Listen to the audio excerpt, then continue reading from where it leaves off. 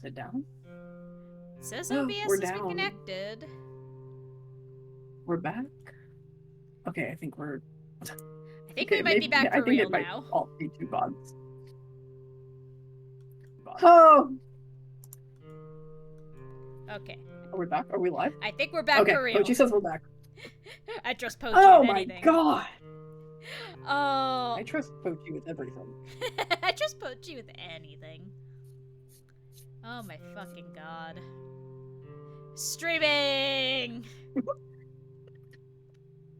Alright, we're back. We're back. Yay! The baby.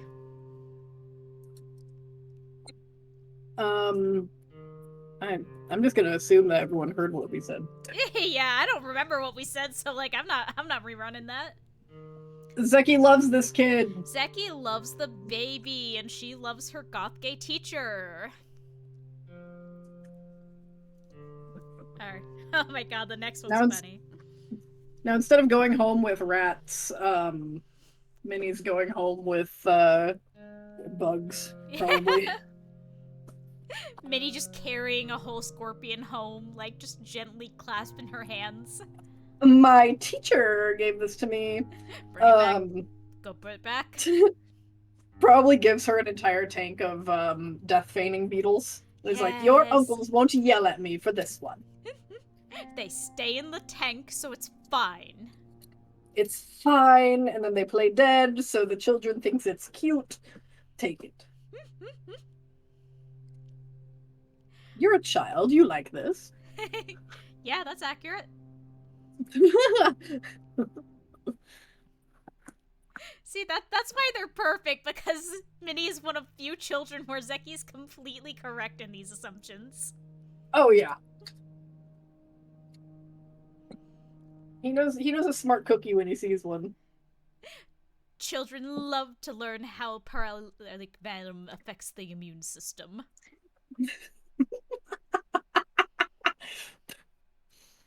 So true. So true. Oh god. This morbid child. And on the flip side, remember the new baby? Oh, remember new babies? Buck and Felix also have a very funny relationship. That's Felix's new dad. Oh, hey, can you oh right, yeah. For me on Discord. Yeah, let me get that up real quick. I need to see Felix. You need to see Felix. Where's my mouse? Everyone hates Felix. Everyone hates this guy. It's really funny. He's trying so hard. There we go. Just like any kind of like edgy piece of media, there needs to be a character that like the cast shouldn't hate, but absolutely does. Yup. We need the punching bag.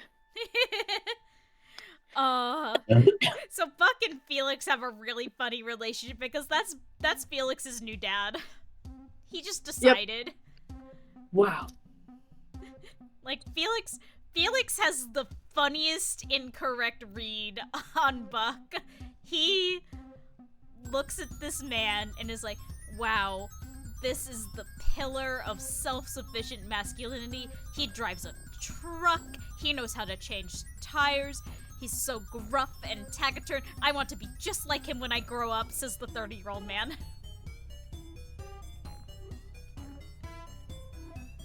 Like, just like, be aware. Felix has barely been around, like, just blue-collar people in general. Yup. He's just, like, kind of, like, amazed. And it's not like the Eddie Izzard bit of, like, you're a plumber, what on earth is that? It's like, he legitimately is like, this is awesome. This is great. People that, like, actually work. Yeah. Tibbs always brings up the bit of, like, they get a flat tire while they're both out on a job, and, like, it starts with, like, Felix, like, peeking out the window, and then it's, like, him watching while Buck is changing the tire, and then it's Buck just standing there shouting directions at him while Felix changes the tire. Yep. But yeah, so Buck is like, Buck knows who he is as a person, and he knows this is a very smart, very moneyed young man from Oxford, which he's pretty sure is like a fancy boy school. So he doesn't know how this perception has come about, and he's real scared of like breaking the illusion, so to speak. He's like, he takes this really seriously that Felix is looking up to him. This has never happened to him in his life. Well, I mean, it has with Zeki in a completely different direction, and in a very different way. And he's confused by that too, and also takes that very seriously and is scared.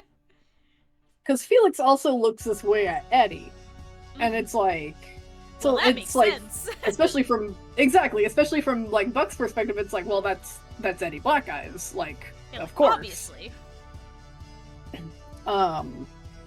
Though Felix is a little conflicted about how he feels about Eddie, but he's straight, so it's fine. He's straight. It's fine. He's so straight. It's fine. Felix is kind of really, like, interested in this, like, gritty form of masculinity in a way that he is unsure of, like, what exactly his feelings are. Yup.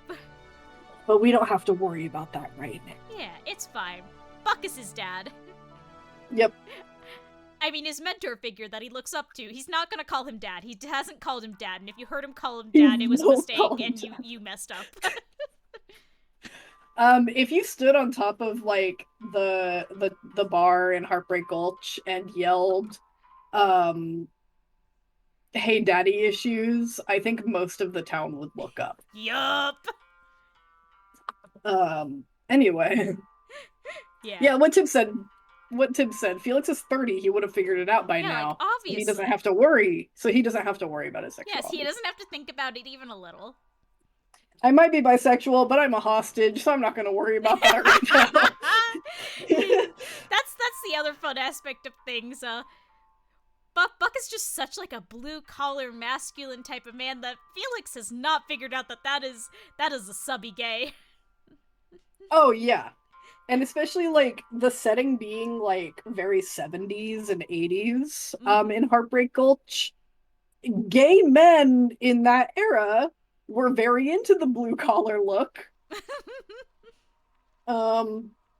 So Felix is gonna be on Castro Street being like, wow, look at all these tough men. Yup. And so that's a whole other layer of Buck being very afraid because, oh god, not only does this boy look up to me for reasons I cannot fathom, he thinks I'm straight. Yep. Oh god. Now I'm like double in the closet.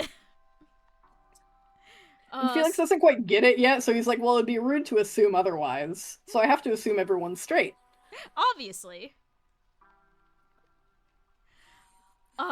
Speaking of which, Davy has Felix very confused. Oh boy. Davy's a little bit of an enigma to someone like Felix, cause Davy's a working class man. Davy is an outlaw. He's got a bit of that masculinity to him. He is also a fruit. He is a fruit. Yep. Davy is not in the closet. No. Davy is queening out, and I think that is a little confusing to Felix, who's still new to these scenes. He doesn't know quite what to think of Davy's whole deal, and that pissed Davy off a little bit. Just like a little bit. Yeah.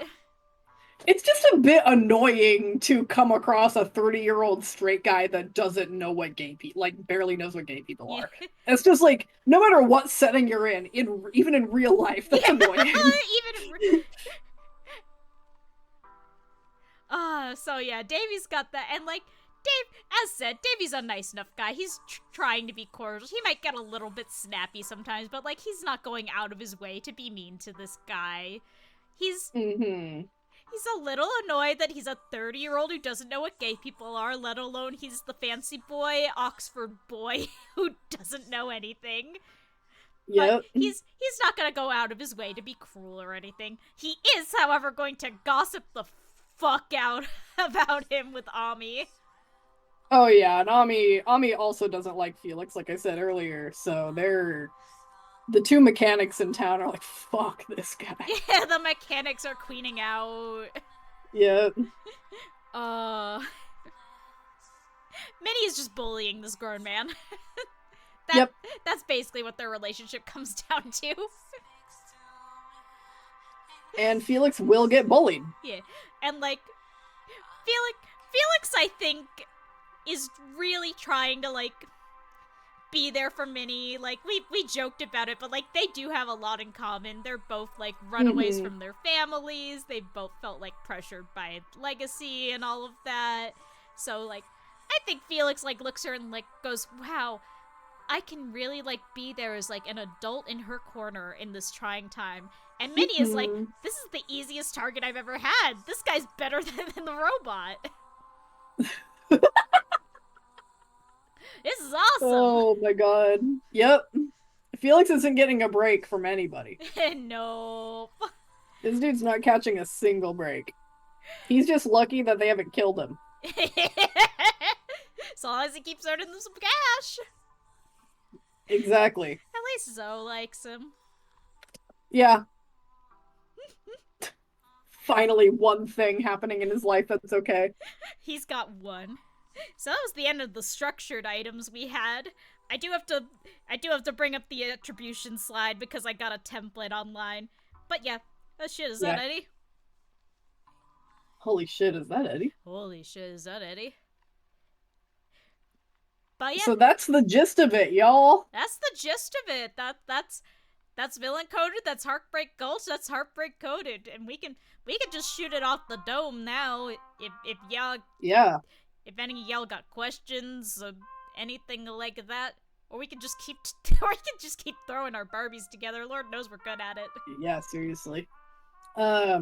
Make sure you're following both of us everywhere. Yeah, holy shit, please. Smiles. Go follow Cricket's Smiles shit. so nicely. Go look at the Cowboys. There's Cowboys and other guys you can look at. I'm smiling so nicely. Like, okay. This is such a stupid thing for me to be desperate about, given I have a pretty decent following. Most of my followers don't like the Cowboys. They're there for other stuff. So some people are a bit rude about the Cowboys sometimes. Yeah. That sucks when you got like a passion project. Exactly. Like I said, these guys have been around for 8 years. Like, I love them and I want people to like them. So please like them. I like the Cowboys. You can't stop me. Sometimes I'll see people that are like constantly like this is such a petty thing for me to like look at. But every once in a while I'll like see like, oh cool, Puzz's like Heartbreak coded post on Blue Sky got a bunch of attention. And so I like look at like all the people that have like reposted, reskeeted. And it's like a bunch of people that don't even follow me, and I'm like, why? Yeah, what are you doing? If you like the Cowboys, like them, you can see more. There's you can more see of more. them. You can go to their dad.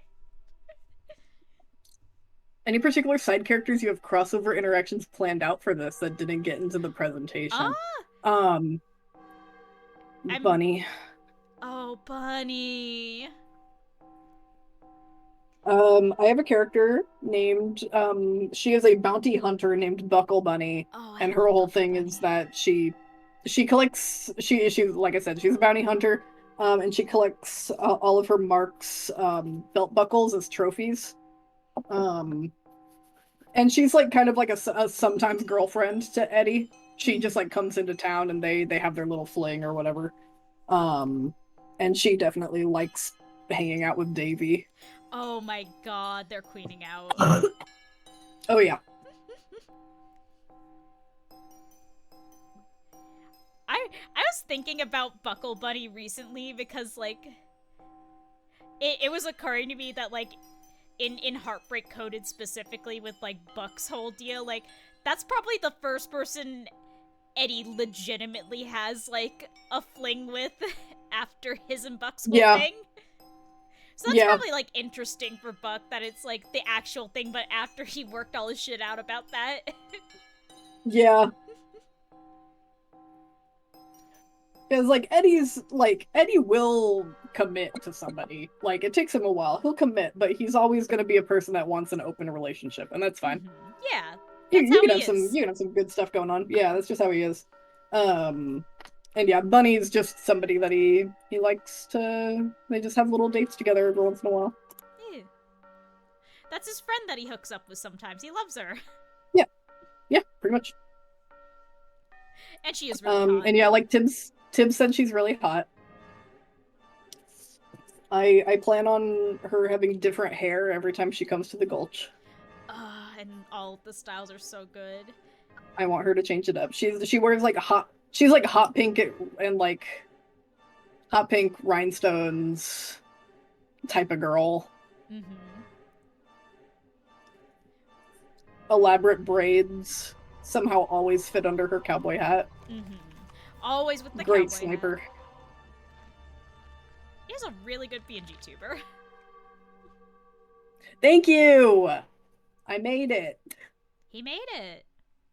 I made it. Yeah. It's on my shelf right now. We didn't talk a lot about the villain coded with the other Heartbreak Gulch side character. Like that's gotta dust around. Like Ami in particular, like she works with Davy. Oh, yeah. They're both mechanics. They're working together. Davy's like her little assistant. Yes. Yeah. He knows that she will strangle him. Oh yeah. They very much have like the coworkers who love each other but would kill each other relationship. Oh yeah. They're both I think I wrote up something for them not in the presentation. I'll dig it up later. I think later. you had some Ami notes. Yeah, I had some notes somewhere. Basically, they're like, for the most part, they get along. They have a lot of mutual respect for each other. They like that they have like similar work that they do. They're also both very like stubborn, very passionate people. So if they do disagree with each other on something, it's like that's gonna be the whole week. Oh yeah.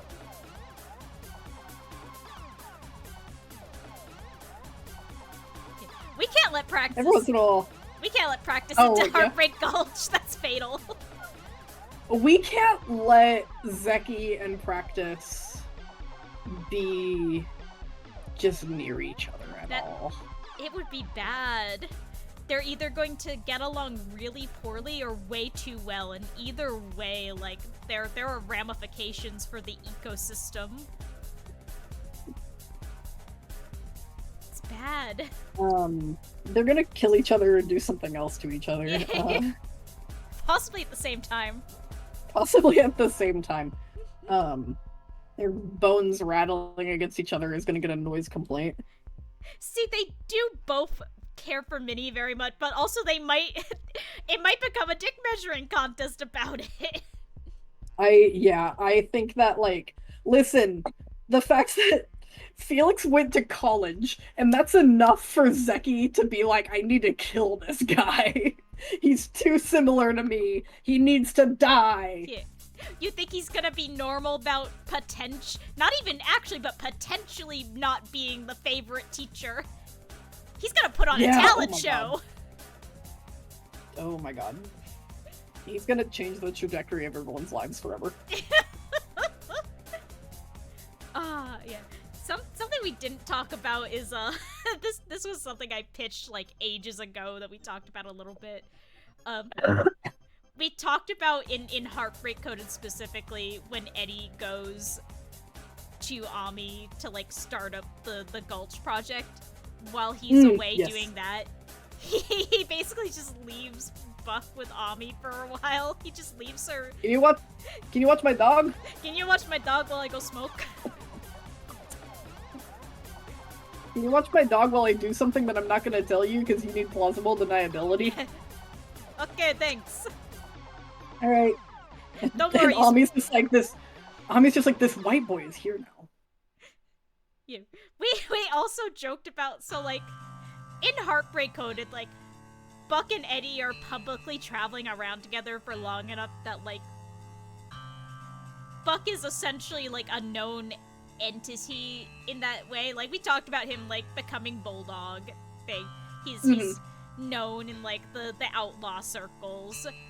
Yes. We joked about Ami just having this like cultural osmosis of like, okay, well, Eddie Black Ice is always just bringing around different white boys. He's always going around with these white men. He really likes white boys. Damn, okay. Yeah, and then she meets Buck and is talking to him and hearing like, oh yeah, I've been traveling around with Eddie for like a while, I guess, oh god, over a decade now. And she's like, it's the same white boy. It's the one white boy.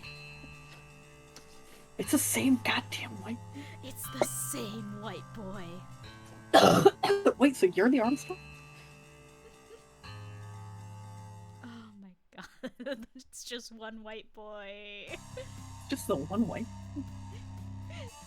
So, like, Ami's a little bit the first, like, red flag for Buck of, like, oh my god, maybe you should talk about this relationship. Mm-hmm. 15 years and he described him as kind of his boyfriend. Maybe. Seems like kind of my boyfriend.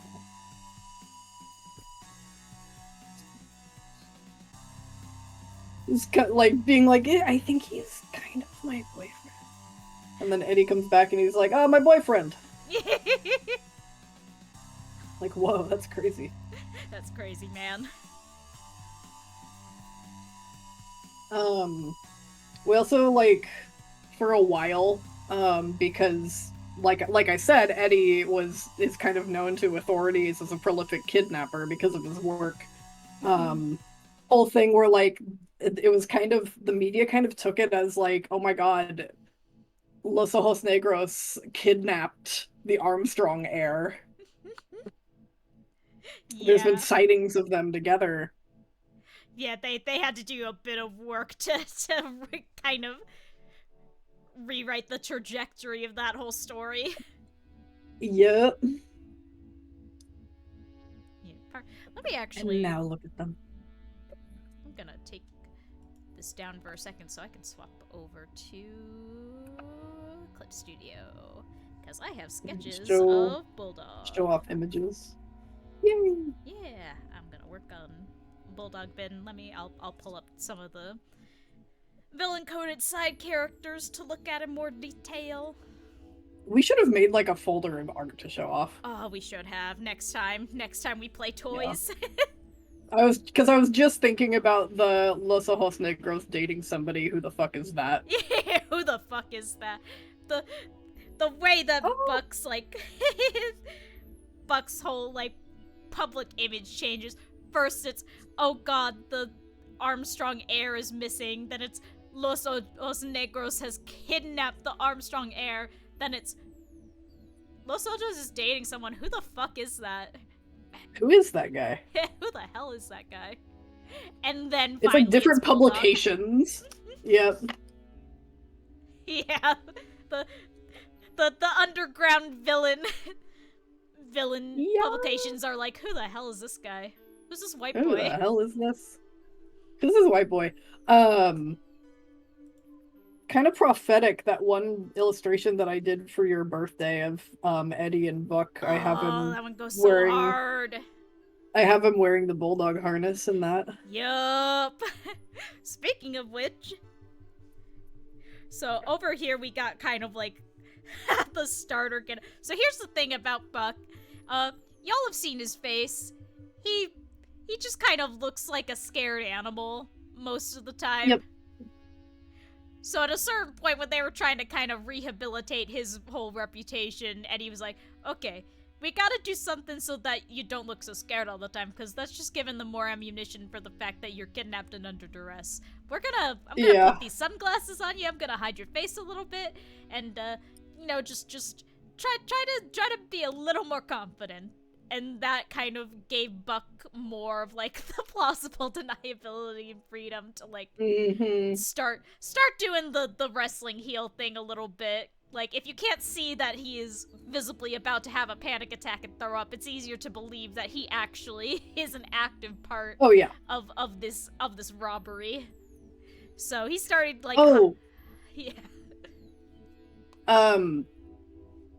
I was gonna mention that the way that Bulldog matches Los Ojos Negros is that Eddie's like costume is all leather. Yup. Like he has like the Charo like whole Charo suit and everything, but it is made out of leather. Because he's going around so on he his has, like, bike. Yeah, he has the biker vibe. He doesn't wear like the vest and like tie is like kind of open. So it's like a little sexy and then made of leather. So that's how Bulldog fits in. So we got the little leather bulldog. He eventually over time He's is so like cute. the moniker catches on and Eddie's like, okay, we can make this work. We can push on that. All right. So You're my dog. He's got the bulldog Sure. harness. He's got the leather. He switches out from the sunglasses to like driving goggles, and we got the bulldog vest. Obviously, I gotta refine this a little bit. I might work on that as we hang out.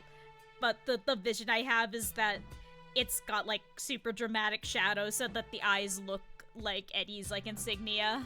Yes. So His that's little fun. sidekick. Yeah. And then next layer down we got Hellcat. Hellcat. Oh girl. Yeah, so very similarly when Davey was like starting out, it was a little less cunty. Yeah, he was very new, wasn't born and raised in the criminal empire as it were, wasn't really like pushing his visuals as far as they could go because he didn't really have like a lot of notoriety or his own moniker yet. And then once the Hellcat thing kept going and he went and was working with the Heartbreakers, just like, okay, let's push this as far as it'll go. Hell yeah. So he's got the big arm, he's got the heels with the claws, he's got the hat that's kind of got like a kitty ear thing going. Diva, yeah. Yeah.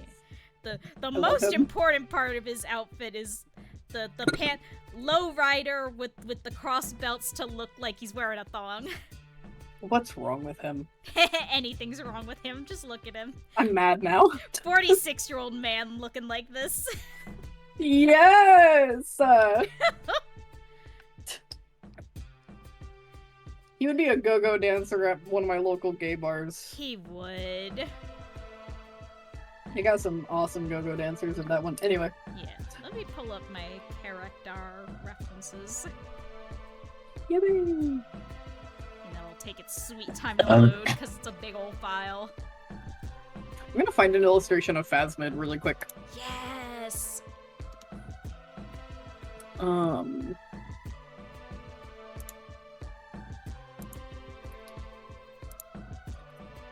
Where's my one that's like a little evolution of Zeki? Oh, that's a good one.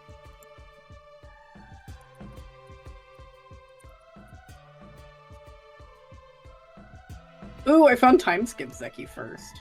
Oh, Time Skip Zeki. We won't talk about Time Skip quite yet. It's not under Phasmid. My cat yelled at me. Cat loves to do this. Hi, buddy.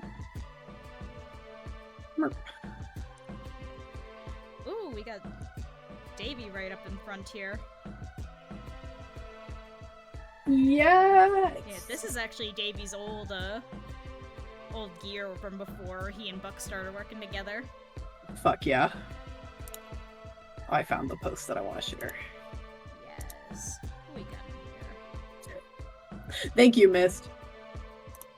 here? Gotta have the green M&M. Everyone loves Lily Green M&M. Yeah. Let's pull up practice for now. Real Cloud Freezer. Everyone loves them. Fuck yes. Oh, practice. Oh, no practice. boombox. Oh, booba. Sorry, Bobo. There's gonna be a Bobo incident, guys. I'm sorry. Everyone, please prepare for Bobo incident. His face is wet and he wants on my lap. Please, please, he needs it. He's never asked before.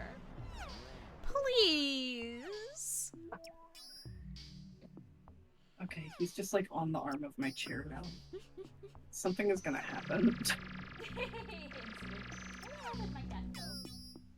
Go on. Oh my god, he's on my lap. Hi, animal. Hi. Hi, baby. Are you gonna cause a Kiki incident? Yeah? Here, there's his little nose for everybody. Oh, Bobo. He's gonna sit here for a minute, otherwise he's gonna, like, terrorize me forever. Cat loves to do this. Oh, Bobo. Oh, his face is very wet. Yeah. His face loves to be wet. Cat loves to be Stop trying to get more on the table. See him face. Okay. He wants to learn about practice. Everyone loves practice, including Bobo. Including Bobo. Yeah. Oh, and I gotta show off Golden Boy, of course. Wide man. Yes, I love him. He's so cute. Wide-ass farm boy. He's so cute. He needs to sound like Silver the Hedgehog.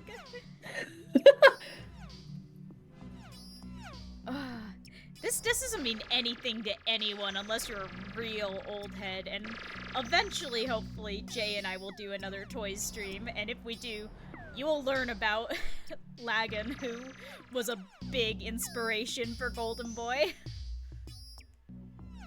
Can't wait. Bobo. His cotton ball paws. Yeah, you just get a good look at his little cotton balls. His little mitts. He's doing little swimmy paws, yeah. Oh, happy animal. Getting fur everywhere. He loves to do this. Oh. He's not a lap cat. He's a you have to actively hold me at all times. He's a baby. He's rubbing his little wet face on me. Loves to do this. What else can I show off? Here's Leo's stupid hero outfit. Okay, I have stuff to say about this. I know you do. Bon and I are back on Hero and Villain Twitter right now. Yep. And we see this man who is both wrestler and Greek themed, and we're like, that is a gay man. That's a gay man. And I know that would piss him off. Oh, and that's so much. why and that's why we're saying it. You got the leotard and a Greek thing going on. Yeah, he's like he's trying to combine like the Greco-Roman god like legacy he's got on his mom's side with like being a modern like fitness kind of guy, and it's just making him look gay. Yep. That's a fun fact I can relay here. It's a fun little bit I can tell you all here. Leo does not know his brother is gay. Mm-hmm. Buck never came out to him, and Leo is not maybe the brightest bulb, so he is not, like, suspected anything. Yeah. Like, he's seeing, like, Buck out there with, like, this new supervillain he's working with and is not suspecting a thing. Meanwhile, his wife is there looking at them going,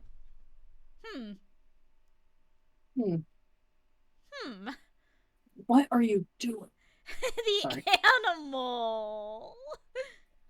He's, like, trying to lay on his side, like, on the table. Oh, getting so comfy. You're gonna go on my lap. If you want to lay on your back, you have to lay on my lap. Don't understand? My name Bobo? What? I want on the table, though. The table's right there. See, it's fine. I can just do this. We got Betty's I've little lowered him. hero costume too. It's cute. She's so cute. She is She's so cute. Look at her. She deserves. She deserves better. She deserves better. Get Eddie in there. Hey, kiddo, you want I should kill your suck-ass dad? How cute's your mom? Your mom Everyone single? in chat, Eddie loves married women. Yeah, there's a reason he and Lily work so well together.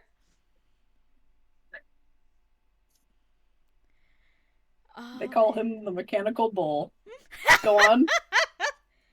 I'm just thinking, we can't talk about it in detail. We can't talk about it in detail at all for so many reasons.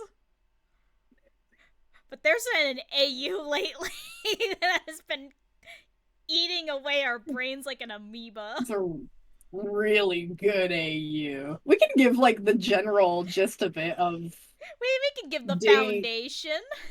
Yeah, it's basically an AU where Davy and Lily, Corpse Flower from earlier, are the same age.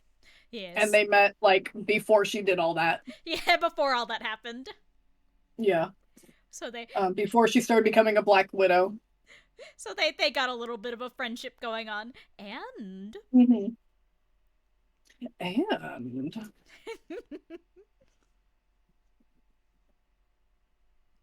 there may be some benefits. Could be. And that AU's awesome because that's when Eddie was still a little feral. Uh-huh. Not literally, he's just like not very socialized because like he kind of went reclusive for a couple of years after his horse died. Oh, his horse. His horse passed away, and then he couldn't handle it very well. He was a recluse for a couple of years, and then he came back out, ended up with Corpse Flower, and he doesn't know how to socialize anymore. Imagine going immediately from grief-induced recluse to you are dating Corpse Flower. You're dating Corpse Flower, and there's this guy here. Yeah, and some fruit is here. Does the music stop again? You gotta stop doing that. Oh,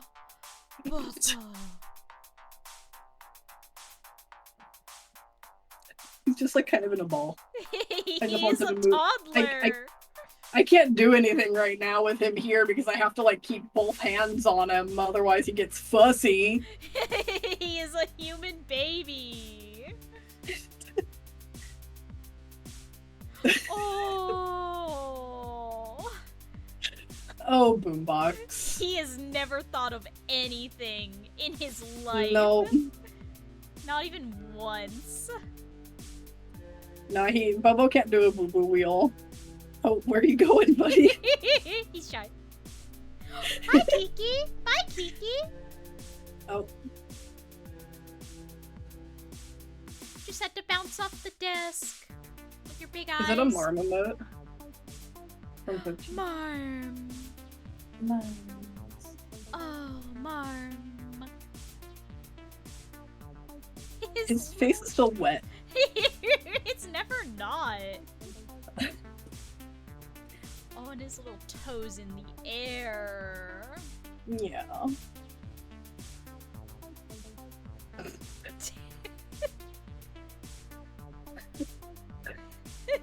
So anyway, go on.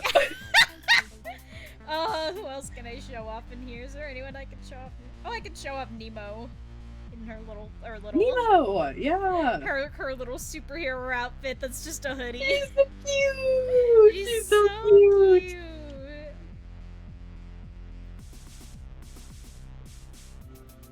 She's just such a little cutie. Yeah. I guess I could show off the teens too. Where are the teens? Oh, clip stops loading. Yeah. What's your little head doing, man?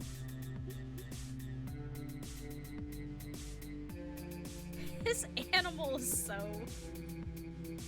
I'm I have to hold him. Yeah. Otherwise he's gonna slide off. Yeah. He's not putting anything into this. No. Got all of his weight right here. Yeah, where are the teens? All 17 pounds of Bobo. Oh, Bobo. Oh. Animal love anything.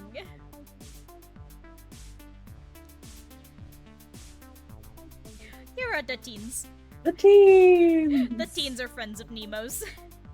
I love the teens! Yeah. Well, some of them are friends of Nemo's. They're all so cute. They're all so cute. I dressed just like Dante. Dante is based directly off one of my good friends in middle school. Like, looked exactly Hell yeah. like that.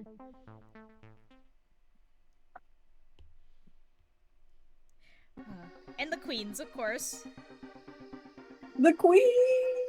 Yes! Oh, I love the queens. They're all so cool. They're awesome. They're so cute. They're so cute.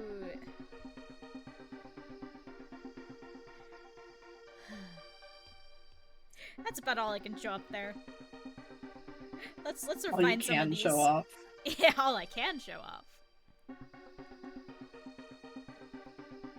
Now, actually, let me turn up the feed for a second and check on something.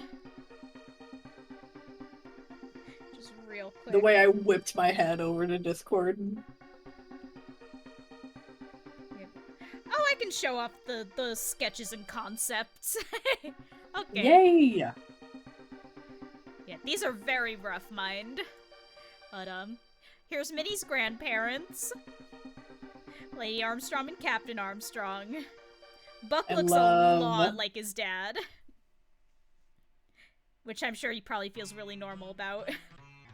Oh, yeah. Yeah, that's them. And then here's Nemo's dad. Yes. Yeah, haven't decided his name yet. He, they, king. Only tried to destroy the world a couple of times. As one does. You know. You know. Alright, that's all I actually can show off. Let's play with these toys. Let's play with the Barbies.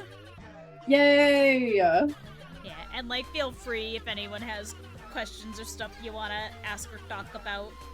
Or we love getting questions about our toys. About our special little Barbies. Why'd he stick his foot straight up? Why is he like this? What are you doing? His dumb stick. His little chicken drumstick. It really looks like a cartoon drumstick. I'm gonna give him, like, just a couple more minutes. He gets a few. Otherwise, he gets, like, really needy and, like, will try to jump on me. Oh. And I don't want that. The animal.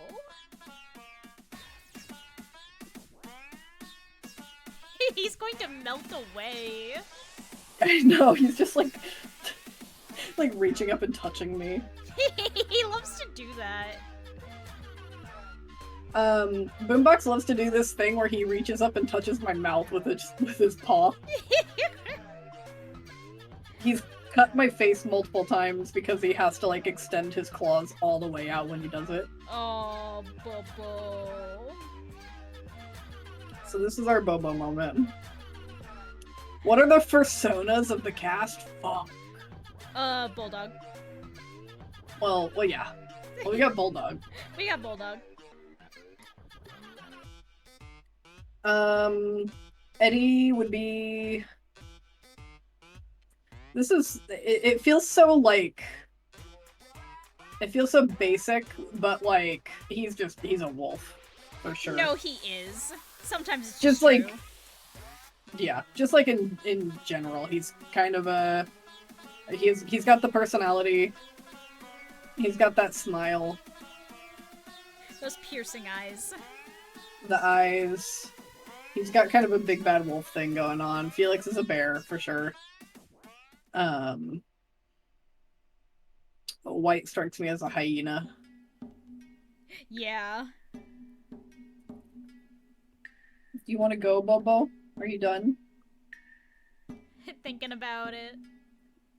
He's thinking about it. Zeki.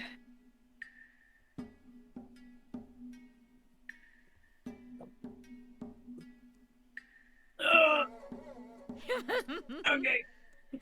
Goodbye, You're done. animal. Goodbye.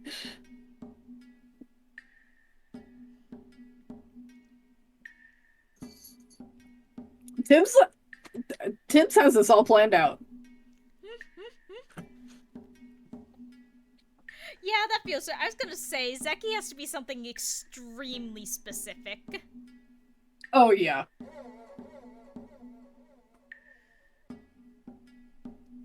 Tibbs has had this all planned out since about 5 seconds ago. Tibbs is a furry. So, that's how you know they're really good at this. We salute our furry warriors. The exact maned wolf he saw at the zoo at age 16. She just had a certain energy. She was a diva. Yeah. Oh, Davy B. Yeah. I always think Serval specifically because of that post with the Serval and the what's the big round wildcat? No, I don't know. Yeah. The one where someone posted them side by side and went the It's like a villain's two cat. most loyal Palace cat, thank you. Yes. Yeah. Buck and Davy specifically are like Palace cat and Serval together. He does strike me as like would be like a small big cat. Yeah. Maybe some kind of wildcat. Yeah. Wildcat or like not to be that guy, but like a peacock or something. Yeah. Like a tall, pretty bird. Yeah. But yeah, Serval feels the most right.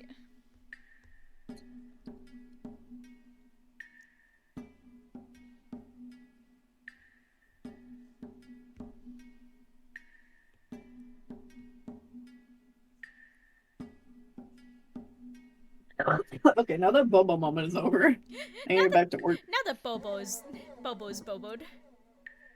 The Bobo is gone. When the Bobo. Also, Corpse Flower is a cougar. Obviously. And also the animal that she would be is a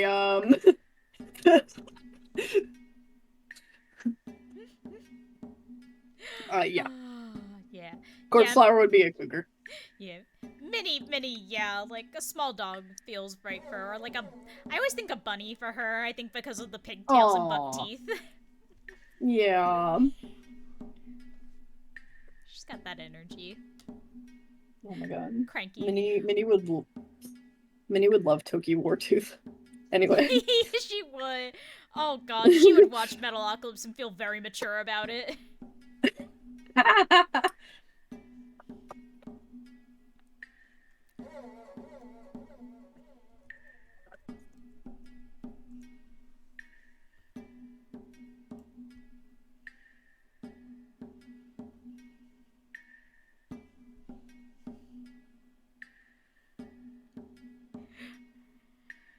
I just looked up bulldog mascots as like reference for bucks. Mm-hmm. Bucks. And it's always so funny because you get the most like vicious, snarling, like monstrous type of bulldogs for like the graphics, and then you see when they have just like a real bulldog that like goes out on the field as like a mascot, and it's just the sweetest, most dopey little guy on the planet. Yep. That's perfect for Buck. I was gonna say, that's him. That's him right there.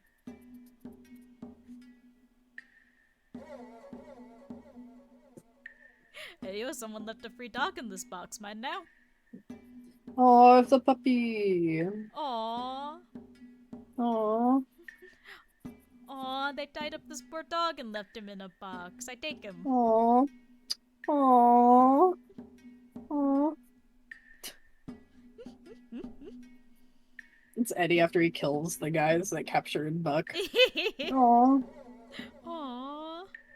Aww. We talked a lot about early days Buck and Eddie because it's just so funny. It's really funny. It's really funny, and the slow burn is like pretty good. It's Yeah. fun.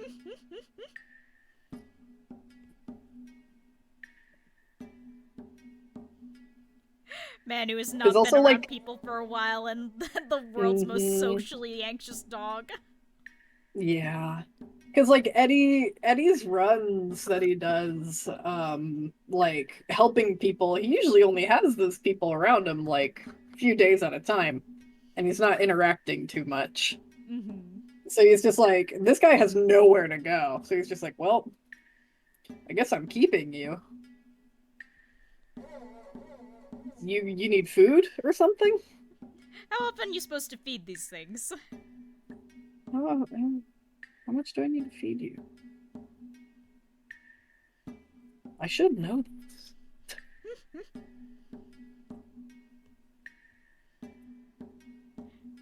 I was thinking a lot recently. We joked about like Eddie realizing that Buck is just like not asking for food and just like eating whatever he's like swiped while they're at a market or whatever, and making a habit of like Uh-huh. very deliberately like cooking for him while making direct eye contact, to the point that it takes him like a month to realize that Buck knows how to cook.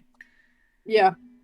He's just assuming that Buck doesn't know how to cook. He knows that Buck is an Armstrong, too. So Oh he's just yeah. like, I don't think this guy, like, this guy probably has never cooked for himself.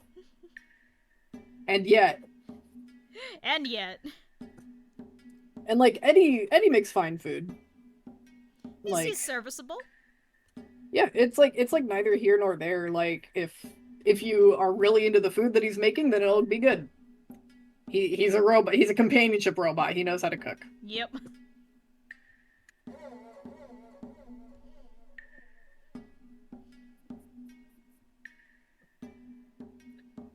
In general, Eddie gets some very funny misinterpretations of Buck just by the basis of, well, this is a rich boy, not realizing that Buck is the world's most neglected rich boy.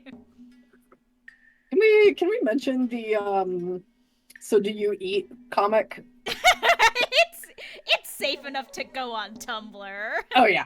Yeah.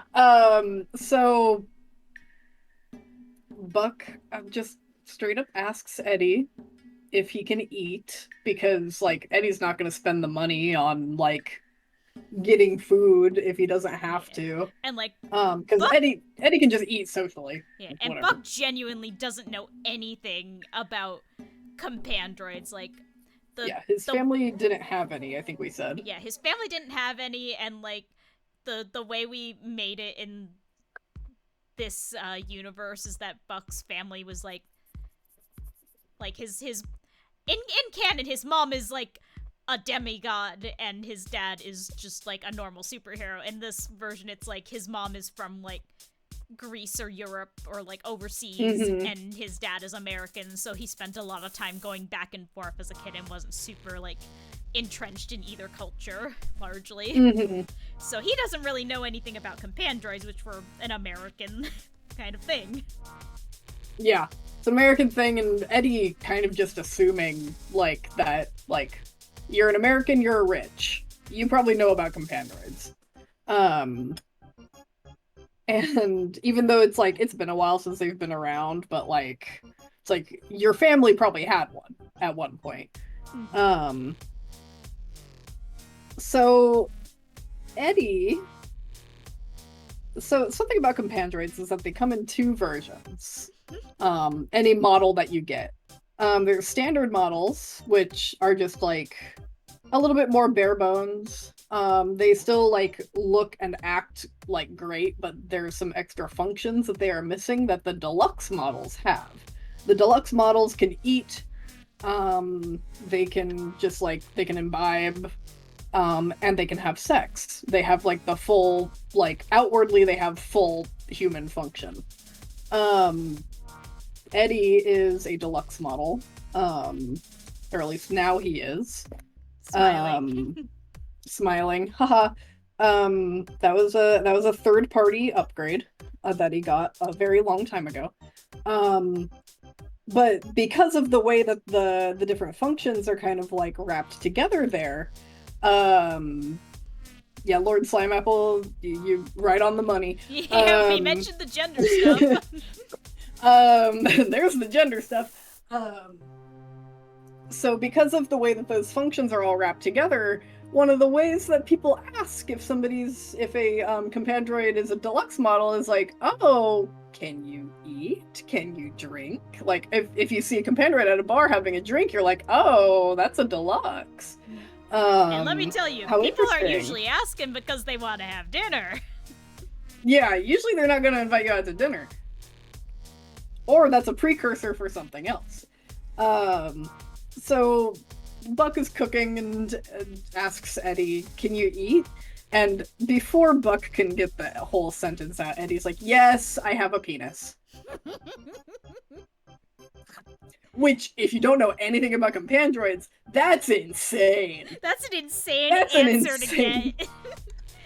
Especially when you are Buck and you are a closeted homosexual. You're a closeted homosexual that's hanging out with this really hot guy.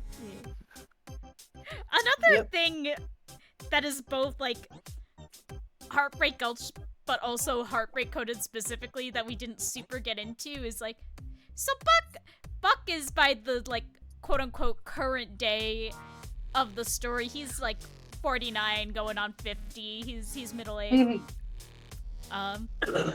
Eddie was running with Corpse Flower about 40 years ago, and I think you've said that was, like, maybe 5 years of his life that they were, like, really, like, out and about together. And, you know, they were very well known. There was paperbacks about them. They were in all the newspapers. They were in magazines. Oh, yeah. There was... Like I said, she's like the Madonna of, like criminality. And then, like, the old legend hanging out with her, like, they're everywhere. Yeah. So, that timeline happens to mean that there's no delicate way to put this. When Buck was going through puberty, Los Ojos Negros was everywhere. Oh, yeah. And, like, by the point where he actually met Eddie, I don't think he thought Los Ojos Negros was real. Like, that's a paperback story, and, like, even if he had been real, he was, like, middle-aged when he was, like, a kid. So he'd be, like, he'd be an elderly man now. And, here he is, looks exactly the same, literally picking him up and carrying him around. Buck has a crush. Oh, yeah. Buck is living the paperback novel right now. And he is not the type of man to handle that with grace and dignity. Yeah. Yeah. He doesn't know what to do.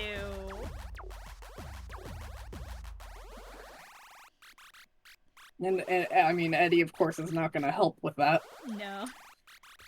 Eddie's like, oh, you know who I am? Well, yeah. Eddie loves his celebrity status. He's really into it. So he's not gonna be like, oh, you know, I'm not that kind of, I'm not the guy that they say I am in the press. He's like, yeah, that's me. Haha. I don't know, I think I'm hotter than the book covers, don't you think?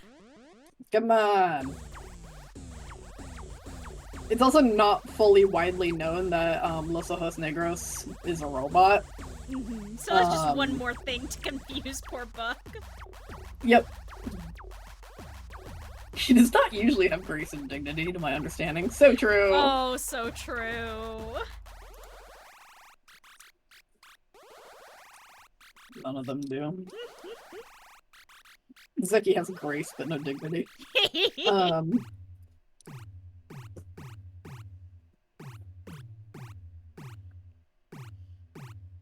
Oh, we can be mean to Buck. Look at him. Just look at him. He's so cute. Yeah, we love Buck. I love him. Our weird little hamster. Hamster. He's so cute. We love Grandpa.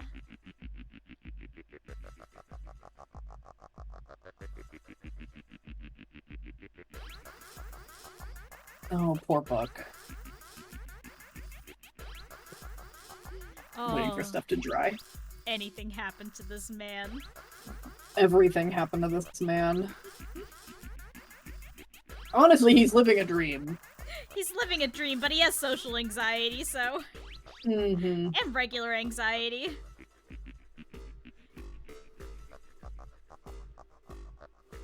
Eddie has to make a move on him.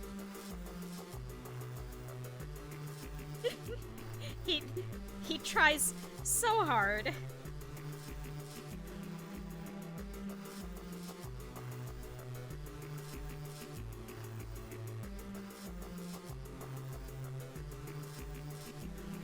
Buck is literally out at the gay bar with this man and still won't believe that he's interested. Yeah, they're... that whole night of them, like, when things start to actually go into motion, they end up at the same bar. Like, they go to a city, they're at their hotels, they're both like, okay, I'm going out tonight. And then they end up at the same gay bar. And things go into motion. We've talked before about how Buck tries to stay closeted. He's trying to stay closeted around Eddie, too. And yet. And, like, Eddie's very outwardly, like, he's Eddie's not closeted. Eddie is not closeted. But yet Buck is still like, well, maybe he's straight and he'll kill me forever if I come out. Oh my god, my cat is coughing behind me. What is wrong with you? It's a different cat this time. What's your problem? Moment. I'm so sorry if you could hear Mia hacking in the background. I can't. Girl, what's your problem? She's distracting me. What was I fucking saying? Yeah, they end up at the same bar. And it's very stressful for Buck. Buck's like already like a little bit too drunk, and the guy he has a crush on who is kind of his boss is here. Because I'm also imagining it being a thing where Eddie's like, ah, shit. Cool, he's here. And like goes and like orders him, like is like, I'm gonna be cheeky, and like orders him a drink and has it sent over to him. It's like, oh, who bought me this? Like, oh, that gentleman across the bar, and Eddie's there like, hi. Grinning so big. doing a gay little finger wave.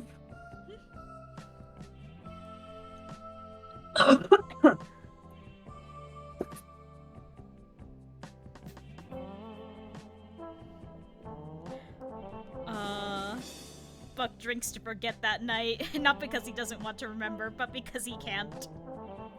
Yep.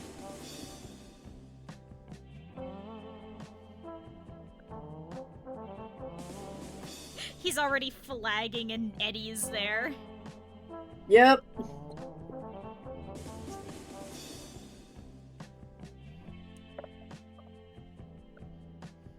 Imagining a moment where like Eddie like gets up to go get another drink and like Buck is already like, oh my god, I think I'm flagging, and then looks up and sees a black hanky in Eddie's back pocket on the opposite pocket and is like, oh my god.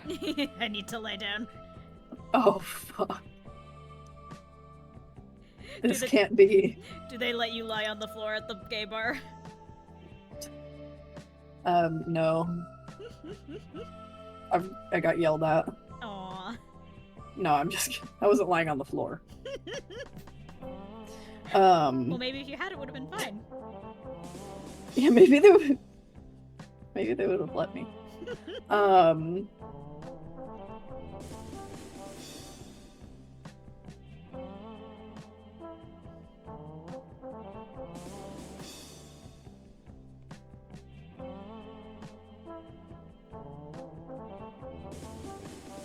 I always think of the exchange between the two of them where Buck is like, oh, I didn't I didn't realize this was your scene. And Eddie's like, oh yeah, I'm bisexual.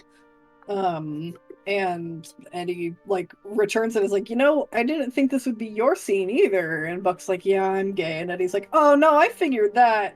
You just seem really shy. He was a little shocked to see you out here like this. There's a comic I did ages ago with the two of them where Buck's like, how did you Oh yeah. what is it that gave it away that I like men? And he's just, oh god, was I not supposed to know? Eddie giving him the boxed meat look. No, it looked more horrified than that. Was I not supposed to know? Just, oh god, that was you being down low? Oh dear. Oh no. Oh no. Oh no. Oh, that's no good. Oh honey. No, my pen! Oh my god, did your pen die? It's a Babbery! Oh, queen. No! How could this happen to me? Oh, dude. Well, we're gonna plug that in for a little bit. Oop, and it's also Kiki food time. Yay! Anything Well, happen at once. Well, it is on the hour, so It is on the hour. Might be time for a little breaky break. I might get some pizza. I think you should get some pizza. I might get I think more I should pizza. eat a little bit. I think we should have a little lunch break. I think maybe this is a sign that it's lunch break. All right. I'm gonna run the ads, and then we're gonna be back for our little lunch chat. Yippee! Be right back, chat. Pizza in the air fryer! Yay! Yay!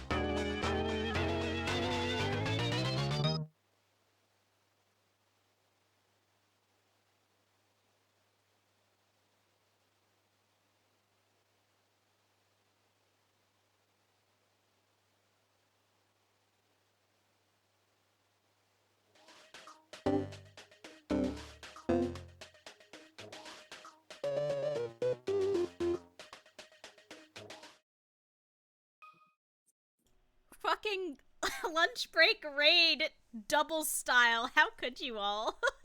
This is so scary. It's so scary. You missed the lesson.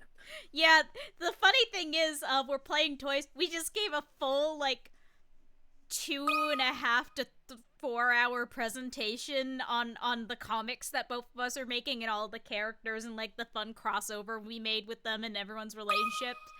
And now you guys showed up. Hee hee. Oh, but we're very happy to have you all. I hope you enjoy us talking about our toys. Look at all the links in chat. Yeah, there's all sorts of links in chat. Yeah. Hi, Oki. There's a whole VOD for you to watch. I will try to get it exported after we wrap up. We had my internet have an issue, so we'll have to see if it's on. Who the fuck? Oh, that's the raid coming in after the fact. I got scared. Oh, okay. I got so scared. It keeps happening. Yeah. Thank you. Cricket make Thank cool you for the stuff. love. And you can follow him here and watch him make them sometimes, or you can follow all his other stuff. I do want to start streaming again, and it will probably mostly be art streams. You still the fucking green M&M. These are your notes from the presentation. The notes from the presentation are the time that I drew my character Lily as the green M&M because that copy pasta makes me think of her. The Cliff's Note version, I suppose. I'm making a comic about a superhero in training running away to apprentice under her supervillain uncle instead. Cricket's making a comic about a criminal outpost in the middle of the post-apocalypse desert.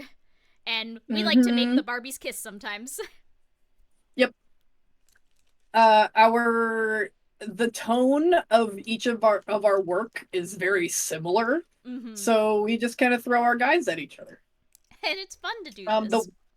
The way that I described it earlier is that like we were like seated at like adjacent tables at a restaurant and we saw each other's plates and went, "What'd you get? What is that? Oh hey. What'd you order?" And that's how we started talking about characters together. Yeah, and it's fun. I love to play. It's fun to play. I'm gonna get my iPad back on screen. I'm gonna munch on some food. Yeah. What is that? Oh shit, what's that? Can I have it? Can I have anything? Alright. Are you not capturing my thing anymore? Oh, there we go. I'm so glad that you guys like toys. Yeah, I'm glad folks have been enjoying toys. Oh, and let me get Lisa's soundtrack playing again, because decided it wanted to stop for the millionth time. Yippee! Hopefully the raiders, you guys will still find all of this interesting. Yeah! We are unfortunately yeah. at the part of the night where we chill a little bit and talk freeform style about our guys, and I am working on... Yeah, we're just yapping. Yeah. So this is Buck. This is his, like, heartbreak-coded crossover-specific outfit that he's got going on. He is a middle-aged man, he is gay, he is in the closet, and he is dating an outlaw. Yeah. And he has problems. Let me get my outlaw on screen in a second. I'm putting my pizza somewhere. You gotta eat a meal! I'm putting the pizza in my stomach. I had to reheat my pizza because one time I got a stomach bug immediately after having a cold pizza. Now I can never eat cold pizza again. Oh god, nightmare. It's so sad. I know. Papa John did this to me. Papa John, how could you do this? Along with all the other stuff I'm pretty sure you did. I hope you guys like a lot of facial hair, because that's... It's a bunch of gay men in a 70s inspired setting, so there's gonna be mustaches. Yep. Let me get my guy. Yeah. I need to spray him soon. Well, there is an Eddie on screen. Oh shit, is that Eddie? Oh shit, is that Eddie? Here's my man that I'm working on. I make art dolls, as somebody in chat has already, like, seen. I also have characters. Oh shit, this guy's got characters. What am I saying? So he's like a character. So he's like a character? Oh my god. So he's like a character. And I've never made art dolls of them because why would I? You can't sell those. That's your boy. Yeah, exactly. He's like a character. Oh my god.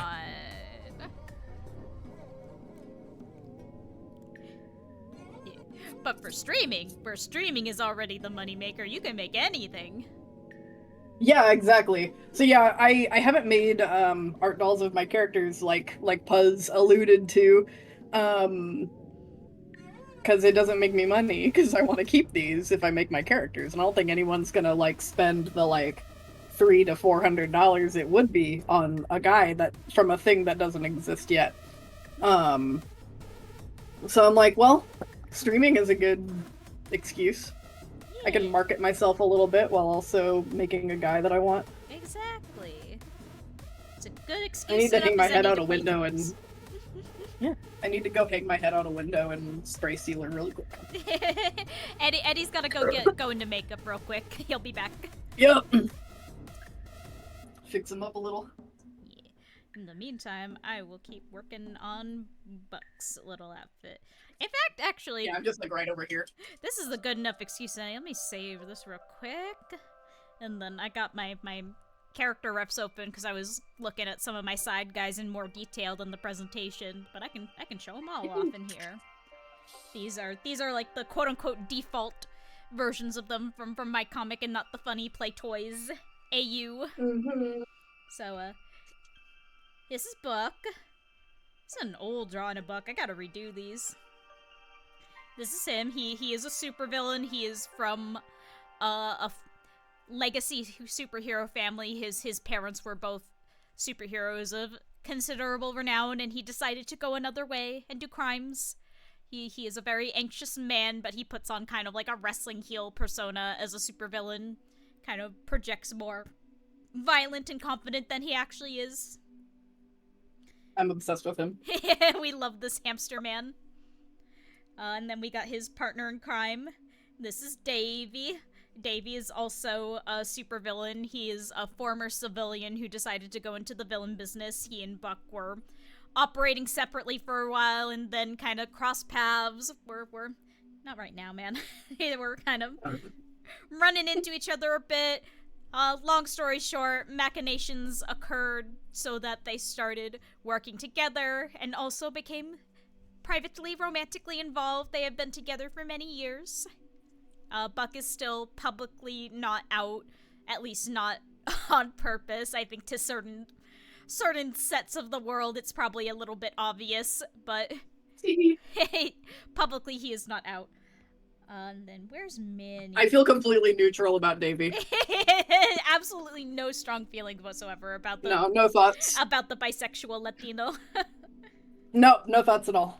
And this is Minnie. She's like the POV kind of character. She's 13 years old. She's Buck's niece. She's in training to be a superhero, and she decides, actually, fuck that. I'm gonna go get my uncle to teach me how to rob places. She's very cute. She's a little brat. I love her very much. So they're kind of the main characters. We got Minnie's parents in here somewhere. Where are they? Here we go. This is Captain Armstrong II, Buck's little brother and Minnie's dad. He is a currently active superhero and really wants Minnie to follow in his footsteps. He's kind of got his whole identity wrapped around being a hero, for better and worse. And this is his wife, Betty. She's the industrial accident type of superhero. She got them working in a lab when she was a young college student and is still kind of new to the hero business, as it were. She really got started right after her powers emerged. She met Leo very shortly after. They were basically like married within a year or two, and then she had Minnie. Oh, the boots on Minnie's ref. Yeah, let me pull those up. And also, if you have questions for either of us about any of our guys or worlds, please feel free to ask. We're just shooting the shit at this point. We're playing toys. For the Raiders, could I recap my main guys too after you're done showing off yours? Yeah. Anyway, go on. Yeah. I actually have to redesign Minnie's boots because I've changed. She's so cute. I've changed a little bit how they work. So Minnie's a rollerblader. She knows how to rollerblade, so she's got, when I redesign them, they're gonna be more in line with that, being kind of like souped up rollerblades. They got rockets so she can go real fast. They got springs on them so she can jump real high. Basically to give her a little more maneuverability because she doesn't have any particular superpowers that have really emerged yet. Right now she's DVD normal. That's another thing I didn't mention. So Buck does have superpowers. He kind of got a Wolverine thing going on where he's very durable and heals very quickly. So he's not invincible as the name would suggest, but he will bounce back from most things much, much faster than the average person will. And Davey, as mentioned, he's a civilian. He don't got no powers. He just uses the arm. He's the brawler. He's the scrapper. But yeah, Hell yeah. I would love to hear a recap of Heartbreak Gulch and those guys. Yay! Should we put their images back on screen? Yeah, give me a second. I'll swap back over to the presentation just for the quick recap. Yippee. Where's? I hope you guys love it. You better, or I'll. I don't know how to talk. Shh. You're fine. Thank you. Calming me down like a wild animal. Listen, you had to wait and eat pizza just now. My pizza. Your pizza. Here's this guy. Oh, let me make this a little smaller so you can see him. Whoop. We love him. Oh. It's a normal guy. He's normal. Okay, so this is Eddie. He is the whole thing with Heartbreak Gulch. It's retro future sci-fi dystopia. That's just kind of absurd and funny and just weird. But it's the typical like cyborgs and robots type sci-fi. Mm-hmm. It's like kind of in like a 70s-esque setting. I'm not gonna go into like the whole nitty-gritty of everything, but yeah, you have to watch the VOD. Yeah. It's weird West retro future. That's all you gotta know. Yep. Just silly sci-fi shit. So this is Eddie. He is an android. He's an old ass piece of machinery. He is an old computer. He's not working too good no more, but he's great. He's a old-timer outlaw who decided that he wants to settle down and make his own criminal outpost. He's not a real cop. He shouldn't have that badge. He used to be an outlaw called Los Ojos Negros, and that's just kind of he is a legend. He is very famous. And he's great. He's totally normal. Look at that beautiful face. Don't you trust this beautiful smile? Don't you trust him? Please He's trust great. him. He's so DVD normal. Hey, you know what? I totally didn't take any inspiration from Nick Valentine at all. None whatsoever. I Not didn't even take a one little. very specific thing from Nick Valentine and slightly change the color for my man. No, I love Nick Valentine.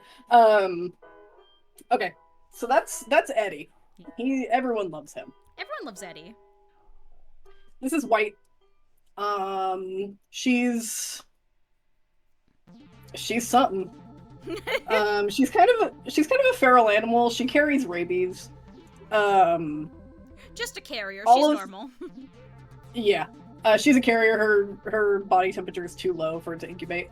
I heard all of my lesbian friends saying that they wish there were more lesbian dirtbag characters out there, and I said, I got you, man. Oh, and she is. Yeah. She's kind of like Eddie's like right-hand man when it comes to like just fighting, intimidation, muscle. She's very small and scrappy, but she'll get in there and kill a man. She doesn't give a fuck. We love her. She died once, but she's better now. Yeah, she died once. She's okay. She only half died. It's all right. Yeah, it's fine Right, if you dead just white. half die. Yeah, her left side is all that's left. All right. And then we got the twink. You guys like twinks, right? Yeah, everyone needs their like vampire-like twink in any piece of media. have This to. is Zeki. Zeki does a lot of odd jobs. He loves spiders and venomous creatures and snakes and lizards and shit. And uses them for completely on the up and up reasons. He's, like it says here, he's the platonic ideal of the scheming twink. Just snake-like evil boy. We love him so much. He's not an outlaw yet, but he will be. Yeah, he just lives He wants Eddie so bad. there. He's working And it's kind of on his it. driving force in his life. He's been here 7 years and has wanted him for 7 years. He's working on it, okay? Give him time. He's gotta work up to it. He just needs some time. And then there's the new baby who Zeki loves so much and isn't going to kill. Yes. So this is Felix Wilson Enderly Smythe. And he's totally not a hostage. he's not a hostage, and if he tells you He's- he's a hostage, don't listen to him. He's doing a joke. He's Don't- doing a bit. Don't worry about it. He's specifically White's sidekick / hostage. So this little Jack Russell is going around and like bossing around the big dog. He's new to literally everywhere. Hi, Frankie. He's new to literally Hi, everything Frankie. happening around him. He was a very sheltered boy that was in a very affluent family back in England.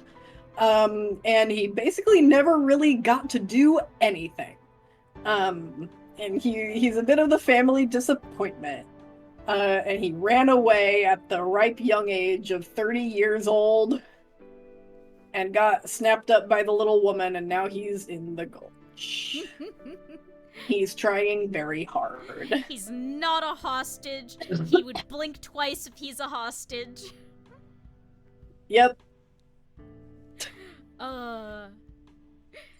Do we want to slam through the side guys, or are we good with just the?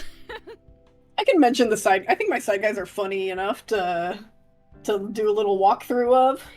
Yeah, woman. Oh yeah, of course we need to go through the side guys because we have Corpse Flower. Oh, corpse flower. Corpse Flower, she's beauty, she's grace. She has. Thank you, Mist. Again. She hasn't been convicted. She hasn't been convicted. She is like a 10-time or some shit Black Widow.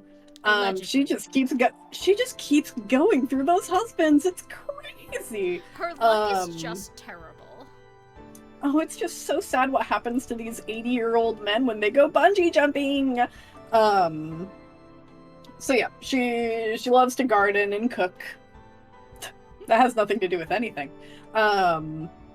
And she is Eddie's ex-lover. That younger form of her there is when they were working with each other. And as she is now, she's had a lot of work done. And she's pretty proud of it. And good for her, I say. Yeah, and she lives with a mansion of her, 30 pool boys. her beautiful semi-domesticated pool boys, who are also compandroids. Yep. Who are also compandroids, the same type of bot that Eddie is, though none of them look like him. Mm-hmm. And I don't think we actually discussed the cat the first time. The cat is a clone. She's had the same cat for 40 years. Yeah, she has the same cat for 40 years. She's on Belladonna the 4th. No, I think Belladonna the 3rd. I can't remember exactly. These cats are living a long time, but she got the first one taxidermied. And she has urns ready for the rest of them. And let me tell you, that cat, no thoughts, not burdened by a brain. Nope. It's just a fluffy white cat named Belladonna, and we love her. We love Belladonna. What other side guys we got? We got these 2. Well, we got these 6. All right. It's 2. We can call them 2. There's Ami Riverstone. She is Eddie's mechanic. Hates his ass. Now they're friends. He's just very frustrating. She was one of the earliest members of town. She's just kind of general handyman around town. She's the town dad. Everyone comes to her for advice, and she doesn't like that, but they keep doing it anyway. Zeki is her adopted son. She decided. And then we have Manuel. Manuel is a brain in a jar that remotely controls 5 robot bodies. So he's technically a cyborg. But he's good friends with Eddie because of their collective hatred for the robotics company that kind of screwed them both, created Eddie and then screwed over Manuel. And he's ironically, despite being 5 guys, burgers and fries, is the most level-headed person in the Gulch. I hazard to call him the straight man character, honestly. He's just chill. He's just a cool guy. He's great. I love him. Yeah. He'll do anything. He'll just do whatever for you, man. It's cool. Yep. And we got a very good man. Very good doctor. Then there's the doctor. The doctor is a, like it says here, advanced medical encyclopedia program that's just super high tech. And he's not really sentient or sapient or anything like that, but everyone seems to think that he is. Thank you for the announcement, Frankie. I don't know what you're talking about. He's a very good doctor. And Zeki is the nurse, the town nurse. He's basically just Horatio's hands because to address the horse in the room, he is the program is in a horse body.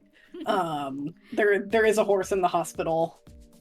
And yes. He's very nice though. He's a very good man. He's a good doctor. He's a very good man. And then we have Zoe. We love Zoe! Zoe. She only comes to town every once in a while. She doesn't live there. She's an avant-garde showgirl. She does very kind of high concept shows, which Eddie thought he was gonna get killed the first night she was there. Oh my god! Because she came out dressed like an egg. She's in an egg. You can't even see how big her boobs are. Yeah. He like I said earlier, he found a showgirl with the most limbs he could find. She's only missing 1 leg. Yeah, she's still got 3 of them. Yeah. And yeah, brought her to town, and she just does very strange acts, which is fine.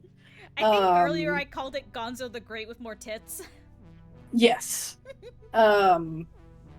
thinks she doesn't quite get the whole thing that's happening in Heartbreak Gulch, so just straight up thinks Eddie is a cop. A gay cop. A gay cop specifically. He's trying to get with her so bad, but she's just like, oh my god, he's so nice. He offered to buy me a drink. Isn't that so sweet of him? Isn't that so sweet? He's so cute. I love having a gay bestie. She is in fact Zeki's bestie. They're like the crust cousins ordered off of Temu.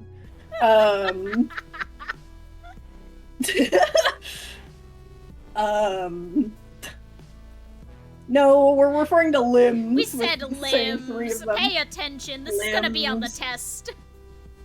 Come on. She's having a little heart-shaped fling with Felix. Yeah. She loves heart-shaped things, and there's this cute little man who has heart stuff all over him. He has a little heart on his shirt. I need help. And Eddie is really good at fumbling the bag. It's fucked up. We talked about what happened with Buck. Although Buck kind of fumbled his own bag there. Eddie's really good at getting something. It's just that, like, nobody that is, like, frequents town will sleep with him. His town is full of ostensibly straight men, a gay boy that won't make a move, and lesbians. Yep. There's a bit that I wrote for when, Ami, Eddie first gets Ami into town.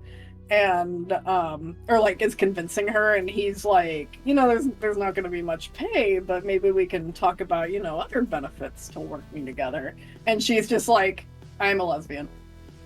And he just goes, oh well, I don't really have anything to offer you then. Please. And she's just like, man, my bags are already packed, we're going. It's fine. I don't got anything else. Eddie does have a sometimes girlfriend that comes into town every once in a while. That's I really should have drawn her for this. We've brought her up a couple times. Buckle Bunny is forever in our hearts. Yes, her name is Buckle Bunny. She's a bounty hunter that takes the belt buckles of her marks as trophies. Is just like decked out in them. She's real cute. A very like hot pink and rhinestones and skimpy clothes type of gal. Love her. Oh, we love Buckle Bunny. I don't know if we mentioned either now or before that she's called Buckle Bunny because she's an assassin who takes the belt buckles of her targets. Yeah. She's a queen. She deserves anything. I love her so much. She's so fun. Well, that's kind of the guys. We showed you our guys. Yep, those are my guys. We showed you guys. Please respond. Okay. Hopefully you guys liked that recap. Yeah. The quick and speedy version. Let me pull back up art. Yep. My guy is cured, I think. But not me. Oh shit, man. Oh fuck. But yeah, as said, we're free we're free balling it at this point. Ask about things if you want to. Yes, I will take a sippy. I didn't make tea, but I will drink water. Yo, I still got pizza. I like just looked over. I thought you ate your pizza. What the fuck, man? I've got more pieces. There's more pizza here. Yes, now people can ask about Buck and Eddie. So that's the crossover where we're just playing with our toys. Yep. You now know the characters and like the settings that we're working with. Now bash them together. Yeah. We mostly throw villain coded into Heartbreak Gulch and not the other way around, specifically because you don't have to change anything for Heartbreak Gulch to go into villain coded. Like, that's just happening 2 states over. Eddie's just out there unchanged, except he has a cell phone now, which is dangerous.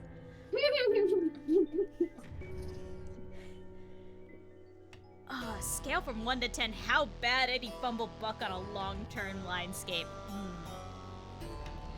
Like an 8, maybe a 7, but only because Buck did a lot of the fumbling himself. They get back together. Yeah, they did. They work it out. They Is make Eddie learning to take dick pics? Yeah. I mean, listen. Some of you might have missed it earlier, but we went through Eddie's Twitter a little bit. Oh I read god, Eddie's some of his Twitter. tweets. We don't want that guy to actually in canon have a Twitter.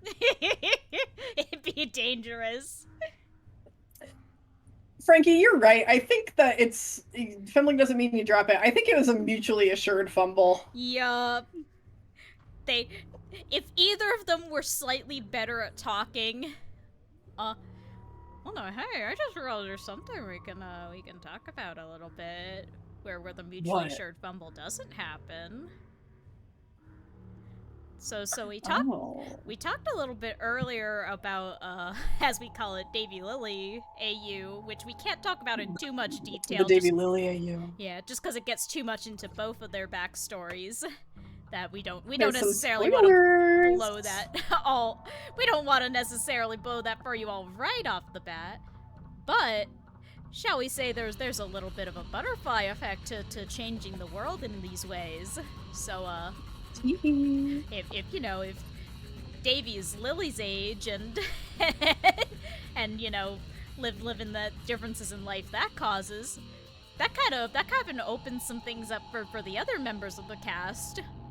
Mm-hmm. So, one thing that I think is a lot of fun, that this is a little bit of a tangent, but bear with me, instead of going off to the Gulch to have his little self-invoked exile, Zeki takes a little bit of a different path and decides he's going to apprentice with his very own hero.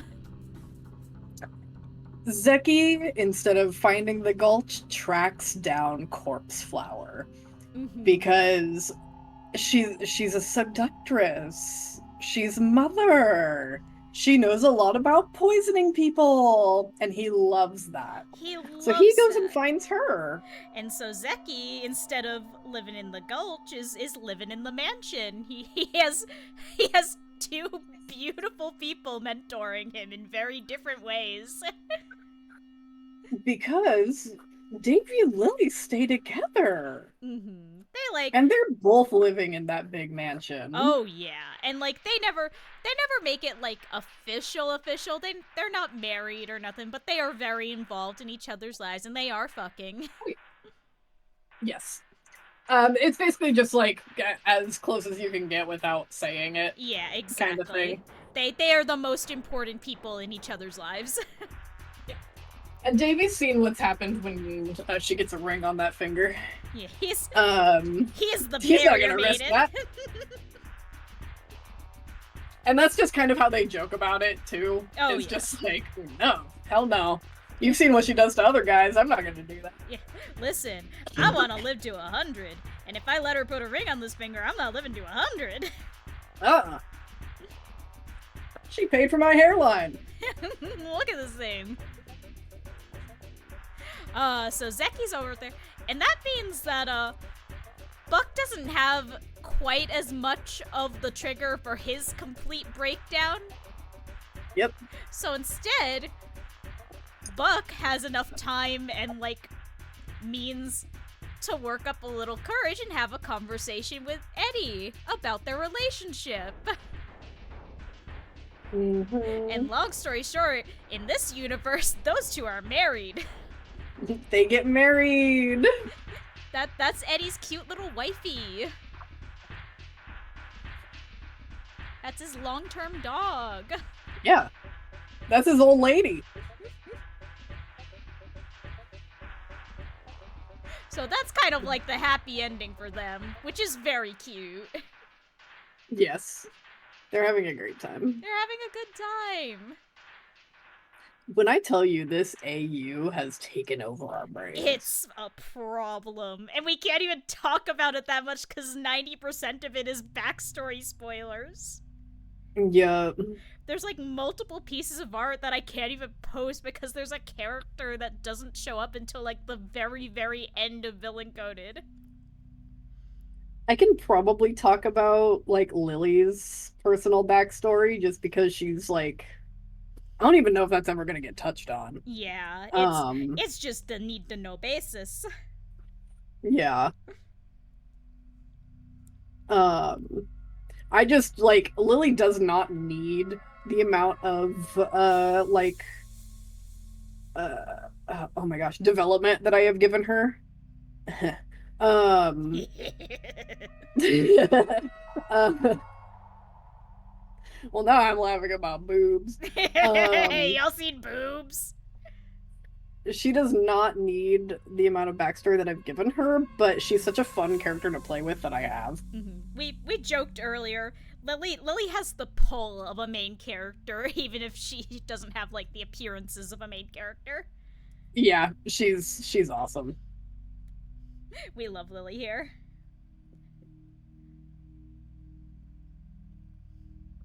Never convicted. Never convicted. She always got out of it. It's always so sad how it happened to her. Allegedly. Allegedly. Yeah, exactly. She's just so unlucky. Um, should I should pull up that drawing that I did of I never posted it anymore. Oh. I did that quick little comic of older Davy kind of fucking around with Zeki. Oh my god. I nearly killed Puzz. What you guys need to understand about this AU, along with everything else about this AU, is that old old boy toy Zeki, or not Zeki, old boy toy Davy, fatality. Yep. I feel completely neutral about Davy. No strong feelings about Davy. No strong feelings about Davy. Does a Discord link work? Hang on. Fuck, I'm never gonna find that shit if I go looking for it. Yeah. Let me see if I can dig it up while you're doing painting stuff and just drop it on OBS. Yippee!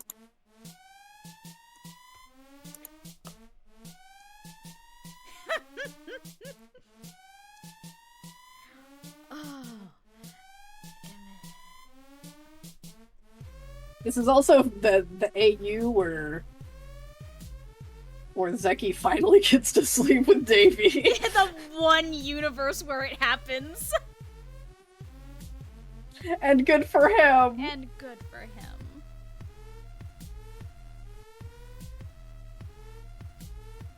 Oh. Why is it not?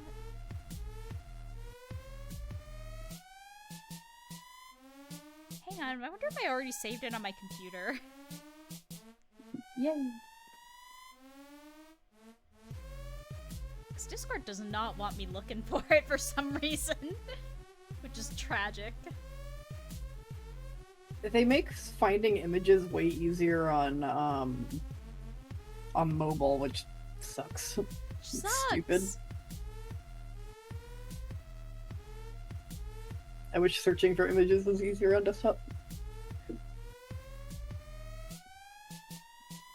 Apparently my computer just doesn't want me to find anything. My downloads have been divided into last week, earlier this month, and a long time ago.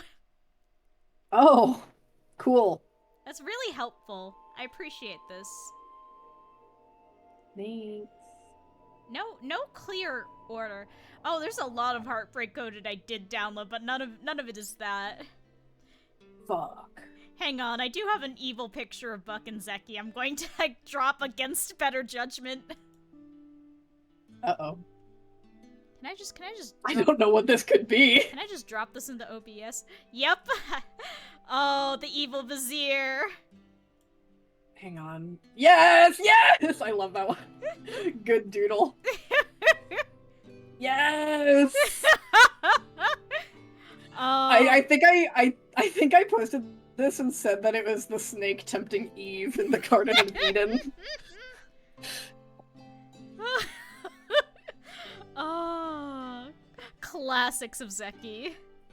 It was specifically like the idea of Zeki going, call him daddy, see what happens. It's very interesting. I'm sure that you would want to see it. Give it a try sometime. Give it a try. Some of these I cannot show on stream. Oh, I don't know what you're talking about. I just found a bunch of heartbreak coded stuff I downloaded. Oh, I can do Buck in the beanbag chair. Oh, I love that one. I can show people this one. We're getting wildly off topic, but they do need to see. They do need to know.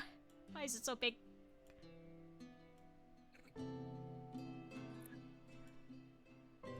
It being just Zeki's speech bubble for a second is so funny. He really be yammering. Oh, this animal. Help him! Help him! He is not getting out. He's trapped there until Zeki decides to take him out. Well, Zeki's handing him his tea in the next couple panels. Yeah, he's helpful. It's He loves his best friend, Buck. My best friend, Buck. Oh. Could have sworn I downloaded that shit. Oh, this is one of my. I'm getting wildly distracted, but the people do need to see. I think we should have a little show-off section for sure. Yeah. Go on. Get it over with. Oh, Ami. Hey, what do you mean this is the same white boy? What do you mean it's been one white boy for 15 years? What's wrong with you? What's your problem? Shit or get off the pot, man. Either keep him or don't. 15 years of this white boy. God alive. Come on. Come on, man. This is nonsense. Can't be doing that to a boy. This is stupid-ass white wrong boy. with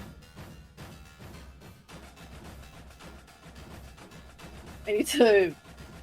I need to draw that thing that I told you about of Zeki doing Davy's nails. Oh my god. And Snuck he as brought a the old fucking rook. Aww. Where Zeki brings the only nail polish remover that he has. Oh, get it while you can. RFK is gonna outlaw. RFK's taking away our nail polish remover. Leather cleaner, liquid incense, VHS head cleaner.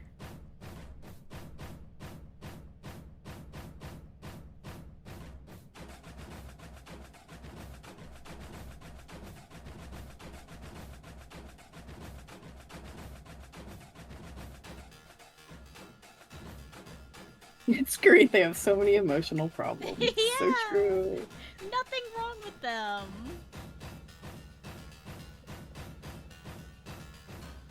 I just get this one bit that neither of us drew it. I think we just talked about it. Where, like, Zeki brings up being autistic to Buck. And Buck is like, I don't know what that is. What does that mean? And Zeki's like, oh, Oh, okay. That's causing him pain. And then Zeki goes to Zeki goes to Eddie and is like, hey, I think Buck is autistic. And Eddie's like, yeah, I think so. And Zeki's like, well, he just told me he doesn't know what that is. And Eddie's like, oh my god. Okay. Oh, fuck. And then they both go to Davy. And like, hey, we think that Buck might be autistic. And Davy's like, well, yeah, no shit.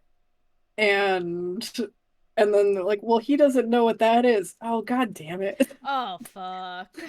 Oh, fuck. Could Eddie have a Psychonauts level? Could a computer have a Psychonauts level? That's what we're asking here. I have to defer to the expert. I don't know. Frankie, do you think a computer could have a Psychonauts level? He's kind of a pretty special computer. Okay. Right. The authority has spoken. All right. That's true. A turtle can be psychic. Eddie can have a mental world. I don't want to see inside of it. I don't think it would. It's scary. It wouldn't be PG. Okay. Can I base this? Oh, I have to save it first. I found one panel of it. I don't know why just one.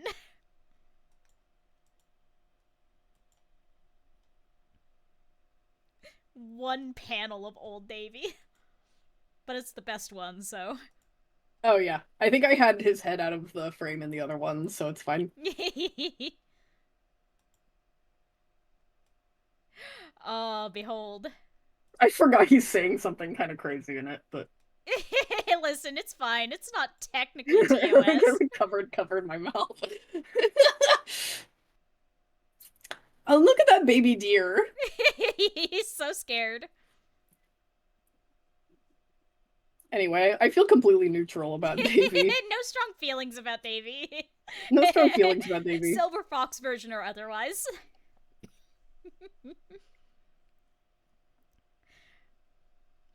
Oh, we really just made him look like that. Well, he's got the money. If he's being dressed up by Corpse Flower, then yeah. Oh yeah. This is probably one of his tamer outfits. Oh yeah. Lily's pouting in the corner like he wouldn't even wear the mesh today. Come on. What are you, some kind of prude? What's wrong with you? And after I got you the matching heels. Frankie, I'm literally nice. He's literally nice. Oh, yes, she would. 100%. Are you kidding? Oh, yeah. Oh, yeah. You know he's gold change for Old Men magazine. That's kind of Lily's type. It's that and That's robot. her type in humans, yeah. We can't get into it, but Lily's a freak. We literally, in terms of like TOS, cannot get into this on stream, but Lily is a capital F freak, and you need to understand this. Just because I think that a really hot chick, it's really funny to give her just like weird kinks. Stuff that's kind of gross. Love it. Grunkle Stan would not survive Corpse Lily. Oh my god, she would. What wouldn't she do to Grunkle Stan? Not to dust, but that old man. Oh my god. She'd pick him out of a room. I love a man with shoulder hair. You're so funny. Great story. I love a man with shoulder hair. I haven't like I rewatching Gravity Falls, I was like, oh my god, I used a lot of Grunkle Stan on Eddie's attitude. It's good to do this. A lot of Eddie's demeanor comes from Grunkle Stan. Crotchety old crime grandpa.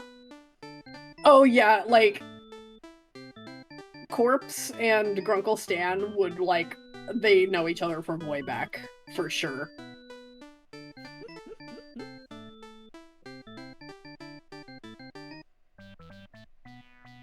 I think we need to give Eddie a car just once specifically so he can reenact Grunkle Stan driving through that forest with his cataracts. Are you blindfolded too? Nah, but with these cataracts, I might as well be. I think about that so much. It's a beautiful sequence. I love that line. What is that, a bear? Is that a bear? Famous last words of Eddie. Eddie would try to sell broken glass and say it's crystals.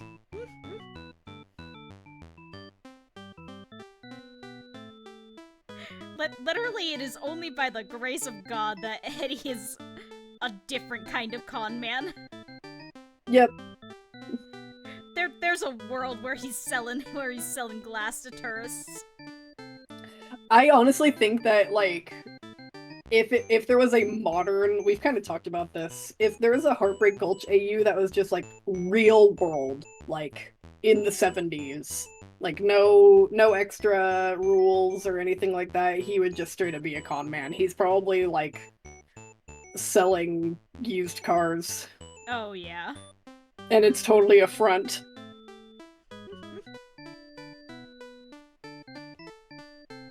And obviously he's still seeing the local Black Widow on the side.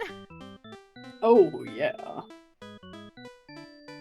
Where you think he's selling getting orgone crystals? Yep. Where you think he's getting the seed money to buy these used cars to sell? Exactly.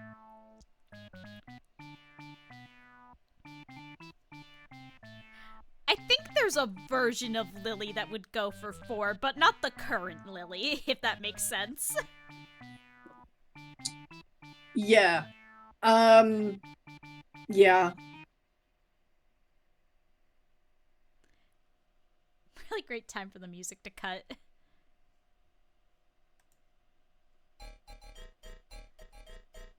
I think it would depend on the way that Ford reacts to Lily. That's true. She don't take no disrespect. She doesn't take any disrespect. She's also very smart. Like, she's crazy smart. Before she dropped out of college, just because, like, mental health stuff mostly, she was doing computer engineering, and she still retained a lot of that knowledge because she liked the... Oh no. Oh no. Oh, Zeki and Ford. I think that might give Zeki some flashbacks to college. Oh god. Zeki's not getting out of that in a good mental state. No. No, I don't know. I think that Ford might ruin Zeki's life. Zeki has some issues with,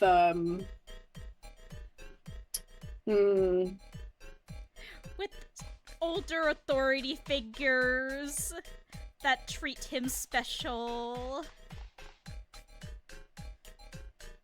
Especially very intelligent older men. Yeah. There might be a problem. Mutually assured destruction! Yep.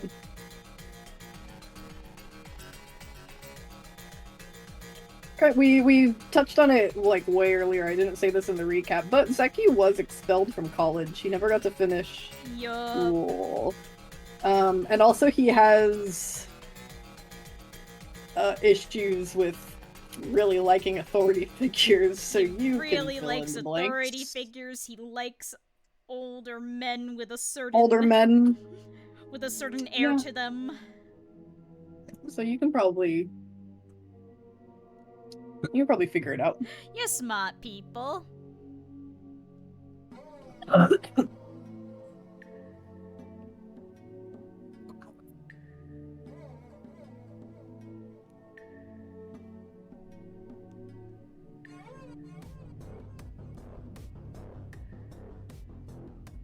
Villains like you would be horrifying, you're right.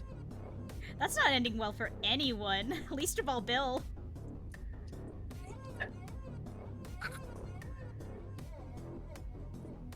I'm going to fuck that triangle.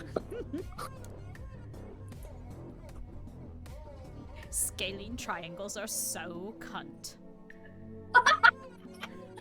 Multiples of 7 are so cunt. Eventually we just need to, like, have a toy stream that's just showing off a bunch of old art we like, because I think of multiple 7s are so cunt constantly. Multiples of 7 are so cunt is just like, that's just a Zekiism. That's just like fully upfront. That is in his list of quotes.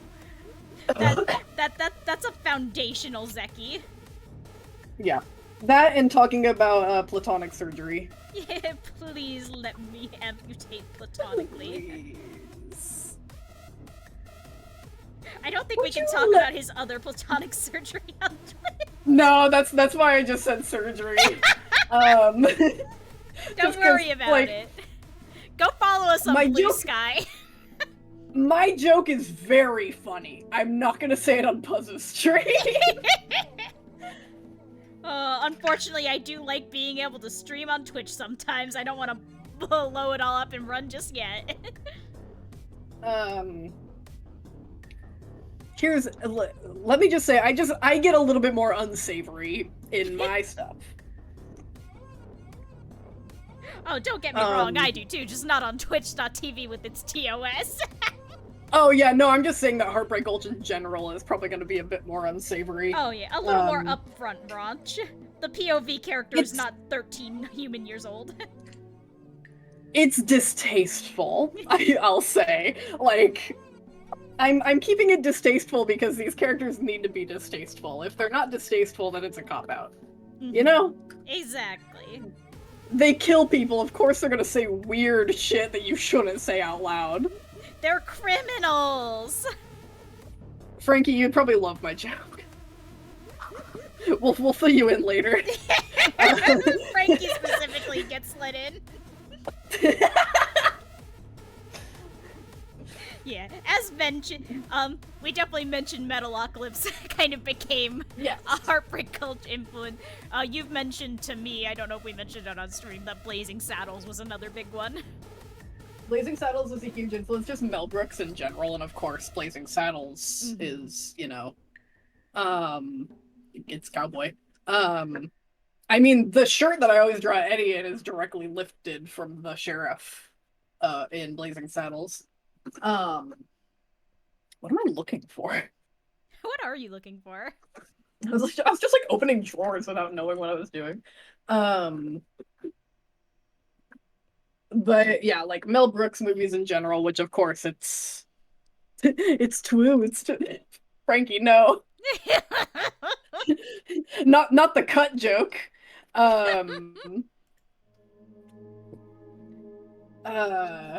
It's true.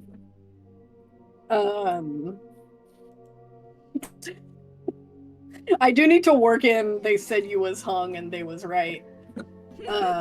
Somewhere into Heartbreak Gulch. Fuck, what was I saying?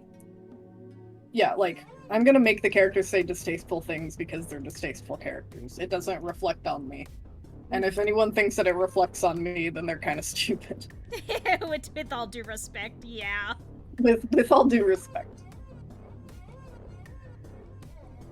I can't believe you actually think that all lesbians should do cannibalism. How could you?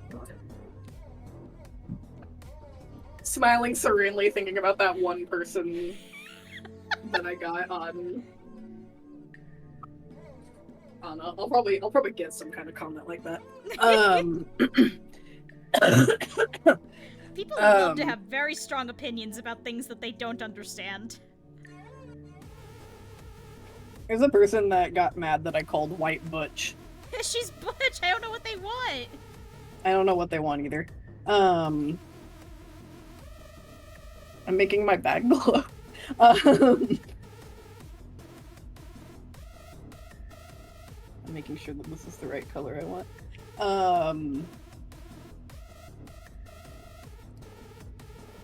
Yeah, basically I posted white and somebody came into my inbox and was like, "You need to talk to more butches." Like, and what's I'm like, the quota here? Like, whoa, what? And so I messaged my butch friend and was like, "Hey, this person has some choice. Like, this person said this. I'm assuming about white." And my friend is like, "What the fuck?" What's the problem? My friend Alex, he is a butch lesbian that makes a girl love comics. So like, shouts out to Alex. Shouts out to Alex. Go read Pink Sugar wherever Eddie's you find like Sugar. webtoons and stuff. Eddie is in Pink Sugar. And Zoe. Eddie and Zoe are both in Pink Sugar. And also, it's about lesbians. So like, come on. Yeah. It's the cool lesbian comic that you can read on your screen. Alex has a really fun art style. It's very cute. But yeah, like Frankie is saying right now, like, do they want her papers? Like, what? Look at her, she don't got no papers. Yeah, look, I mean, come on. I don't know, she's got a birth certificate. It was so strange, because Alex gave me this very, very long, like, thought-out paragraph being like, hey, I really like White because she is, like, whenever you see people, like, make a butch lesbian, they usually have, like, very specific body type. I really like that White is, like, a skinny little thing with wide hips, and she's goth, so she wears makeup and all this stuff, and it's cool. And so I posted, like, here's my friends. Here's a butch's response. And the person was like, well, I said you should talk to more butches, not just one. And it's like, okay, what's your problem? What's the butch quota? What's the quota? And then they were like, and also, it's not because of her body type, and it's not because she wears makeup. And they wouldn't give me a straight answer. I honestly think that it was somebody mad, a certain type of Tumblr user that was mad that I called White cisgender. You know what I mean. Connect the dots. Perhaps someone mad about things not related to lesbianism, strictly. Yeah. That's Frankie, my guess. you get it. You know. Yeah, exactly. That's my guess. Because otherwise, what's your problem? What's your fucking problem? What's your freaking problem? Whoa, the Midwest just came out really hard there. These things happen.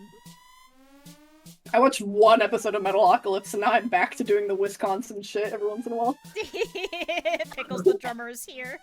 The one drummer I know. I have him right here, hang on. Oh yeah, he lives in your house. Yeah, let's bring him on the show. Look at this. He's so cute. This little guy's. Little guy. I made him. Oh yeah, the cutoff is a little bit. Move him down. He's cute. He's cute. Congratulations. Yeah, Frankie, I either go southern or northern. It's strange. I'm from Nebraska, so I can move in any direction. Yeah. You missed it, Frankie. When I was doing the full pitch, I went deeply more New England for reasons unknown. We were halfway to Pearl, we was.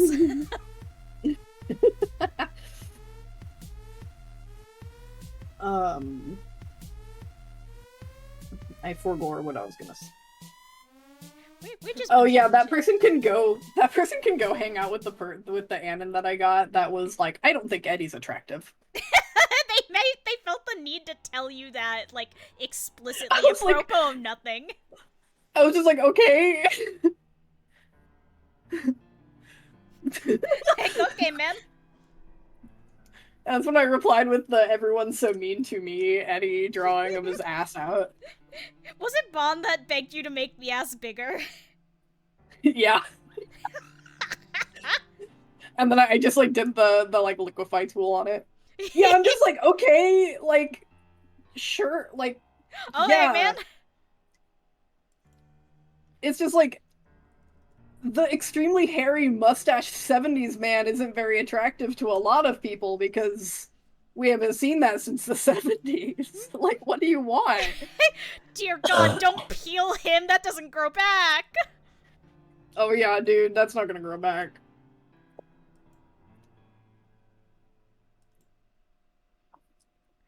Yeah, it's like, you're allowed to have tastes and opinions. Like, I didn't say that you had to find Eddie attractive. I don't know why you needed to tell me.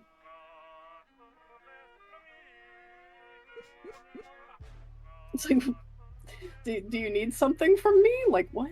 Do you need permission? Yeah, I almost replied with a video of Frankenfurter going, I didn't make him for you! But I needed to do the Eddie looking sad with his ass looking huge that says, Everyone's so mean to me. And now we get ass out Eddie. Well, That's now a we get that sticker in our specific server. ass out Eddie. Hang on, does the... Will it show up in the corner if I send a It might. sticker? Let's find out. Yup! Everyone's so mean to him.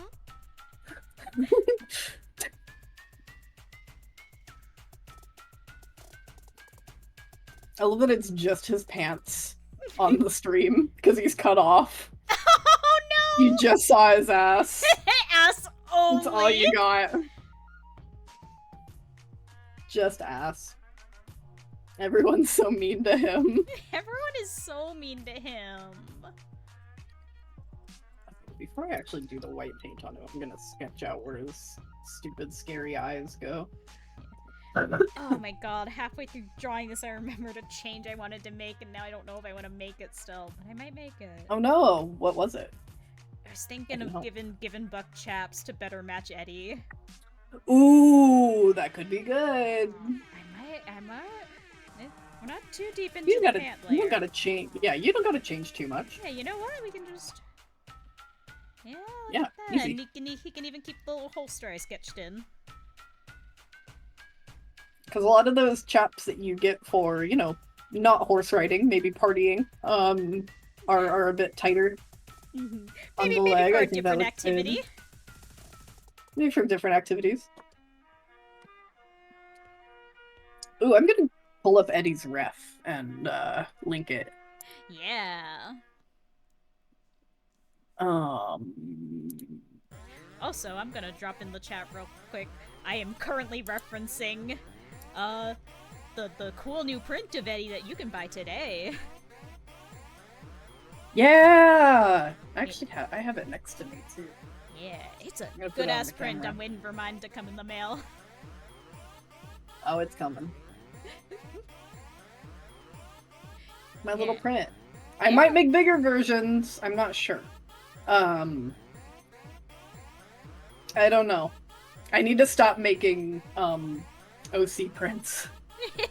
The problem is they look so good, but also it is hard to sell product for the comic you haven't finished making yet. Yeah. And also merchandise costs money, which is evil. They shouldn't do Yes. that.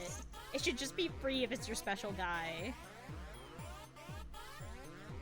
God, I was just thinking I do have to work on this, so I'm hoping to go to a couple conventions later in the year with Holly, and I wanna have some villain coded stickers when I do. And also like And I will probably send you some Heartbreak Gulch stickers. Yes, so please. if people know the both of them. yeah, you can get 2-for-1 special, baby. There's my ref of Eddie. If you guys want to see the second image is his outlaw outfit. Yeah, it's a good outfit. The leather charo outfit. He's beautiful.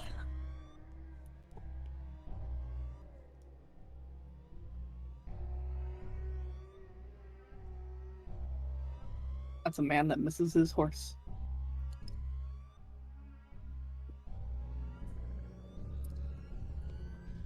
Hey, that's a funny thing we could talk about. Buck doesn't know about the horse. Eddie doesn't like to talk about the horse. Moms love Eddie! Yay! I'm glad I did send you one specifically for your mom. Moms love Eddie. Moms love Eddie. Moms love Eddie, and Eddie loves moms.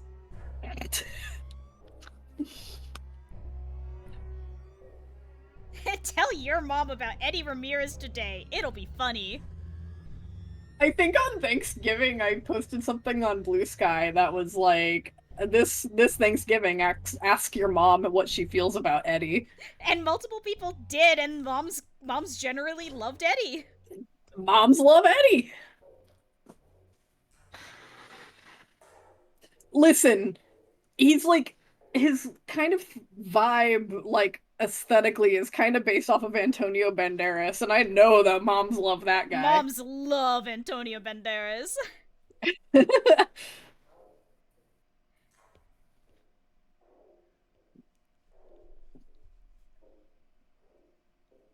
We love Mexican Antonio Banderas over here. That's true. Your mom introduced you to Zardoz. Hell yeah! We need to watch Zardoz again. I fucking love Zardoz, dude. I like no irony with my love of Zardoz. I love it. Movie. I think it is awesome. Yeah, I love the setting. I love it so much. And this is your reminder, the audience, to watch Death Race 2000. Oh my god, I was just gonna say, Frankie, one of these days when the collective spoons allow it, we gotta watch Death Race 2000 in Paintbox. That is a poor taste movie, and I say that with the biggest grin on my face. America loves you, Frankenstein. A dear friend of mine. A dear friend of mine. We still need to watch Death Race 2050. Oh my god, we do. It sounds awesome.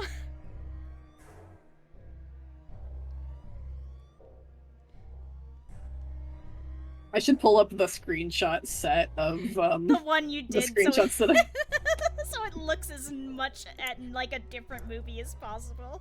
Yeah, I made it look like just completely different vibe from what it actually is. Hang on. I need to do this because I need to make everybody in the world watch Death Race 2000. It's on Tubi! It's on Tubi. Free! If you're in the US, you can watch it for free. If you're not in the US, it is probably relatively easy to find via other means. Whatever those means may be. It is rated R. Just warning you. It is extreme. Like, look up a dog, does the dog die or whatever. It is very much like, in a very goofy, over-the-top way, but a very, like, grim, gory movie. Yeah. It is also a movie where the only way I can describe it is a Nazi dies via a Looney Tunes incident. Yeah, there's a lot of Looney Tunes shit in it. And when we say gory, if you are bothered by unrealistic gore, you're gonna be fine. It just straight up looks like paint. They poured red paint on those guys. They run over a watermelon. Like, that's it. The worst of it is that there's boobs. Sylvester Stallone is spitting out red acrylic paint. Also, Sylvester Stallone is in it.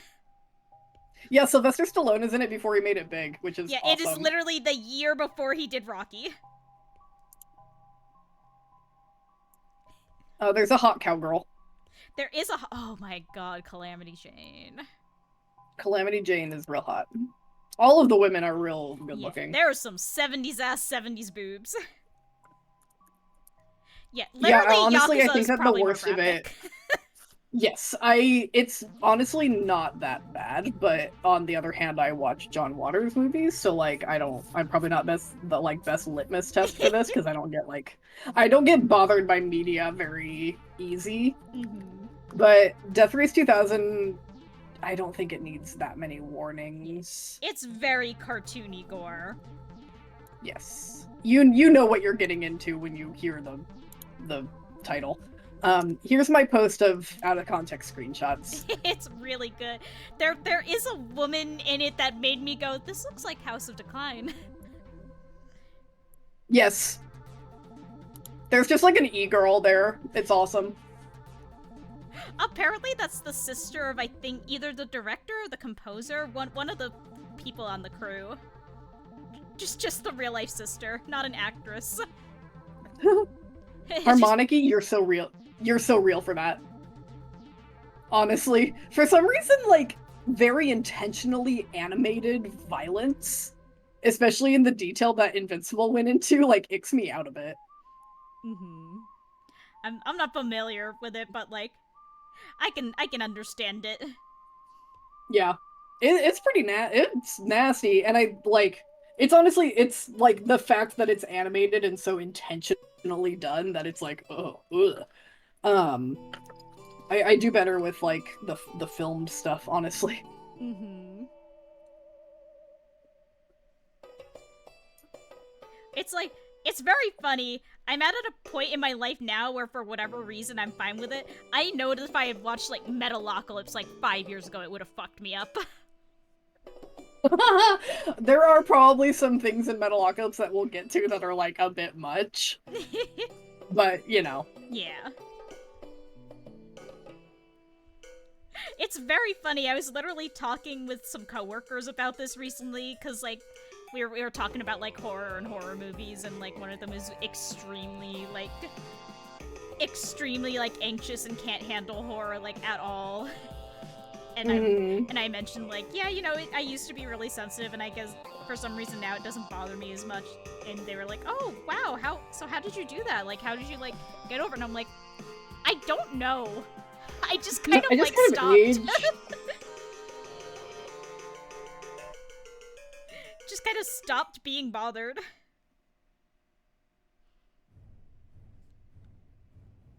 Frankie, we should watch stuff together. I think we have fairly similar tastes in media. And I have all of Metalocalypse, so I can show it anytime. Yeah, we were just talking earlier, we gotta watch LT Grey at some point for research for me. Yes, I have LT Grey. I just got off the phone with the poor. You have not been helping them. I love White Pantera. I feel completely neutral about White Pantera. Oh, I see. I understand now. I feel DVD normal. Dracaula. Dracaula. Misukas.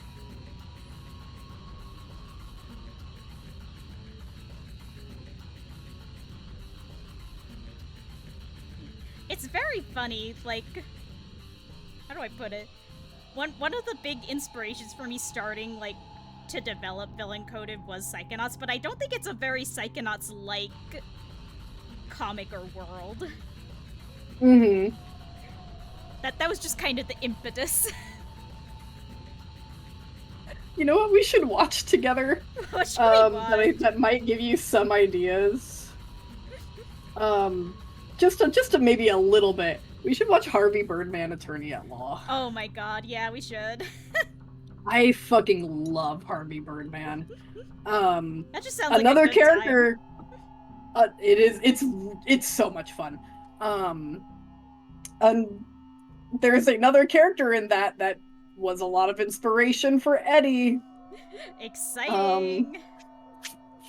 Just in the way that he acts and is, and his demeanor. And you wouldn't know who this is, but anybody in the audience, it is Phil. Phil Ken Seven. I was watching Space Ghost, or not Space Ghost. Gavtrini, you distracted me. I was watching Harvey Birdman again the other day, and I'm like, and it's one of the things that I watched while I was making Heartbreak Gulch, and I'm like, oh, I put a lot of Phil into Eddie. Old man acts like he has a head injury. Got it. Yep. Pretty much. I think he's had 1 million head injuries. I'm talking about Phil, not Eddie.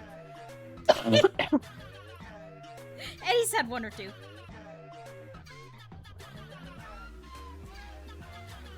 Eddie's like whole thing is a head injury. Like he has some software decay going on. Which brings us to time skip. Oh my god. Oh, y'all want to hear about the time skip? I don't want to upset Puzz.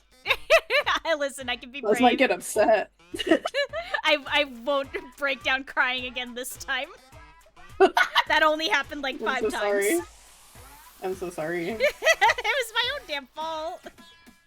I can't do too much sad shit with the time skip, or else it'll upset my friends too much. Listen, we have to be brave. Oh, time skip Gulch. Oh, time skip Gulch. The good news is that Buck and Davy are hot. Zeki got real hot too. Zeki's really hot.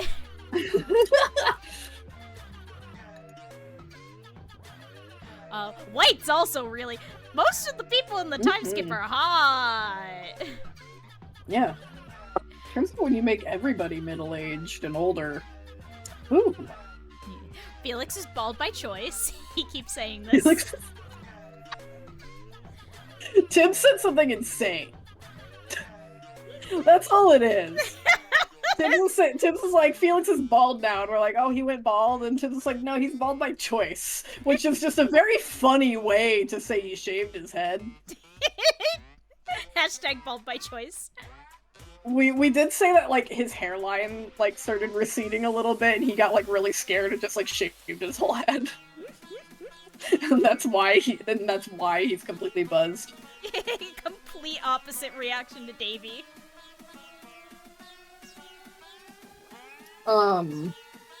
Yeah, Zeki started going gray.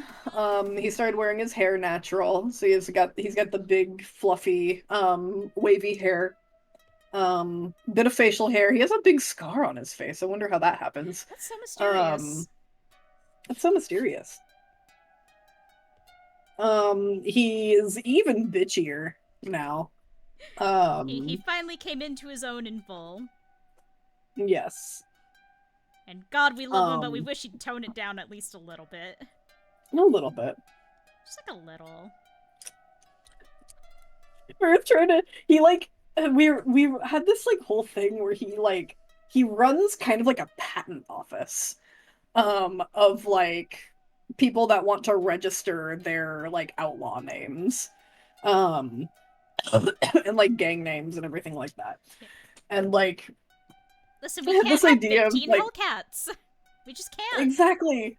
It was just, like, imagining him being in his office. Like, there's this whole bit that Tibbs and I were just, like, improvising back and forth where, like, he's in his office, and talking to these guys, and he's just like, well, the name Rowdy Boys is taken, so you can either change the name or be Rowdy Boys 3. How about that? Rowdy Boys 1997. like registering a Neopet. Yeah, exactly. And and then just like yelling at people, and they're like, "Sir, you've thrown 4 things at us since we got in here." And he's like, "Oh, good, you can count. That's great." He's having a great time. He loves his job. He loves his job.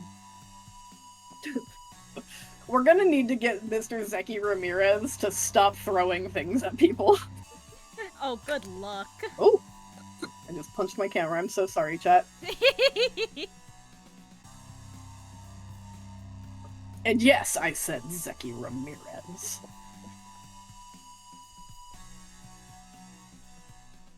Changed his name, good for him.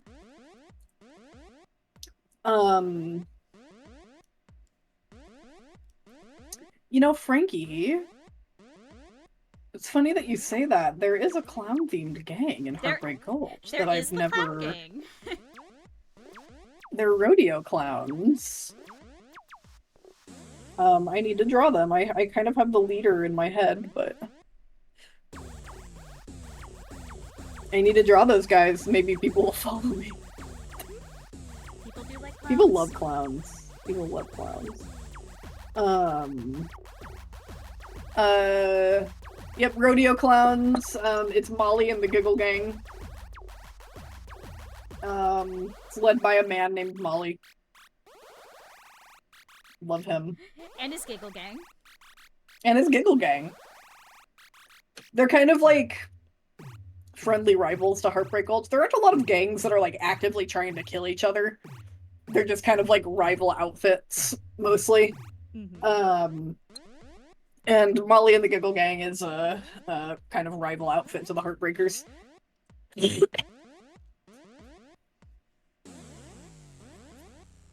Hey, no, there's a reason I keep making clown dolls. I'm not like much of a clown person, but man, people love clowns. They're pretty fun to design. have fun with a clown if you want. I keep punching the camera. I'm so sorry. I don't know what I'm doing. God, I'm drunk. No, I'm just kidding. Oh, that Red Bull is hitting. Oh, fuck. This water is crazy.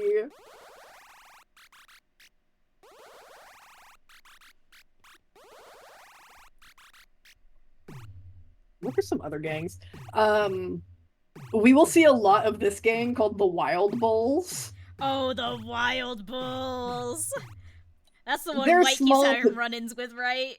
Yes, they're small potatoes because they don't have a gimmick. They're just cowboys. And yeah, the Wild Bulls. Oh, the Wild Bulls. Nothing bad ever happened except for all those bad things that happened. Yeah, so White keeps having run-ins with them. Felix had one really big run-in with them where he accidentally killed their leader. It's a pretty big run-in, yeah. It's a pretty big run-in. Yeah, they're pretty great. And we don't have like much about them. There's we know about two members. One of them is like an industrial loader bot with a compandroid's like personality like put into it. So it's technically a compandroid, but they're in a industrial loader body. And then another guy who used to be called Fingers. At least I think that we called him that. He used to be called Fingers, and then now after a couple of one too many run-ins with White, he's called Palms. And it keeps happening. This keeps happening to him. I just realized we never brought up Grandma. Oh, Grandma! We love Grandma! Grandma! Everyone loves Grandma. Grandma is another compandroid character. The like celebrity, because all the compandroids are based off of different celebrities of the time. The celebrity that she was based off of was like a like television homemaker cook personality. Just a down home nice woman.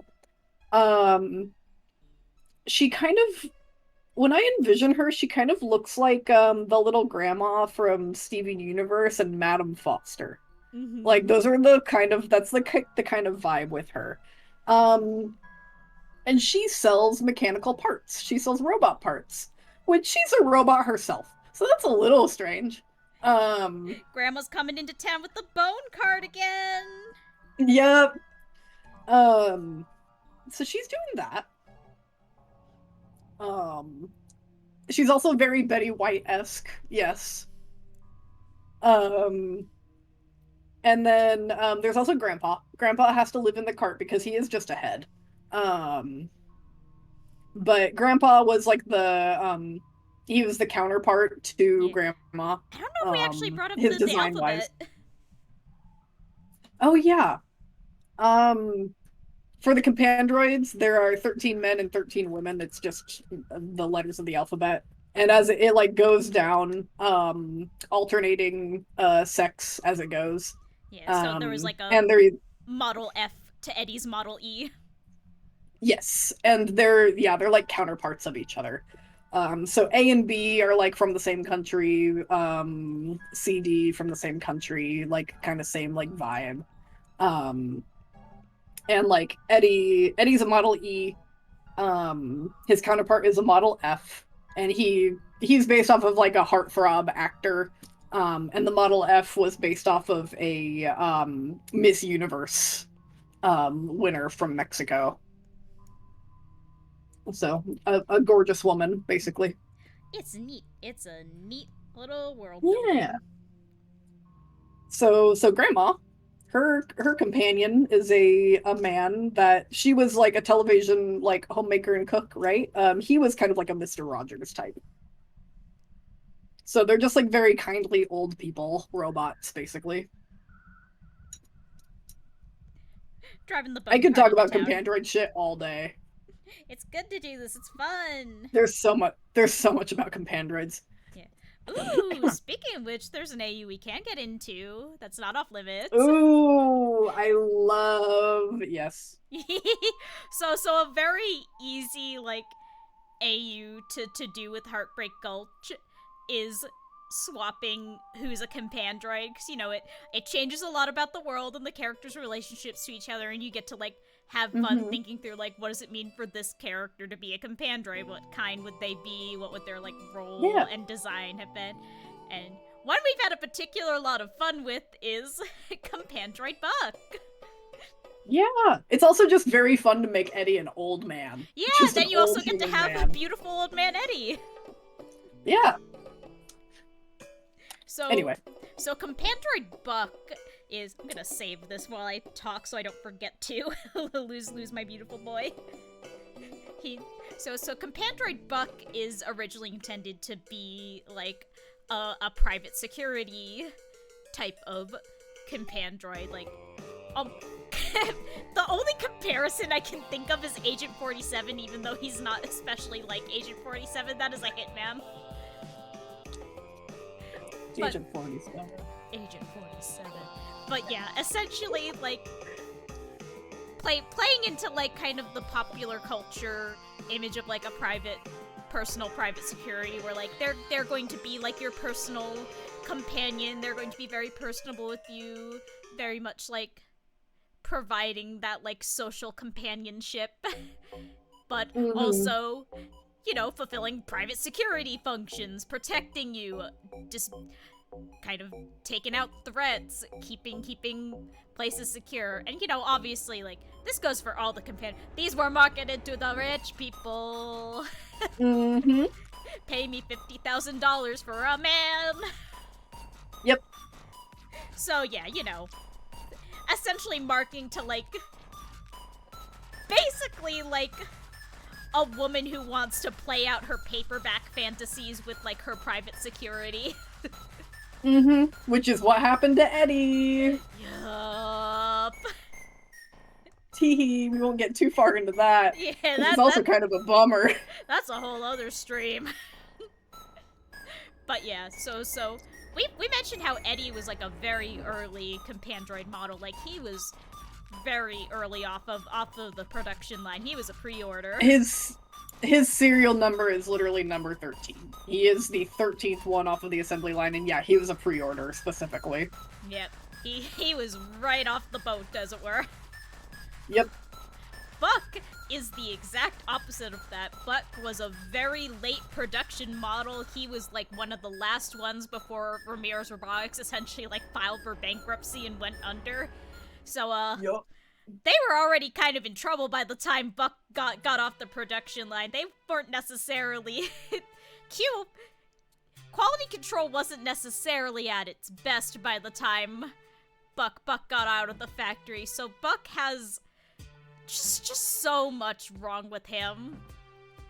He is essentially how the model is supposed to work. He's supposed to, like, have, like, escalating, like, threat levels that affect how his personality subroutines go. So, like, you know, no threats present, you're just socializing, you're putting your full focus on, like, building a relationship with your person. Then, like, oh, there's a threat that's, like, nearby, but you don't know where, you don't know who, stay alert. There's, you actively are tracking a threat, go into that mode. There's, you're actively fighting something off, go into full, like, fight mode. Buck is basically permanently stuck at, there is something here and you don't know where, stay alert. Yep. So he is constantly, like, under threat in his mind to the point that he really has trouble building relationships and just can't fucking relax. He's also kind of been built on the cheap, so he's not very good at, like, moving or fighting. He's a little clumsy. He's anxious all the time. His personality subroutines are already a little fucked even outside of, like, the always on alert. He doesn't really know how to read people or how to talk to people. So he is, like, absolute dog ass at the job he got hired for. And it turns out just, like, training him and beating him more isn't solving the issue. Yeah. So eventually poor Buck is just like, I gotta get out of here. And he kind of drifts around for a while. He does whatever work he can get. He is kidnapped and taken advantage of several times because, you know, he's a commandroid. He's a commodity, even if he doesn't work so good. So So he's just been drifted around, taken advantage of, kind of being traded as a commodity. And eventually, a couple of beautiful boys run into him and go, So Eddie, even as a human, is still doing his, like, helping victims work. Like, if he hears somebody is being, like, abused or in, like, a bad situation, especially, like, if they're living in, like they're kind of living in a city area, he's gonna hear about some shady shit happening to somebody. He's gonna go track them down and fix the issue. And then there we are. And Eddie actually has a partner in his work. Well, he has a couple, actually. One, in this kind of universe, we decided it would make sense that he's still, like, working for Lily to a degree, and if he's off on his own most of the time. Mm-hmm. So, like, they're still involved. They're still, like, business partners. They're still hooking up sometimes. But he's off on his own a lot, traveling and, like, looking around for work and, like, doing jobs. Mm-hmm. Yeah, and he also has another partner in crime, because Lily, back in the day, decided she wanted to hire a personal mechanic to have around the house. Yeah. And so... With all these compandroids around, because she still has all of her obviously she beautiful still has all of her compandroids. compandroids. So, you know, she's got to have someone there full-time to do the work, let alone her big house. So Davy has also been working for Lily for some time, and at some point also picked up some work on the side with the man of the house. So long story short, Eddie and Davy happen upon Buck and decide, okay, we should kill your suck-ass bosses? We're gonna kill the people that own you and take you. Yeah. We're gonna help you out here, man. And now they just have this extremely anxious rescue who's just like, oh, men are so pretty. I'm scared. He is like a rescue dog. He's the rescue dog. They got him out of a dog fighting ring, except not dogs or fighting. Yeah. This poor boy. This poor boy. And, like, he hasn't gotten proper maintenance. Like, people have, like, torn his hair out over the years. All his parts need to be, like, he's gotta have maintenance on. His battery's probably shot. He, like, holds a charge for a day at this point. Yeah. And that's not even and that's not even getting into all the stuff that was wrong with him before all these years of age.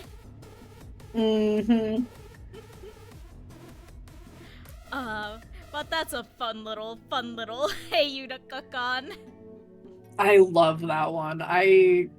Any chance to make Eddie an old man is my favorite. Let me find a picture of him. Oh, old man Eddie. You're all gonna have no particular feelings about old man human Eddie. Completely neutral. I need to find two of them because there's the one that I did that's just like a sketch, and then the one that I did of him with a beard. Oh my god. That Lily's feeling real normal about. There's a really good Lily illustration in that one.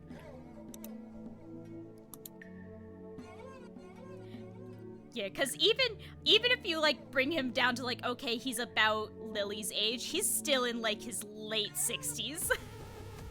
Yeah, he's like 70. Yeah, he's an old man. I can't find the OG of his normal facial hair, but here's that of him with the beard.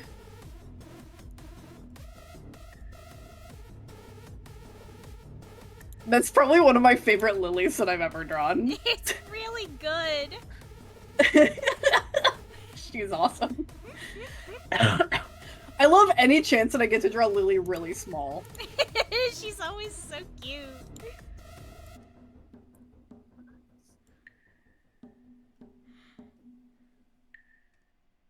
Buck's a bot, then his brother one too. Maybe, I haven't decided. I think it's equally fun if his brother's either a more successful security bot or if he was like the guy trying to train Buck and like treating him like shit about it.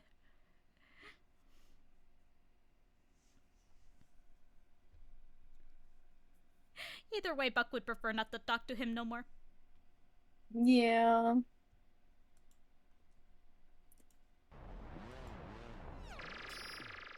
Yeah, a lot of the conflict in that one just comes from, like, Buck thinks these men are really attractive. Yeah, they're really hot, and he's scared. They're really hot, and he's scared, and also, like, they're like, okay, this guy was in a really rough situation, like... We gotta give him he's gonna some be acting space. a certain way. Yeah, we need to give him space. Like, this isn't good. Like, he really needs to, like, think this through. Oh, Frankie, you're mind. That's awesome!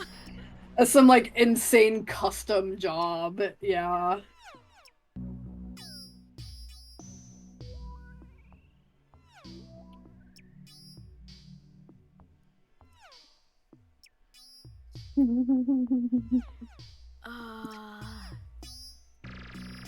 But yeah, they're trying really hard to like give Buck some recovery space and like not push him too hard. And then Buck is like, he doesn't want space. What if you did push me hard though? Like really hard. What if you threw me? That'd be crazy.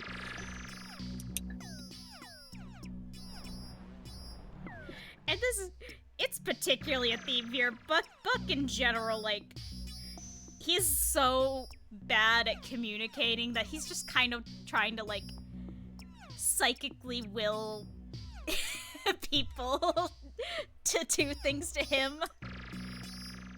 Yeah. He wants them. He wants them, and he could tell them that, but how? No, he can't. He'll be shot for this, surely. I even got to get into what Davey and Eddie have going on in this AU. Oh my god. A very inquisitive robot is making them, like, confront some things about their relationship.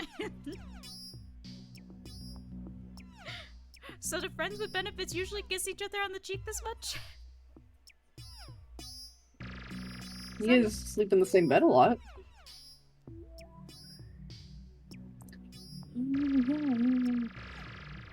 You're just friends.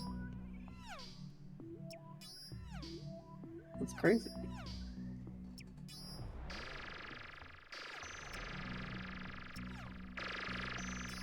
And, like, Buck's not trying to do this, he just genuinely doesn't understand people, and here he's been faced with the two hardest to understand people in the world. He knows there's dots. He, like, knows that there's dots that are not connecting in his head. So he's gonna ask questions. And Eddie said he should ask as many questions as he wants. Eddie wants him to ask questions, you know. Eddie said it's really important for him to ask questions right now. Frankie, you're so right, he is built like a Kong chew toy. He is! You can pick him up and throw him.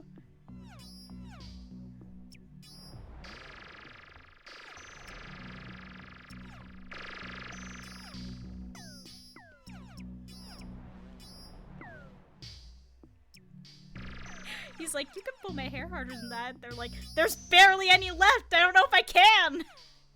No, I don't think I should, buddy. But you can. You can if you want. No, we shouldn't do that. And he looks up at you with his big stupid eyes. I also want to pick up Buck and squeeze him like a stress ball. I've said this all. That's what he's I want to put him in a hamster tube. Oh, beautiful things that has happened over, like, drawing Buck a lot and, like, refining his design. He's just gotten so much softer. I love him. Those tits are bouncing. Yeah, he's got those soft brown eyes that look at you. Eddie, this is canon. Eddie is a sucker for brown eyes. Yup, it's been a trend. 3 for free, baby. Yeah, big brown eyes is a huge trend with him. It's a problem. Big brown eyes and big, you know. You know. One very Except special for one of those exception. Yeah. He likes nice legs. Oh, I think everybody is in that camp. Oh, he does like legs. I can't do this to Eddie right now. We're like making fun of him like he's a real guy. Look at him, he's becoming real right now. This is scary. That's so true. He keeps on looking like directly into the camera, I'm noticing, which is awesome. That's his favorite activity. You almost like gave him follow me eyes. Honestly, like, I should try to figure that out. That'd be scary. That'd be a funny trick to play on yourself.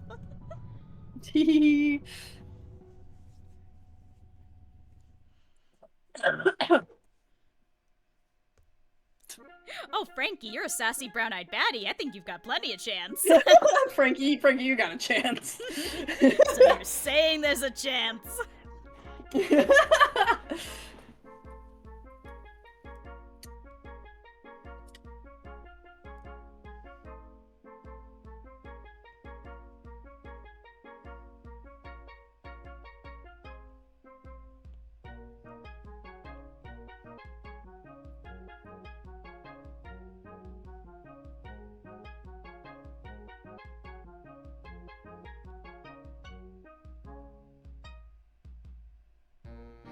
Some very bold people that, like, they're usually Anon because they're not that bold. That will pop into my stuff that are just like, I want Zeki, but I'm so sad that he's gay. If I was a man, blah blah blah. And I'm like, oh, first of all, imagine whatever you want in your mind palace.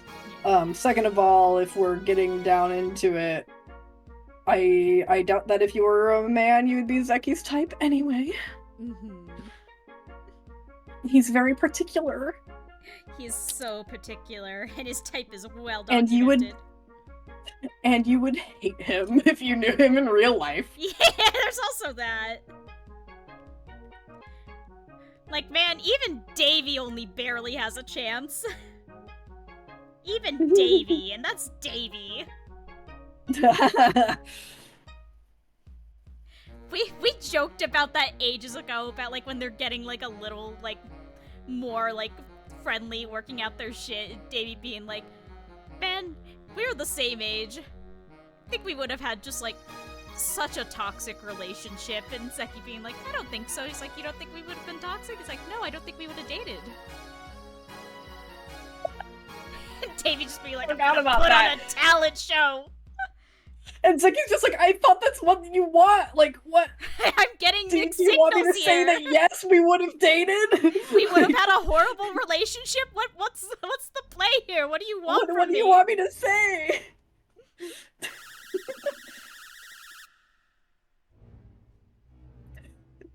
I would love to get into a fight with Zeki.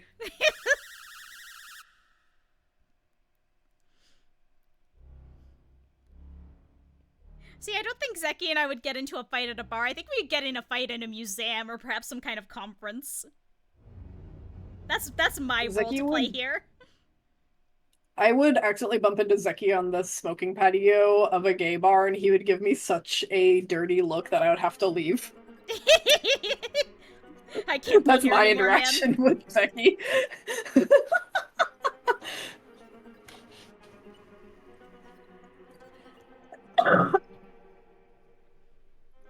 I had somebody ask me once, like, oh, do you think you'd be friends with them? And I'm like, no, look at how cool they are. What the fuck? Also, can you imagine having a real-life friendship with Eddie Ramirez? That'd be exhausting. Whoa. His man's turning up at 3:35 a.m. like, hey, baby, can I smoke on your porch? Also, I stole this. Can you hide it in your garage? Can I smoke I here? just killed somebody and I need to sit here. Okay? I'm really high right now.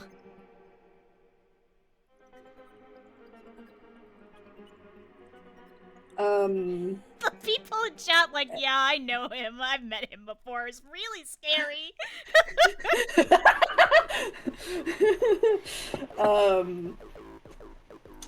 Yeah. Yeah. Eddie's one of the guys in the gay throuple behind you. Mama, gay throuple behind you.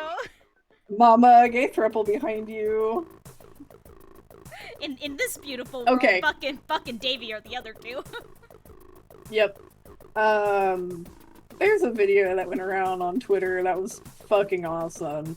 It was the caption was parroting the mama girl behind you thing. Mama seeks shelter, they're right behind you. There was a girl dancing at a bar, and the video, like, it was of her, but then it kind of goes over her shoulder, and there's just three men standing in a huddle, just all making out with each other. It was kind of impressive. Just, like, on the porch of a bar. And I was looking at that video. The video's really funny. And, like, my friend Bon and I, who live in the same town, like, shared it and everything. And then I was looking closer at the video. And I'm like, hang on. I know that patio. Hang on, I know her. And I sent it to Bon, and I'm like, is that the bar that we go to? And yeah, it was the bar that we go to. And didn't you go, like, the next week? Yeah, and then we went the next week, and guess what? Gay Those throuple men were behind there. you. Those men were there. Mama, gay throuple behind me. It was kind of crazy. It was awesome.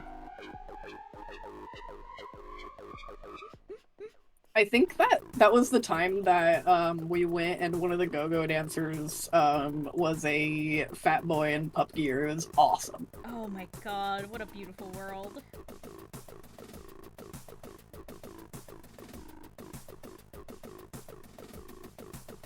I live in a big enough city that, like, I can say that I live in Kansas City. Like, it's big enough that y'all aren't gonna find me.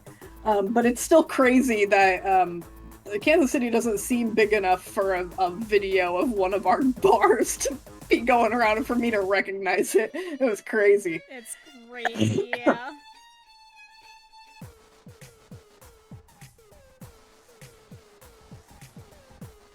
Yeah, afternoon, I'm pretty damn sure that I saw those men.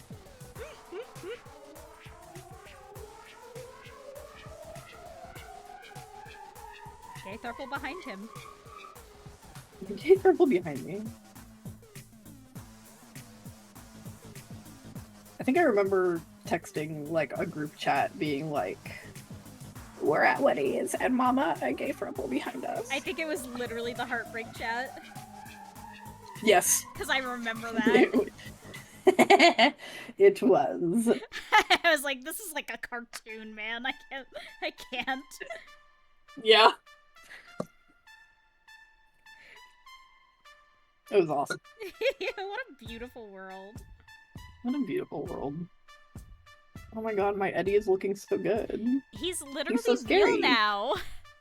He's so scary. Yay.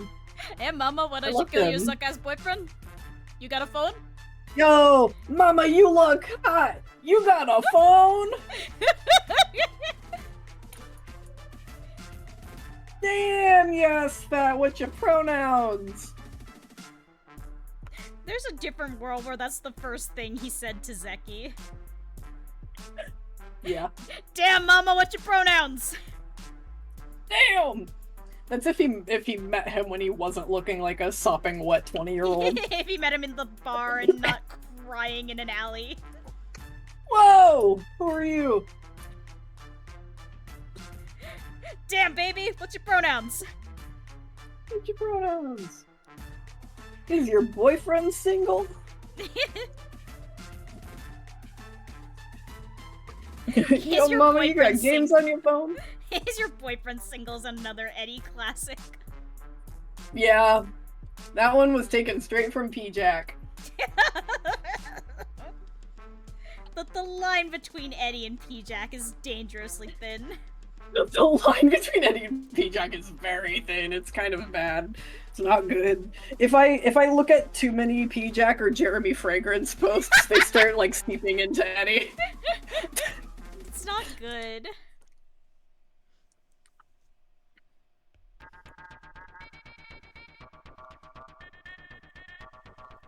My headphones just said, charge me. So I'm gonna, like, deaf mute really quick. Okay. And change my headphones. You can talk about anything you want while I'm gone. Yippee! Yeah.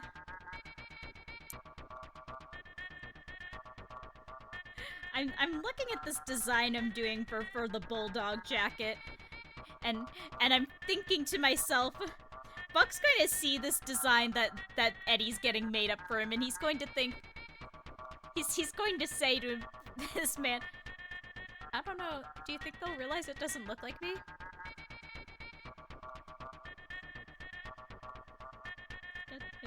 It doesn't look very much like me, right? Do I look like that?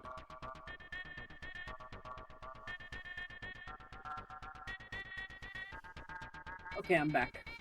Welcome back. Is that cartoons? Is that cartoons? I was just saying, Eddie's gonna come to Buck with this, like, new jacket, and he's gonna go, I don't know, I feel like they're gonna realize it doesn't look like me. Oh my god.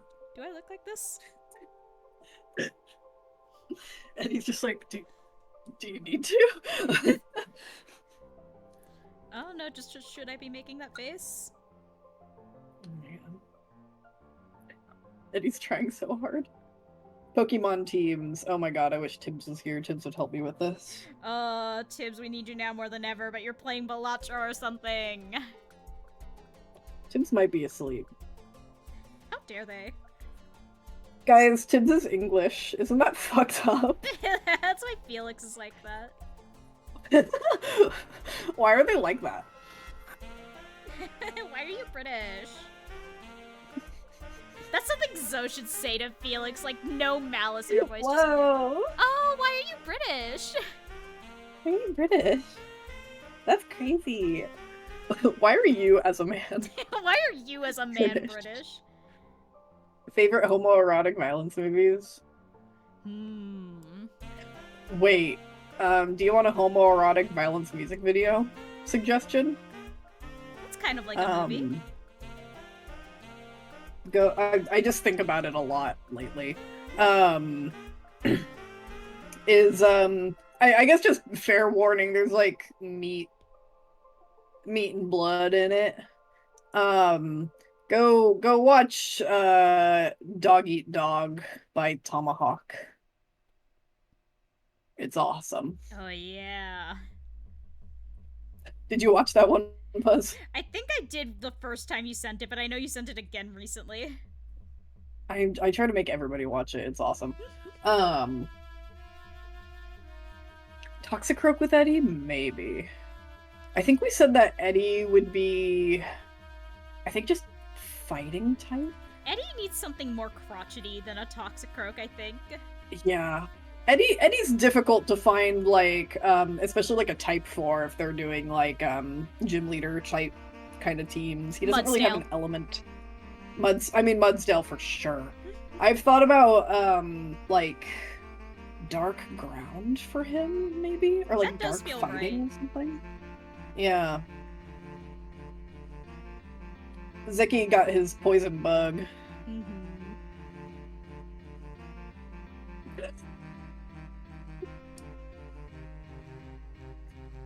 I always love to see Frankie's input. wrote him in a gun! Yeah! Fuck yes, dude. That's the most Pokemon ever. Oh yeah, for sure. He's got a Rotom in a gun. It's flying his gun away from him. He's chasing it across town and yelling. Lily has a Salazzle. Oh, yeah. We know this. White's got, like, electric steel. Yeah, that feels right. That's beautiful. Yeah. Or maybe dark isn't there? I don't know. Tibbs would be able to answer all of this. I don't know Pokemon well enough. Yeah. Go leave an S so that we can harass Tibbs when Tibbs is awake. Right?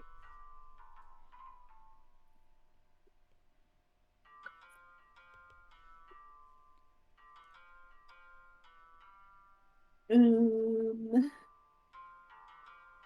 am I doing?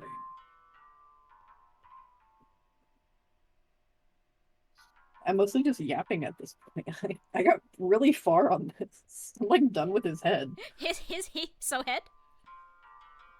So head? I need to put his earrings back in. Pierce that old man's ears. Yeah. Yeah, we've just completely shifted to the yap part of the night. I love it. It's good to do this. This is how it normally is. Yeah. In a just world where Twitch couldn't shoot us out of a cannon, we'd be putting on a Columbo. Dude, yes. We can't work and watch Metalocalypse at the same time. It's too entrancing. Literally, like, I wish we could so we could just blast through those things, but I literally just sit there like I'm watching Coco Melon. I don't blink. It's great. And honestly, like, you kind of have to with that show. You kind like, of do. There's so much. They're just flash puppets, but they do so much with those things. And, like, they're cramming so much into those 11 minutes. Like you said it, every time an episode ends, it feels like whiplash. Yes, It's yeah. like, what do you mean 11 minutes of my life is gone? It feels like it just got started. Oh, Eddie hair in a beautiful braid. He would look so good. Oh my god. He would look gorgeous.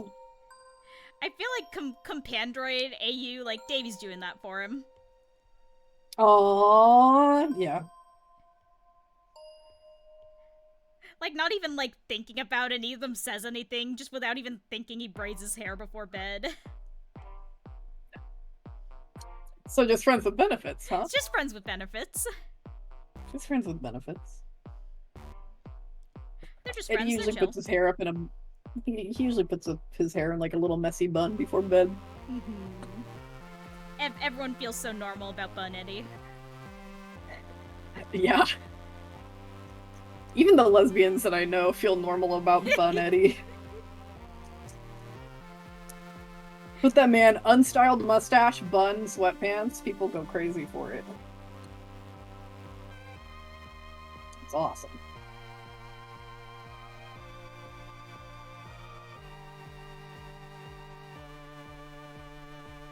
Should we talk about whatever the fuck Eddie and Davey have going on? I don't think either of us know. I don't think they know. In which universe? in Compandroid Buck specifically. Oh yeah. I think it's just kind of like a escalation of what they have going on in the quote unquote canon. That's true. And sorry, I like Junkyard Wizardry's comment about Eddie saying some things are simply too tasteful to ignore. I love that. It's a great sentence, yeah. Chat, do we know? Oh, I have some theory. Oh, I've put a lot of thought into Eddie and Davey. Is that so? I have some theories. Is that so, Davey's voice actor? Oh, for fuck's sake. They've had I mean, they keep saying that they're friends with benefits. Should we believe them? Do we believe them, chat? Do we believe them? Chat, do we believe them? So something that's maybe worth bringing up. So y'all saw on on Old Man Davy that we brought up earlier. Davy doesn't always lose his arm in every universe.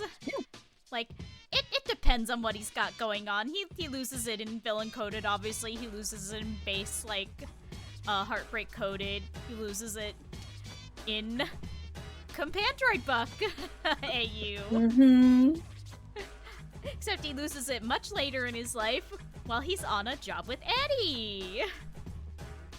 Yup. So instead of losing his arm protecting Buck, like in canon, he loses it protecting Eddie. Yeah. And Eddie feels fine about this. Eddie feels great, and he's like, well, I guess the only thing to do about this is to just not tell Davy when I'm going on jobs, and just do them myself. I can resolve this keep issue. I'll jobs. simply never let him know about danger happening so that it's never in danger again. And we don't have to talk about it. And we don't have to talk about it.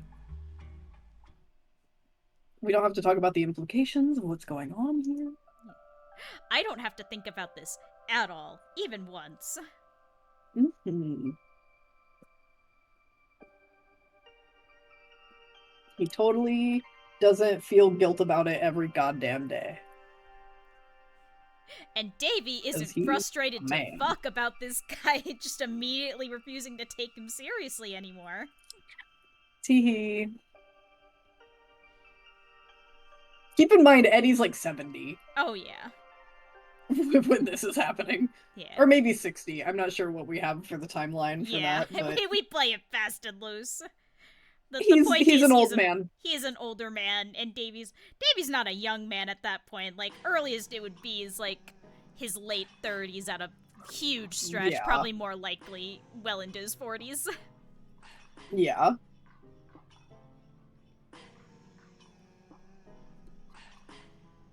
And they're doing great, and they know how to communicate. So, yeah.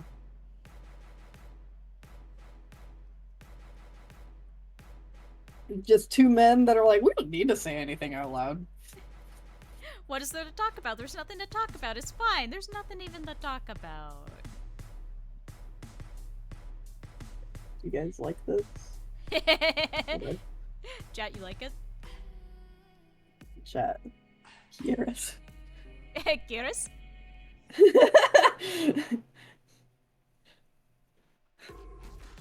It's good to make your guys messy bitches. It's fun. Make your OCs worse people. Literally, it's fun to do this. Literally, everybody is saying this. Make them worse people. It's great. I like to start with things that are just kind of like unsavory shit that your coworker would say and just like go from there. Mm-hmm. I keep thinking about Lily being like, I'm 1/16 Latina to Eddie, and Eddie's like, don't do that. Girl, don't. I literally... Girl, stop. That reminds me, I've been meaning to draw a comic of that for Davy Lily, like, all week. I want her at the old lady Latina lunch, and like, I'm 1/16 Latina, you know, just turning over to Davy, like, Davy, you're not translating for me. I'm not going to. I'm not going to. It was specifically Bon who wanted Lily to be 1/16 Latina. Yeah. Bon, who is Argentinian. Yeah. Bon's allowed to make this joke and gift it to us.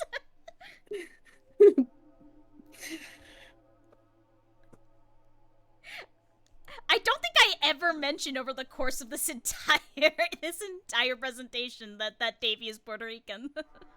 Oh yeah. Yeah, Davy speaks Spanish. Just literally never came up. Yep.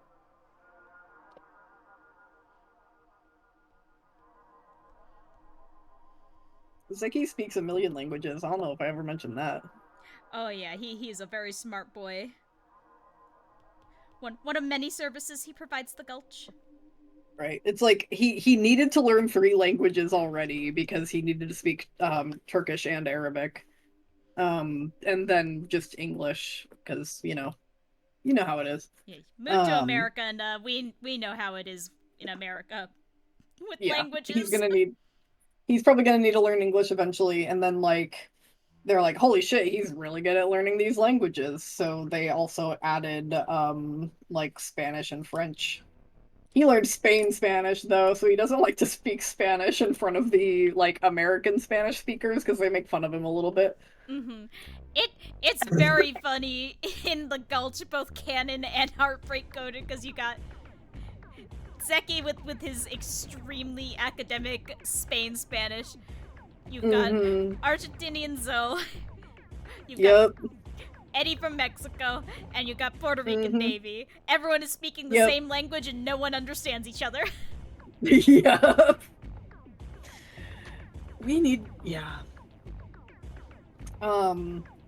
I wish Bon was here. There's like, I can't remember which way it goes, but it's specifically like between Puerto Rican and Argentinian. Yes.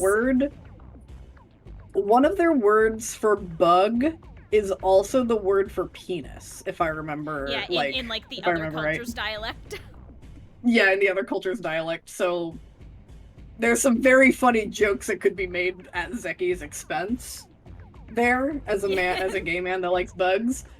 Zoe is saying to Davey in Spanish, like, he just loves his bugs. And Davey's like, he sure does. Whoa! He sure does. Is he cool with you saying this? It's like whichever way that it flips around is very funny. Yeah, I'll have to have Bon knows a lot about like the different accents and dialects and stuff like that. We always have Bon help us out a little bit with that. And thank God. And thank God. Even if I pick my Spanish back up, they teach you Spanish. I'm fucked. Because like Bon also said that like just pitched for Eddie that over time he adopts a more rural like Mexican accent. Oh yeah. Just for fun. Just to give himself a little bit of something. He's shaking off the corporate factory direct dialect. He's got his little cowboy thing going on. I'm gonna try to show something off really quick. I'm gonna turn off this little room.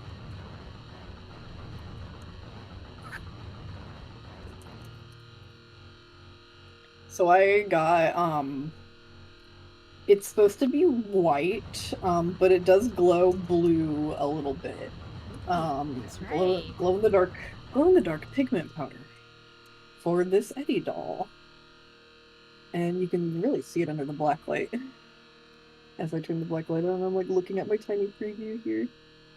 But ooh, yeah. Oh, that's really going. That's crazy. That's fucking awesome. That looks crazy on camera. That's sick. I love it. Holy shit, he's real. That's fucking sick, dude. Also, Frankie brings up a fascinating question. Does the movie Blazing Saddles exist in Heartbreak Gulch? I think it should.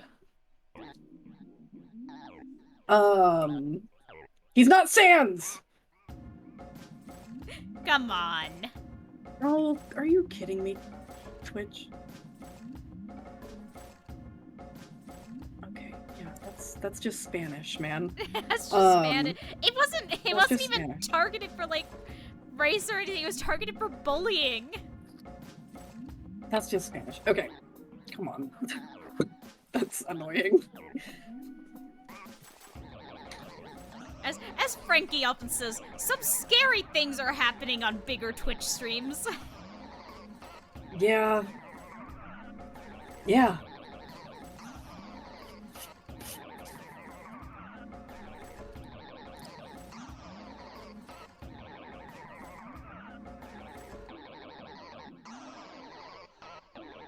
Oh man, what was I gonna say? I don't know. What were we talking about? Oh, shit, what were we talking about? I don't know. That's scary. I think Blazing Saddles should exist.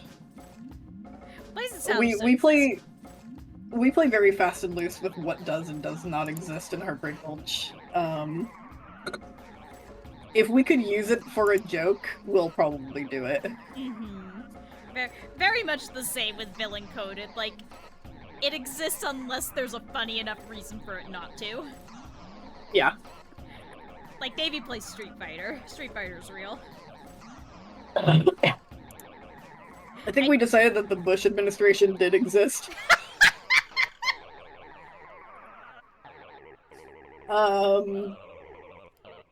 9/11 happened. Oh, fuck, 9/11. It's 2199 and also the 70s. Like, we can just do whatever. Anything can happen. We could say whatever. Who does Davey play in Street Fighter? I don't know who he plays. I don't know enough about, like, their gameplay to answer that. I know he likes Chun-Li and, oh fuck, what's his name? Big wrestler. Typical. Who's the big Typical. Zangief? Zangief, thank you, yeah, because, those are his two types. Yeah. That sounds about right. Davey played Street Fighter when he was like 14. He was like, oh my god, I might be bisexual. Oh, I should say something that definitely does exist is Star Trek. Oh, yes. And specifically so that Lily can be a Trekkie. Yeah, Lily is a huge Trekkie. Lily loves Data and Worf. And MST3K, also for Lily. Oh my god, yeah, Mystery Science Theater definitely exists. I think Mystery Science Theater should be a thing that happened. I think that their canon should be like... I think it should be just like the Heartbreak Gulch canon. The Mystery Science Theater canon is just straight up something that happened in the Heartbreak Gulch universe. Yeah, that really happened to that guy. They were live broadcasting his whole thing. It's not just a show. You should not just relax. Call the it's police. So sad that happened to that poor man, but those robots were so cute. That poor cute little man and his robots are so cute. Lily just wants to give Crow a big kiss on his bowling pin. Please, she deserves this. Oh, dude, I still have my pizza. Your fucking pizza! There's more pizza over here.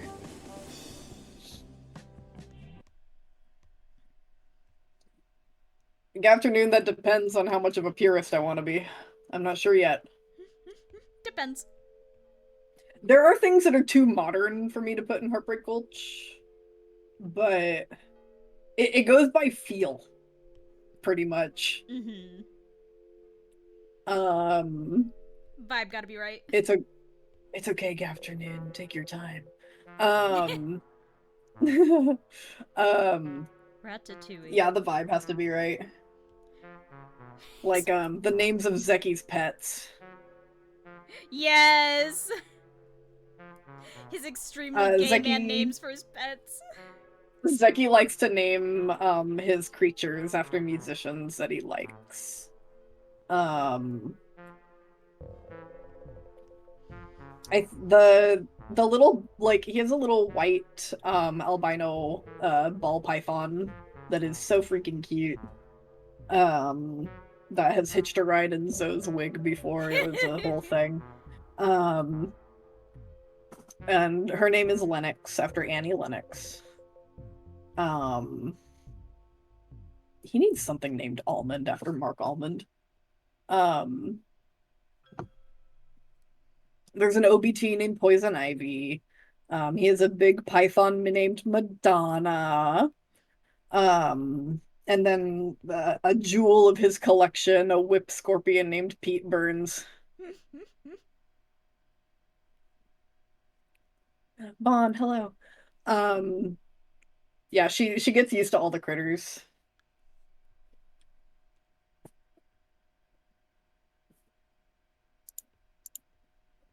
And they love her.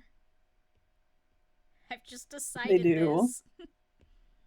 They do. They love her. Who doesn't love Zoe? It's Zoe. I forgot that we were like on stream and almost said something about Zoe and Davy that like y'all can't know about. Whoa. I did almost bring something up that had to do with Zeki's creatures in the Davy Lily AU that I also can't bring up. Oh, Davy, why do you have to be like this, man? Teehee. Here's something I will say about Zeki's or not Zeki, about Davy's mysterious backstory. Y'all are gonna be so mad when it finally comes up because it's not even good. It's not even anything good. It's I love it. You're all gonna be really Like mad at Davy and by extension me. Like that was it, man. Come on, what the fuck's wrong with you? I don't want to say too much about what it feels like, but it's like I don't there's something about it that makes me go, oh, ugh. Like I'm like clutching my pearls a little bit. Like, oh, and like that's the reaction that I have. And hopefully everyone else will have the reaction like that too. I hope so. Oh, I hope people find it as fun as I do. what? What? I the one little hint I'll give is that the main reason that it's like a quote unquote secret in villain coded is just cause Buck doesn't know. Like he just hasn't brought He any of never this up. asked. Yeah, Buck never asked. Minnie's not asking because she's 13. Yeah. White nose. White knows anything. White nose. Oh my god, the music again. Come on, man. That's also why we can barely talk about the Davy Lily AU. Yeah, because a lot of it is like their lives before all that happened. Teehee. The one thing I will say is that they were very cute when they were like dating. Oh, I love them so much. We should find things that we can post of them because they're really cute. They're really cute.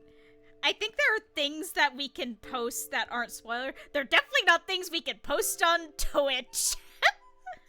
No. Those have to go on Blue Sky with explicit tags on them. Hey, if you're 18 plus and you don't mind that kind of shit, you can follow my Blue Sky if you want.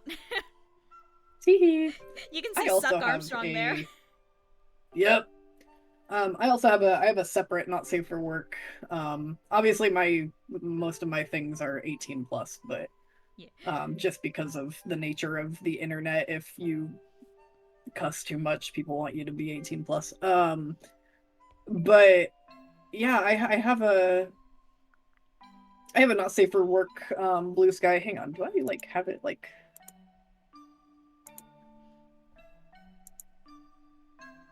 No, I don't.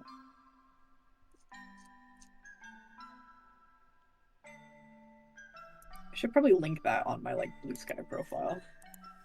Might as well. Ain't no secret. Yeah. It's you know, my URL is Strange Guts. My not safe for work is Strange Organs with a Z. Yeah. And I just tag stuff on my Blue Sky because having multiple accounts is a pain for me. So it's like, it hides it if you want to opt out. That's enough for me. Yeah. Yeah, it's a pain, but yeah. If you're already doing it, that's like whatever. I just personally don't have the patience for it. That's also why like I never had like a personal account on Twitch and probably won't if Blue Sky brings him over just because like that's a lot of work. Some of my following is pretty mean about my OCs, so and welcome. I'm keeping stuff a little bit separate just because, you know, I don't want the grief. Yeah, sometimes it's like what isn't more trouble than it's worth for me, you know? Yeah. I will not make a separate account for Heartbreak Gold Chart. I will never do that. Even though people have asked me to, I will not do that. Yeah, that's a pain. Yeah.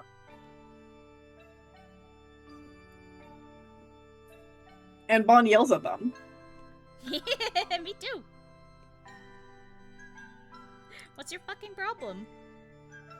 Don't be a dick to me, I'll talk shit about you in a group chat.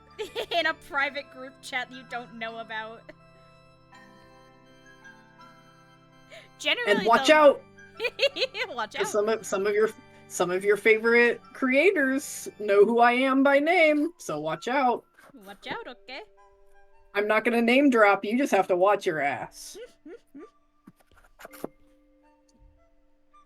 For real though, if you are creative on the internet, find a group of friends who are like a similar level of hater to you and are okay with you bitching to them, and that will save your fucking life. I love to bitch on the internet. Yeah. Cause like, genuinely, like, it's usually not a good look to like just like be mean to people online, even if they deserve it. But you can go to your friends who you trust and go, "Can you believe this bitch?" And they will all go, "Oh my god, yes!" And then you get the poison out of your system. Yeah. Like, I get when people want to do their clapbacks at haters in their inbox, but sometimes that's all an artist posts. And it's not very fun. Take that to a group chat where everyone can say whatever mean shit they want to. Sometimes I'll publicly reply. And that's when you really gotta watch out. That's when you know it's bad. That's when you know you fucked up. Yeah. I promised I wouldn't harp on this too much, and I will not. This will be the last I talk about it. But someone did leave a really rude comment on the last TUOYS stream, and I literally just, like, I wasn't even mean. Like, y'all know me. I literally just said something like, "Hey, you should consider if it's, like, useful or, like, helpful to say something like this, unlike something that means a lot to other people." And literally by the time I, like, went to complain about the comment after doing that, in the, like, 2 minutes or less, they had, like, panic deleted the comment. Because I refreshed the page and I'm like, "Oh my god, did you delete their comment?" And Puzz is like, "No, I didn't." Like, it hurt my feelings. I'll say that. it was a Hurt my thing to feelings do, a little and bit. like clearly the person realized it because as soon as they had any pushback, they deleted it. Yeah. But yeah, I don't know. Sometimes people get a little too comfortable on the internet and it sucks. That's a person you're talking to. Yeah.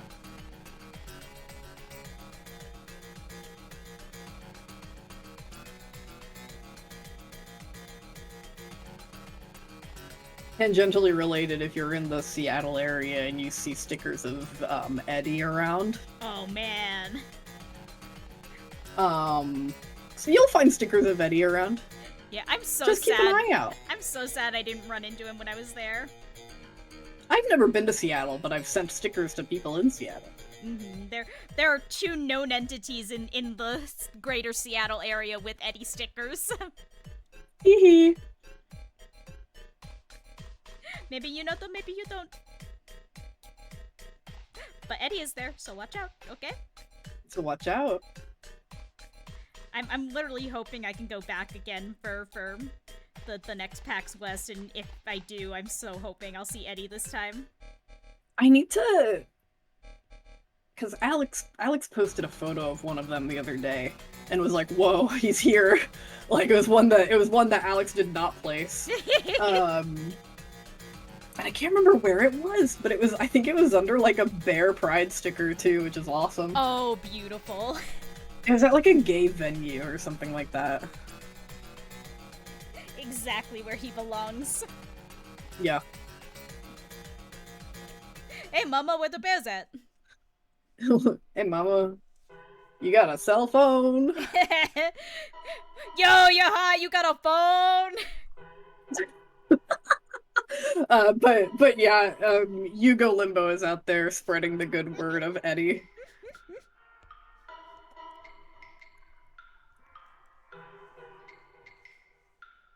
So watch out. And we love to see it. So watch out. I should figure out a spot I can put Eddie around town. It's my area's not as much like a sticker zone as Seattle, but I could probably find somewhere. I should just keep hell of a sentence I'm about to say. I should just keep some Eddies in my bag. Yes, I keep Eddies in my wallet. Good to do this, just in case. I really need to make like little stickers of the what the fuck is Heartbreak Gulch? Yes. Which you probably saw that in the PowerPoint earlier if you've stuck around for the 7 hours we've been streaming. And I made a parody of the Where the Heck is Waldrug famous bumper sticker that just says, what the fuck is Heartbreak Gulch? I'm enamored by the idea of putting those up, but specifically not having like a QR code or a website or anything. Neither does the wanted poster that Alex and Hugo have that they've been putting around Seattle. That doesn't have anything on it. It just has his outlaw name, like a description, and then his own personal phone number. You can call Eddie Ramirez if you want. He's got a phone. I got a phone. Hey, Mama, I've got a phone.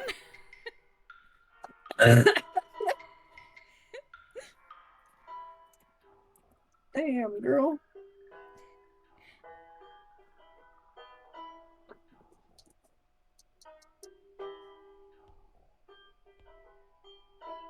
Damn, girl, you heard of phones?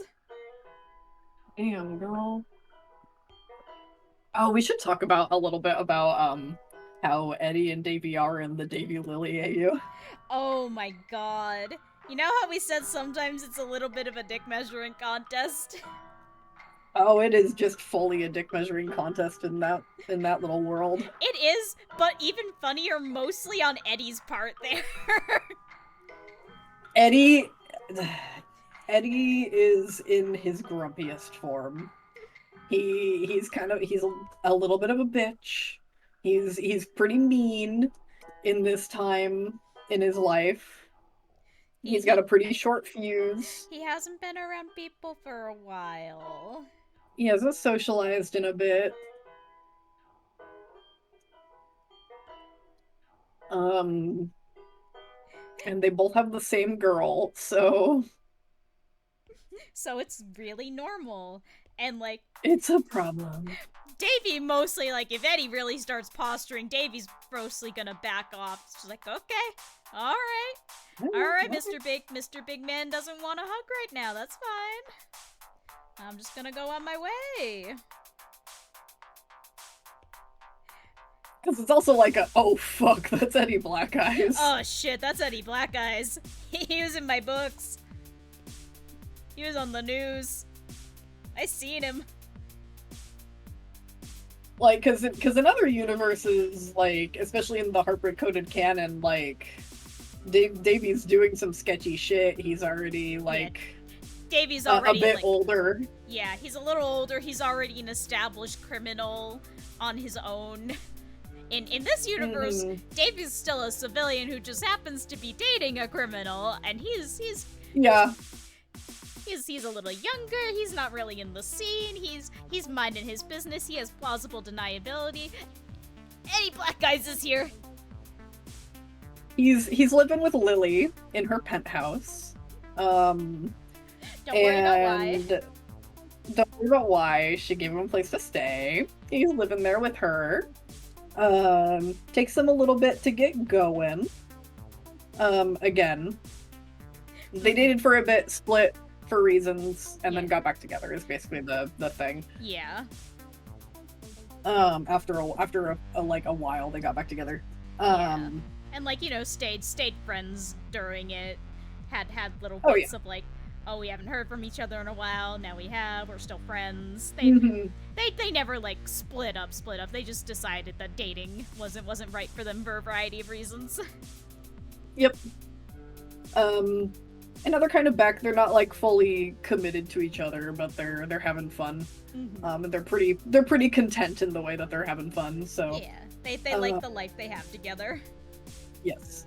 But Lily comes home one day, and it's like, I met a guy, and he's really cute, and you're gonna love this. You're going to flip your lid. Okay. So he's an android, first of all, which is exciting. You're never gonna guess who it is. It's somebody that you're gonna know the name of. You're never gonna guess. It's Eddie Black Eyes. And it's like, oh fuck, girl. Girl, that is awesome. That is scary. Are you sure this is a good idea? Girl, what the fuck? Girl, you fucking is nuts right now. Are you sure that's like safe? It's fine. It's fine. It's fine. It's fine. He's coming so over cute. like tomorrow. I wanted to let you know. He's gonna come over.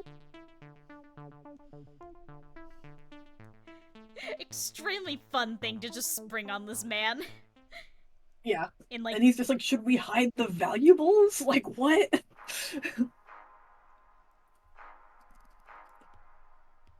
Do you want me to go? should I? Is this like my get out of here notice from you? You're like, no. No, oh my god. I want to see you two together. Please, please, please. Oh Davey, my God. please. You're gonna love him. He's so cute. And then under-socialized Eddie comes in. There's Eddie's like smash cut to the next day where Eddie is sitting across the room in a chair. He's wearing all black. He has his arms crossed. He is and he not is just blinked kind of, once. he is just staring at Davey. And like this Isn't he so sweet? This is fun for Eddie too, cause like I think at first he thinks this is Lily's pet homosexual. Yeah. And then he finds out he's sleeping with her. Yep.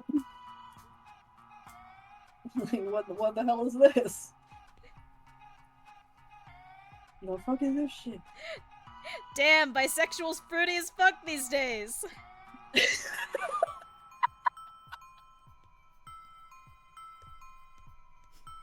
Oh my god. These bitches bisexual as fuck these days. Watch your girl.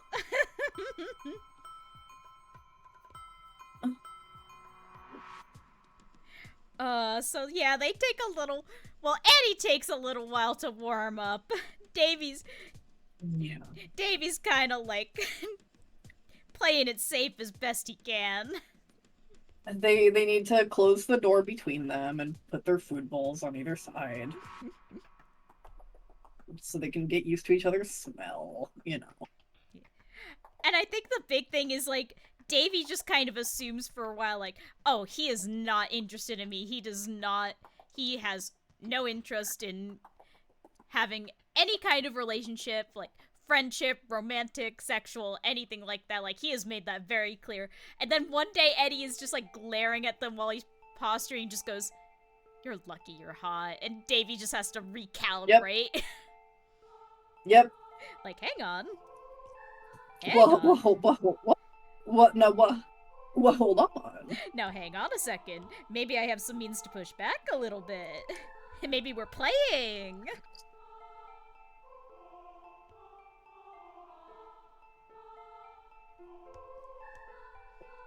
Well, now, hold on. How interesting.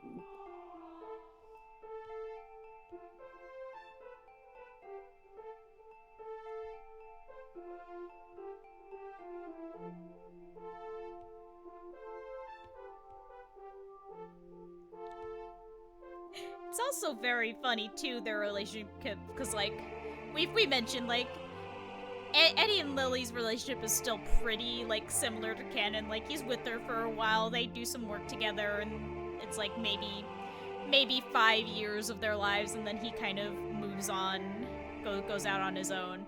And that's tough on him and Davy, too, because Davy feels a certain way about how they're treating their relationship, him and Lily.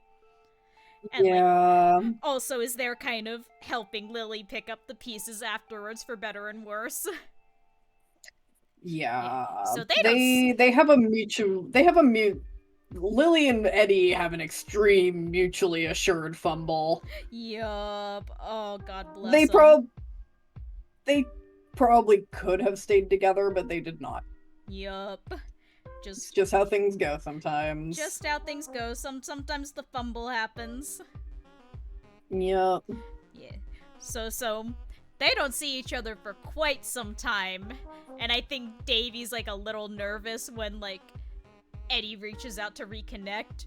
But Eddie's a very different person by then. Oh yeah. He's like all braced for Eddie to be like more aggressive than ever. Like they didn't part on like the best terms. He knows he didn't handle it super well. He was in his own feelings. He doesn't know if Eddie's still carrying that with him. He wouldn't blame him if he did. And Eddie's just like, oh my god, hey! Come here! You look hot! Look at you! You guys still have an open thing? Can I take you back to the room real quick? Yeah. What's going on? You wanna smoke a joint and see where the night goes? You put a ring on that woman yet?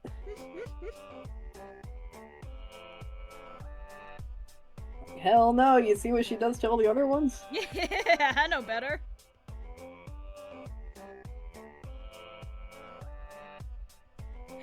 And, like, of course, Davy flips out because, like, the timeline we set out, like, at that point, Eddie has married Buck. Yep. So Davy's just like, what do you mean? What do you mean you're married? What the fuck, girl? You got Still? married.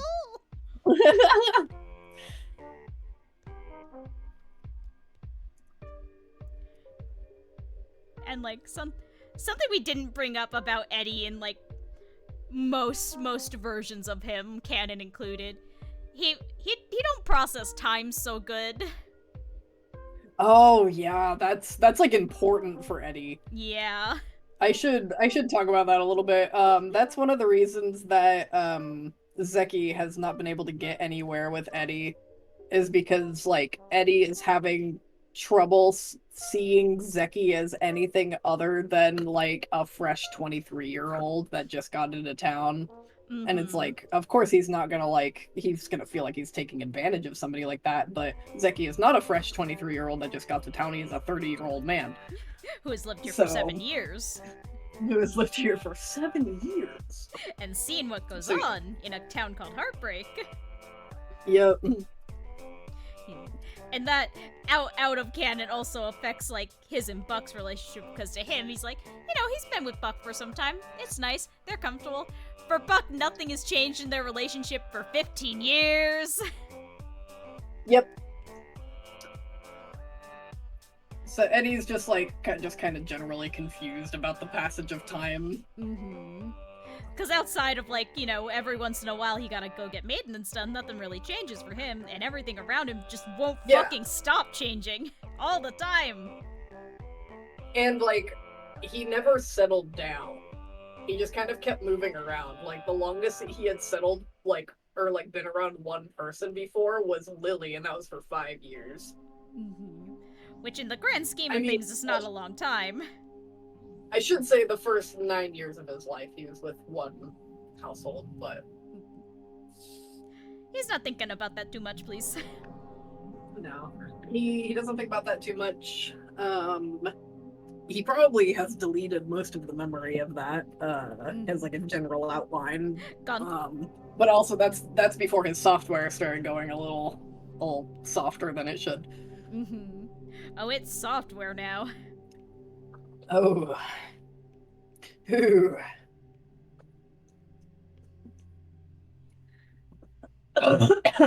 So yeah, that's another factor in general, but also here, like, yeah. I don't know if Eddie realizes, like, how old Davy and the people in Davy's life have gotten since he last saw him. Yeah. Yeah.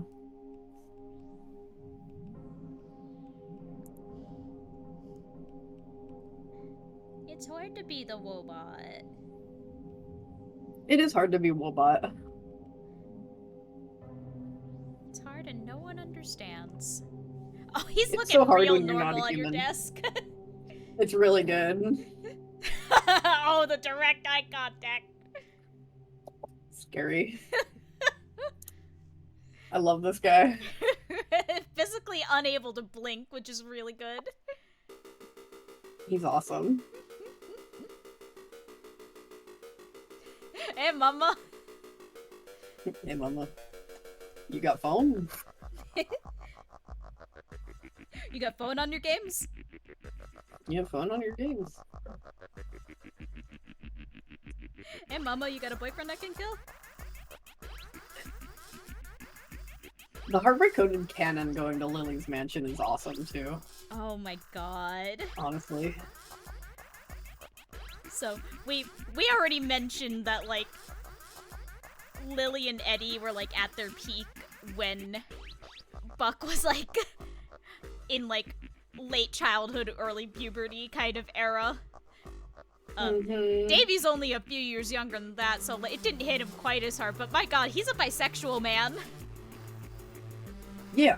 Oh yeah. He was seeing some stuff on the back of comic books and going, oh my god, there's gotta be a word for this. Whoa. He sees those people on the news and he's like, it's weird how much this is sticking with me. Yeah. I really remember those two for some reason. I think we did mention, and this was like a long time ago that we talked about this, but Eddie, like, just straight up saying to them one day, they're just like hanging out, and Eddie's like, you guys remember Corpse Flower? And he's like, yo, you guys are about the age. Do you remember Corpse Flower? And Buck's like, no. I mean, and not Zeki, Davy's like, God, yes! Oh my god, do I remember Corpse Flower? Oh, Yeah. of course I remember Corpse Flower. So going to Lily's mansion is very interesting for Davy. Oh, both of them have some struggles at Lily's mansion. For very different reasons. Yeah. Like, Davy's in the bisexual torment nexus. Buck is scared. Buck is really scared. I heard this lady kills people. This What lady if she kills kills people. us? She's very intense. She is looking at him a lot. She really keeps walking up super close to him. There are so many boys here. Oh my god, none of the boys have shirts on. I'm scared. What if I die here? I'm going to die here. I'm going to die here. Why is no one else concerned we're going to die here? Yep. Yep. Meanwhile, Davy is lying face down on a guest bed like, I would give anything to fuck my husband right now. I gotta do something with this man. Buck is so scared. He's so scared.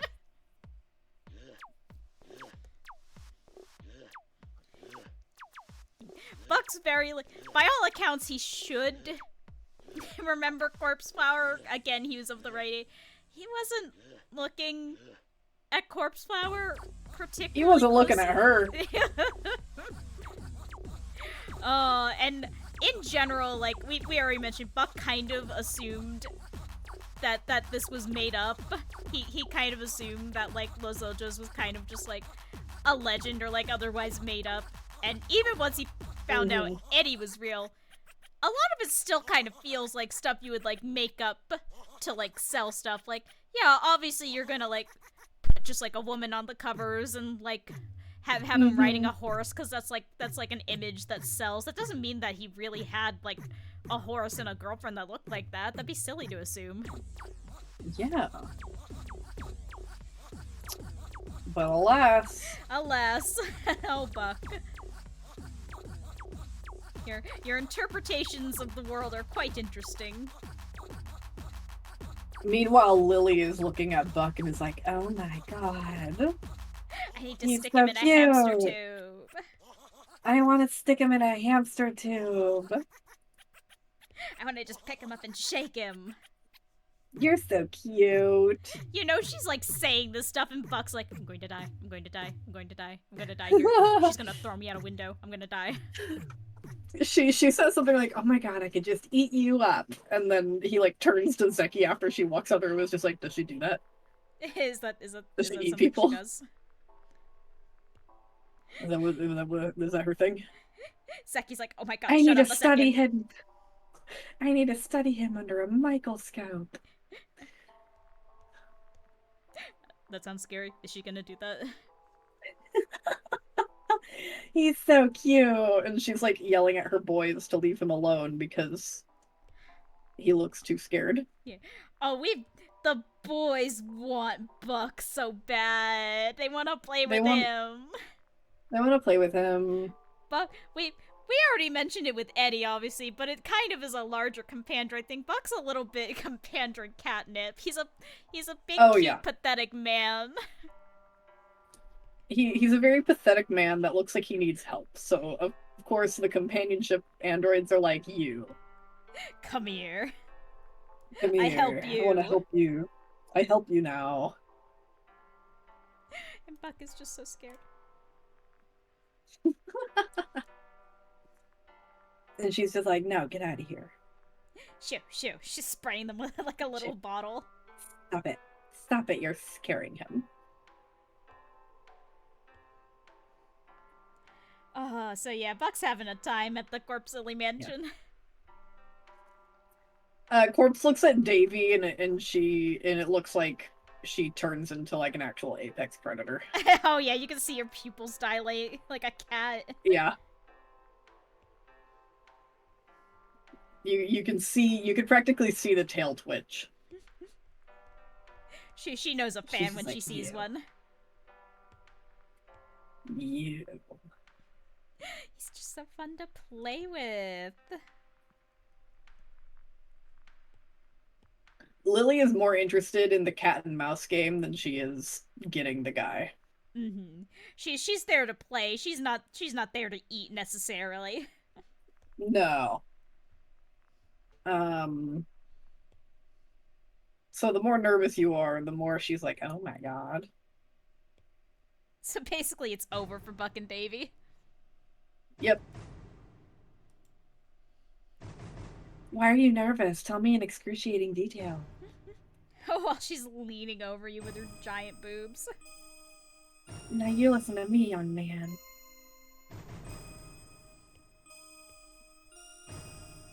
I keep thinking about them, like, all the Heartbreakers talking without her there, and, like, they're kind of talking about how hot she is, and Buck just doesn't get it. He's very confused. He's like, and Zeki's saying this, and he's like looking with such genuine confusion. Somebody saying something about her boobs, and he's just like, but they're clearly fake. And everyone's like, how dare you? What's wrong with you? There's no such thing as fake boobs. Eddie's gesturing to himself and looking so offended. Yeah, that's literally. I've been wanting to draw this. I'm just like, well, her boobs are clearly fake, and Eddie's like, Eddie grabs his own pecs and is like, oh. As a synthetic man with clearly synthetic boobs, and Davy going, boobs is boobs.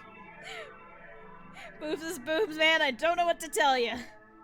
Boobs is boobs. Yeah, God forbid a woman do anything. And like Buck doesn't mean anything by it. He just genuinely does not understand. He's not one of those gay men that gets obsessed with women, unfortunately for him. He would be better off if he did. Yeah.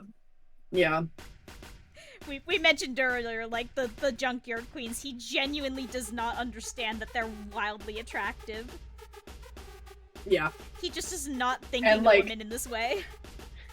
He can't look to the other gay man in the group either, Zeki, for any kind of help, because Zeki is like, yes, the mother plane has hit the Pentagon. We joked about that too. He says that, and Buck's like, your mother looks like that? My goodness. No. I wish. I wish she was my mother. That's another thing we goof about with Buck and Zeki a lot. Buck, because he's so, like, anxious and so closeted, he has not been, like, in the scene so much outside of, like, going to find hookups once in a while, which is the most nerve-wracking moment of his life every time. Cruising at leather bars, he's probably not gonna get the hot slang that the twink is saying. No. No. You don't get it. Which is just another thing for Zeki to eventually be a little disappointed in. Yeah. He can't even chat with his gay mentor bestie. Oh. This is why him and Davy need to become friends. Exactly. Davy is the fruit he's looking for. Yep. Tragic. And they will get there. Okay. We talked a lot about eventually Davy kind of like being like, okay, I'm gonna take you out to see some old friends.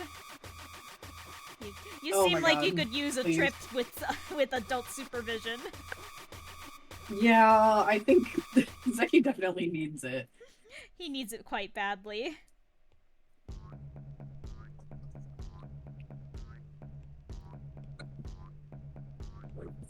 Zeki's unfortunately the kind of gay guy that's going out and kind of being harmful to himself.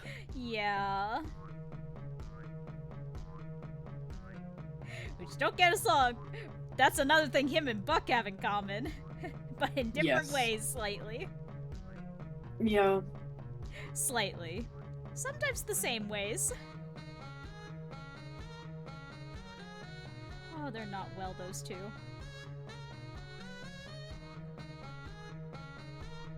Zeki, 30 of God's own years old, being like, I just learned about aftercare.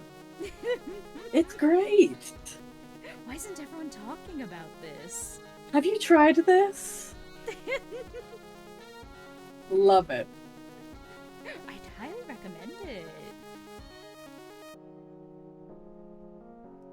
You know that empty feeling you get every time you have sex?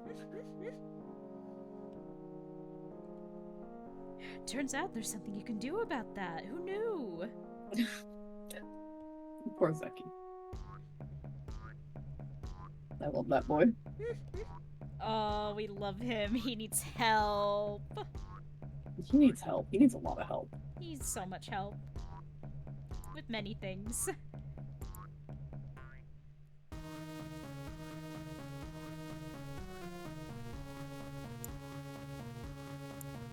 That is another fun aspect of Zeki and Buck's relationship.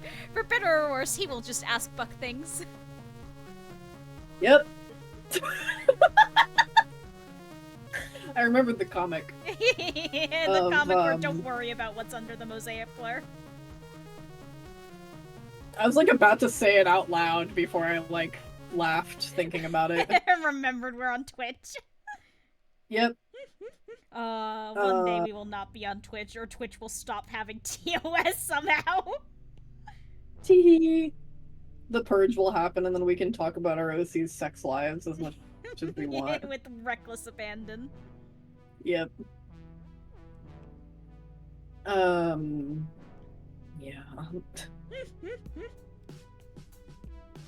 But he is asking like, these well, things of Buck. This man's been at it for a long time. He probably knows some things I can ask about. We have similar tastes, it seems. I can make some assumptions.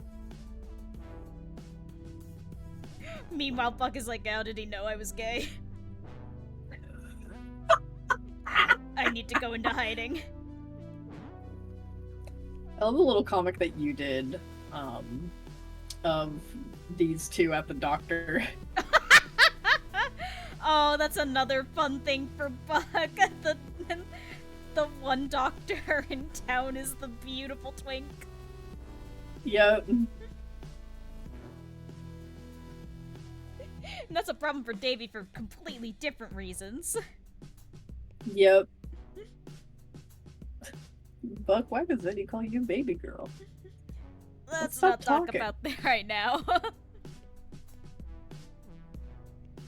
I think that was not Eddie, but that was one of the earliest, like, villain coded things I drew with I remember. Minnie.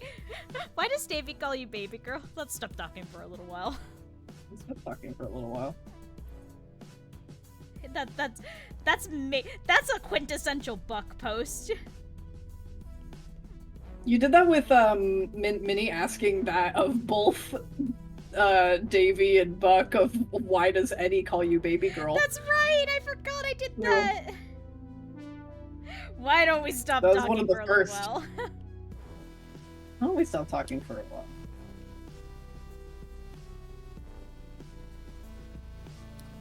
Why does the sheriff keep calling you guys baby girl?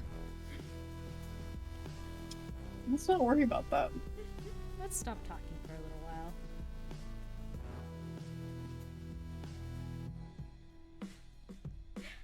I don't know if that's something I brought up explicitly in the intro is Buck is closeted to Minnie in canon. Like, Minnie is not an exception here. Nope. Like, Davy is technically closeted, but only in so much as Buck is, and if he was more open, he would have to admit, like, yes, I am dating Buck. Yeah. So it's by proxy. Zeki gets really mad about this. Oh, we did touch on that. We touched on that part. Mm-hmm. When talking about Heartbreak Coded, but yup. Zeki's a bit frustrated about it. That's a huge sore point for Zeki with them. Yeah.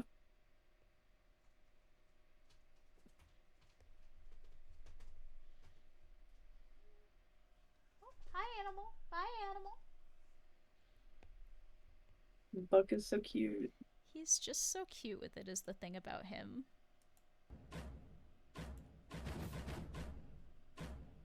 I don't have anything to show off. It's fine. At some point we should maybe wrap up.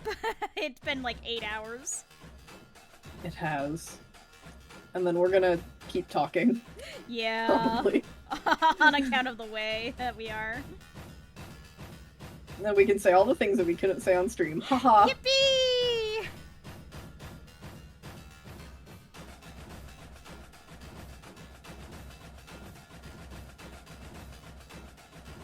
I hope you guys have had a fun time with toys, because I sure have. It's fun to play toys. I love these things. I hope you guys learned about Heartbreak Gulch. I hope you guys learned about it, and you love these horrible Cowboys forever.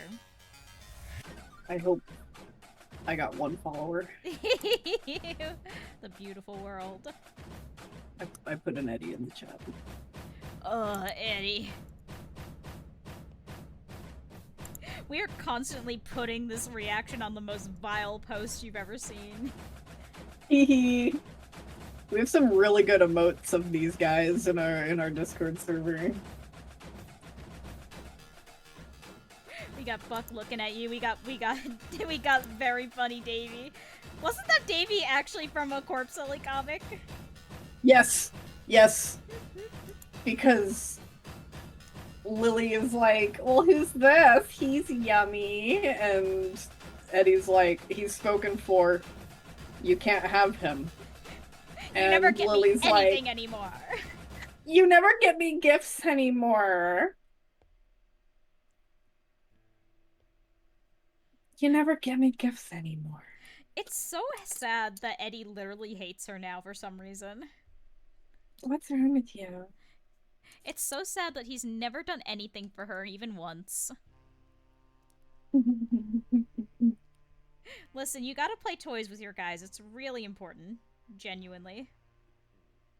Every once in a while I think about the bit where, like, literally shaking hands with Lily, Davy can barely do it.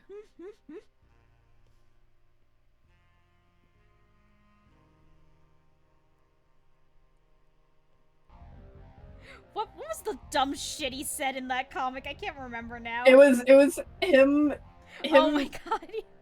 seeing her and like being in his head being like, dude, you're married, you're married, you're married. Like don't do anything, you're married, you're married, and then comes up and she's just like, my name's Lily, how are you? And he's like, hi, married to meet you. He's gonna put on a talent show. And she's just like, what?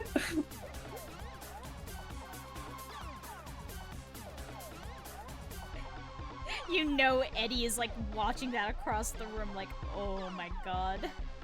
Yo, he's fumbling. He's fumbling so bad, this is hilarious. Eddie thinks it's the funniest thing ever. It's very funny because they are in a mutual state of never living it down after the mansion. Oh, yeah.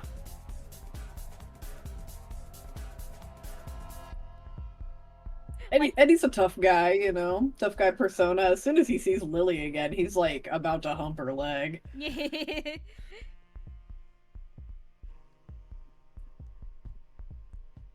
Eddie may get to see fumbling Davy, but Davy gets to see poorly domesticated Eddie.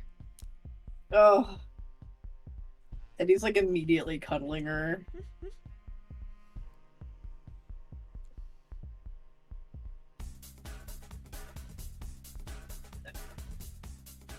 I just remembered the Eddie, or not Eddie, Davy catching Lily and Eddie saying I love you to each other. And Davy's like, oh, yo. Holy shit. Holy shit. That's crazy.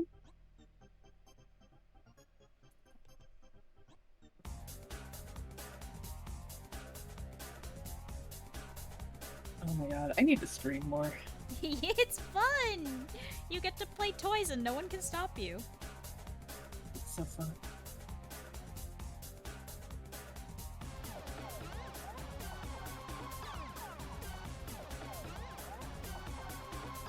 You can play the Lisa soundtrack for 8 hours and no one gets to say anything about it.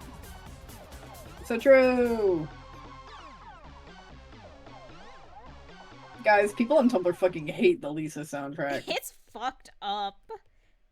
It's messed up. They can't handle it. I'm glad everyone was chill about it today. I was worried I was gonna have to shoot a hammer. It's so strange. Like, even Chop Kill Deluxe, which isn't even one of the stranger ones. No.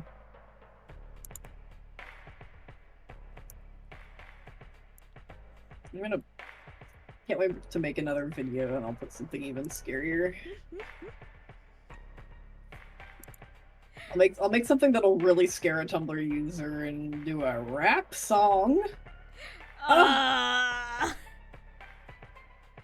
That's so scary. Why would you do that? You have to be careful. You'll get 500 messages about how it's not racist to hate rap music, actually. Yeah.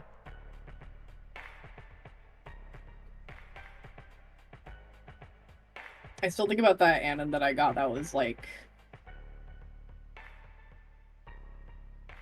oh, you're probably desensitized to how bad this music is. 'Cause you listen to it every day about 666 Kill Chop Deluxe. And it's like, and they were like, I'm not saying it's like bad. I'm just saying that it hurts my ears so much that I'm deaf now. And it's like, maybe like turn your speakers down. Yeah, this sounds like a problem that has not to do with the Lisa soundtrack. I think they were trying to like be like, okay, no, you're not quirky for thinking this song is good. Like that kind of attitude with me. Oh my god. Which is insane because I don't feel that way. It's not that it's really just not a that good weird. Song. It's really not that weird of a track. It's just like a lightly, not even that intense, just a lightly intense like club track. I think that if you people in chat like the Lisa soundtrack, this isn't like, I wouldn't call it like Lisa-like, but I think that if you like the Lisa soundtrack, you would also like this album. Go listen to General Patton versus the Executioners. I'm gonna type that in chat. It's a fucking good album. I still gotta listen to it soon. I should do that. I should do that Please this week while I'm working from home. YouTube has like a full video of like that's just like the entire album, like that's just like 45 minutes long.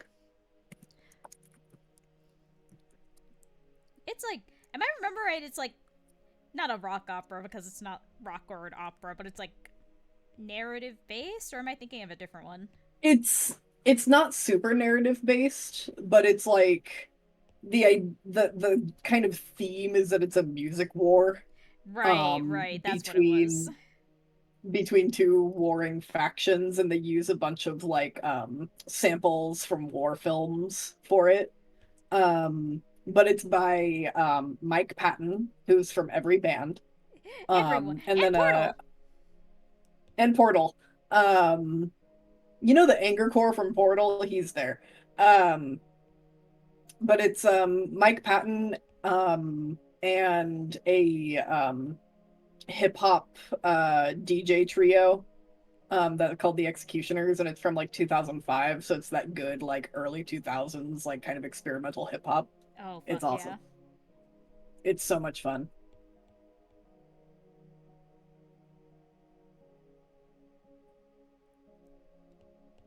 I think the thing that would really entice people to go listen to it is that they one of the samples that they use in a handful of tracks is like a cartoon springy boing noise. Great thing to hear awesome. in a rap album, I'm gonna be honest. They use it great. It's awesome. I need to go see like what the videos of their live shows looked like. Oh, I bet it goes crazy. Yeah.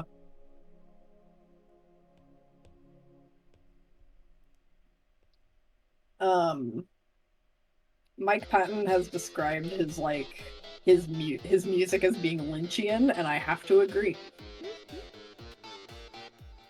Especially like Mr. Bungle and stuff. It's great.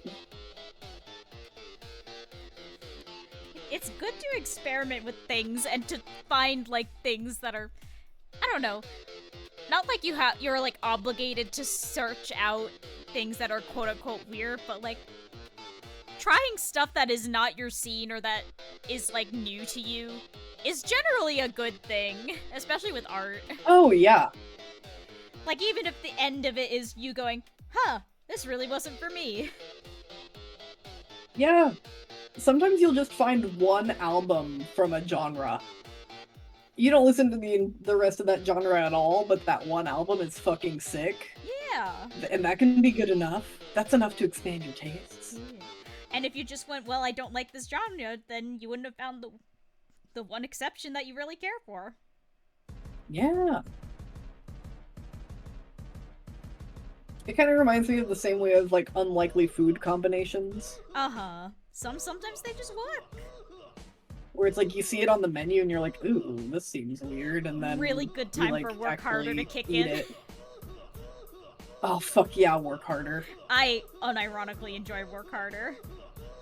Nobody has a that sense really of humor scares about work people. harder. It's fucked up. Yes. I used work harder in a video, and people were freaking out about it. I thought they were kind of pussies because they were still saying like, ew, it's scary. And it's like, you're strange. And people also like don't have a sense of humor. So they were like, wow, people listen to this on a regular basis. It's just like people don't realize that it's supposed to be a little silly. But it sounds awesome. It was on like a super stylized video of a devil doll. I don't know what Yeah. you want here. People are like, I really like the doll, but I really like this devil gimp smoking a cigarette that you made, but this music sample is just too much. This Shenmue sample in this music is fucked up. This is where I draw the line.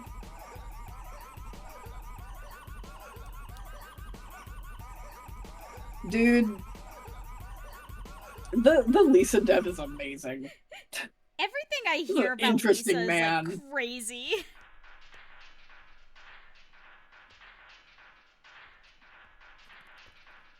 Long live Whittly Too Diddly. For real.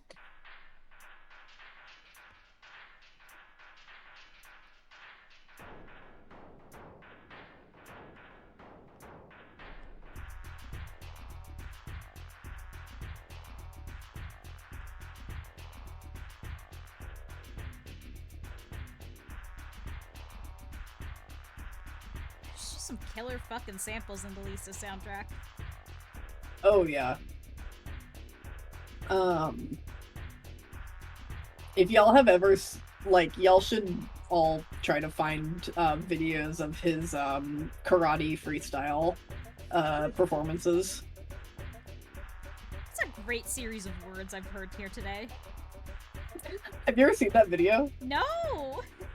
I'm gonna force you to watch it when we're done Literally streaming. send it to me. It's fucking sick. If I remember right, it has like a remix of Mambo No. 5, and he's like doing this sick like sword tricks. Holy shit. It's like the most go white boy go that you could ever achieve. It's stunning. Sometimes you do in fact have to give it up for the white boy. Yep. Ami when she decides she's finally okay with Buck. You gotta give it up for the white boy. And then the new white boy in town, Felix, shows up. You do not in fact have to give it up for the white boy. I'm not giving it up for this white boy. One was enough.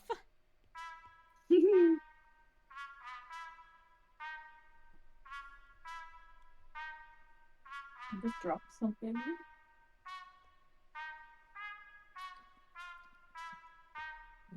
How you doing, chat?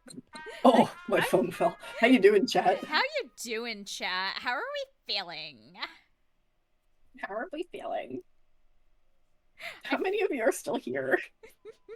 Do you want to actually know? No, I see the view count. I'm just wondering how many are actually, like... How many of you are active participants?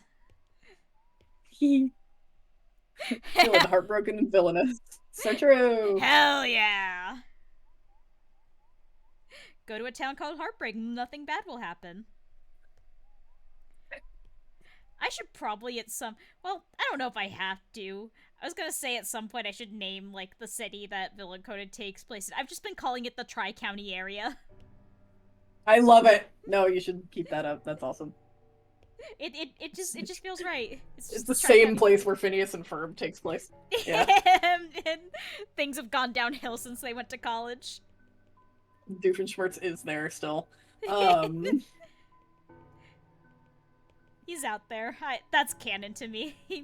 He's just like, I don't know what the fuck the rest of you are on about. This shit is scary. There's a thing going on.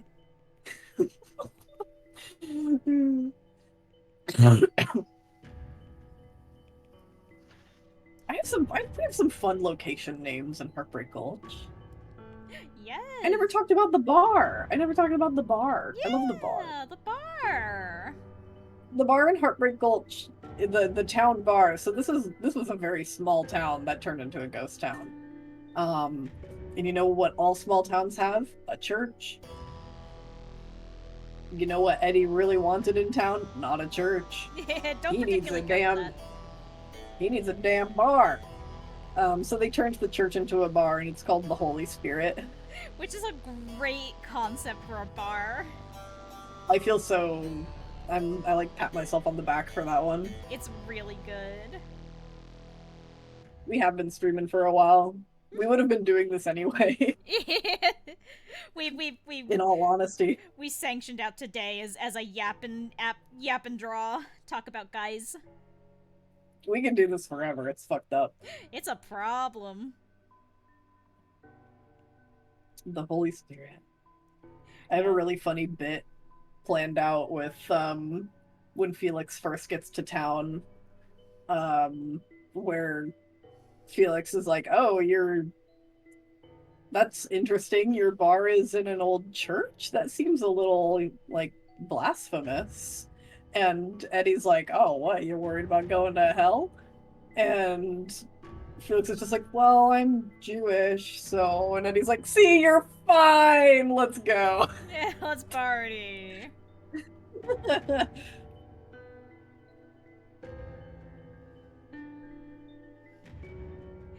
They did keep the confessionals, but not for the reason you think. The confessionals are private little rooms. There are many things you can do with this. They got like the where the altar was is like the stage now and stuff like that.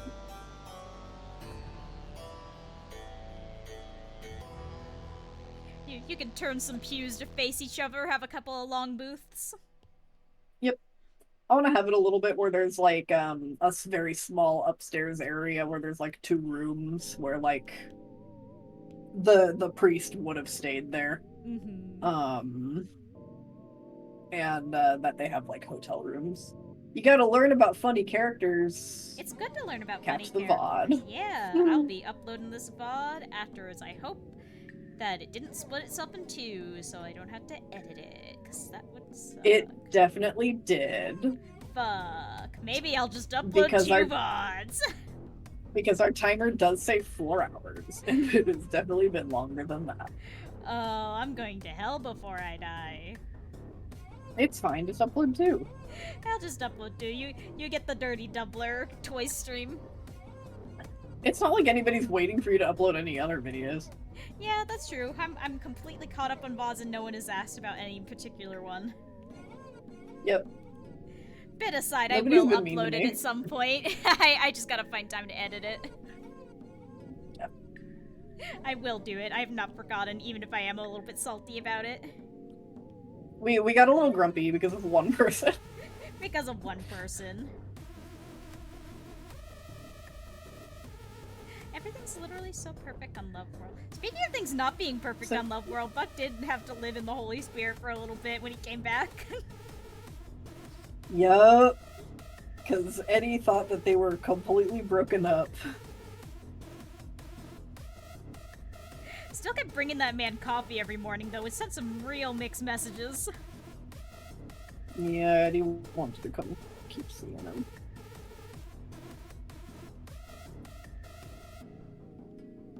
It's so sad. Poor Buck. He already is bad at talking to people, and now this is happening to him. Yeah.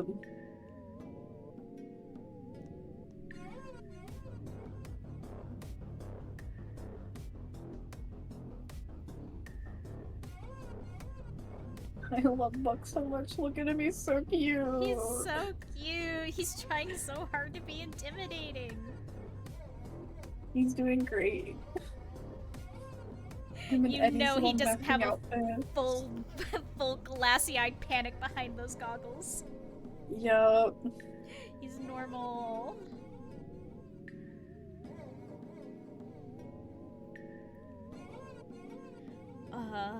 Using the Los Ojos trim was mean of me, but it is right. It looks good. It does look good is the thing. That's his dog. I should try to figure out how to make my own brush for that trim. Yes, it'll save you so much time. Yeah, I don't know how to do that. We'll figure it out. You use Procreate, right? I'm told it's pretty easy with Procreate. Yep. Yeah. I've never done it, but I've heard it's easy. We'll find out.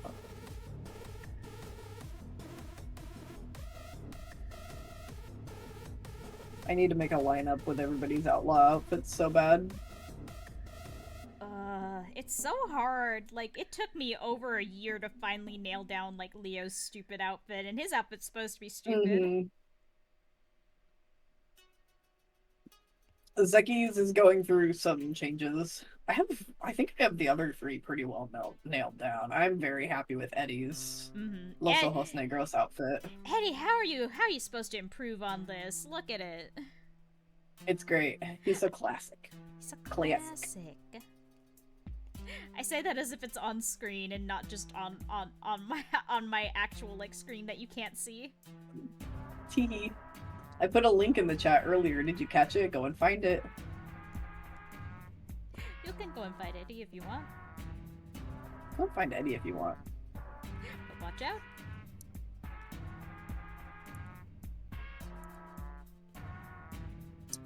If y'all don't know, something that's really cool with Blue Sky, if you mosey yourself on over to my Blue Sky profile, I have 2 hashtags in my bio. One is Heartbreak Gulch, the other is Art Doll. If you click on one of those tags, so I'm like clicking on Heartbreak Gulch right now, yeah, a little pop-up comes up that says see Heartbreak Gulch posts or see Heartbreak Gulch posts by user. And so you can go to my profile, hit that see hashtag Heartbreak Gulch post by user, and then just see all of my posts that I have tagged Heartbreak Gulch or Art Dolls. Or if you really hate this shit, which would be shocking because you're here, you can mute that tag just by clicking on it in my bio. I came to the 7-hour Heartbreak Gulch screen to get really mad about it. I want to meet the person that would mute my Art Doll tag, but keep the Heartbreak Gulch stuff. I believe in my heart that person exists. I think that person's awesome. Ew, what's these clowns? Show me the cowboy.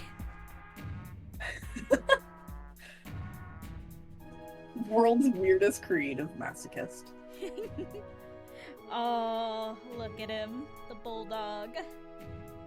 Oh, he's so good. Yes. Oh, I probably don't have it in me to do the other one. It's been yeah, dude. I will show off. It's time to watch Murder Cocomelon. It's time to watch Murder Cocomelon. I will show off Hellcat one more time though. Yes, Hellcat. Beautiful twink or beautiful drag king, you decide. You decide. We should get together like a gallery for next yes. time. We should do little comics readings. That'd be fun. Walking really through fun. the beautiful world. Maybe I'll finish the white I one love by to then. I love to do Zeki's voice. Oh, y'all. it's I love to do Zeki's. Zeki's, White's, and Lily's voices are my favorite to do. It's awesome. Hot dog. And Lily's great because Lily as a young woman is just a Valley girl, and Lily as an older woman is just Jennifer Coolidge. Oh, you're beautiful, Jennifer Coolidge. You should also stream Jennifer Coolidge soon. You guys want to watch me play Morrowind as a male Khajiit named Jennifer Coolidge? we were all so out of it that night when you started doing that. It was really fun. It was beautiful. I gotta go kill cave rats for the fighters kit. Oh, let me see if there's anyone we can raid. What a fucking stream, y'all. Thank you for tuning in. Synthetic Charm, please watch the VOD. Learn about the sillies. Learn about them. Learn about the boys whenever you want. Learn about them. I love them so much. I hope everyone learns today. You're gonna learn today. You're gonna learn today. Please, I'm so sick. Learn about. You guys want to see Wayne talk about every game he's ever played? Hell yeah. That sounds awesome. What is he doing? He's on backlog talking about every game he's ever played, apparently. He's been doing this for 6 hours. What's wrong with him? I was gonna say, I was about to say, they started streaming, like, shortly after us, so... Everyone please be nice to Wayne, please be polite. I'm sure y'all know the drill. Yeah, I imagine that between the two of us and Wayne Radio TV, there's a significant overlap of fans. Yes, probably. Uh, I can't think of a raid message that wouldn't be just, like, embarrassing, so... Yeah, I was gonna say hey mama, but I don't want to shout that at Wayne, actually. Hey, mama, you got a phone? Oh, no, don't do that. Yeah, no raid message. Just go have fun if you want. Be polite, be kind, follow the rules. I'm starting the raid. Yippee! Thank you very much for everyone who tuned in. I hope you had fun. I will upload the apparently 2 VODs as soon as I can, and we will play toys forever. You can't stop us. Yup. Go have fun. Bye bye. Bye. Go to Wayne. Go directly to Wayne. Where's my stop streaming button so I can start saying cusses again?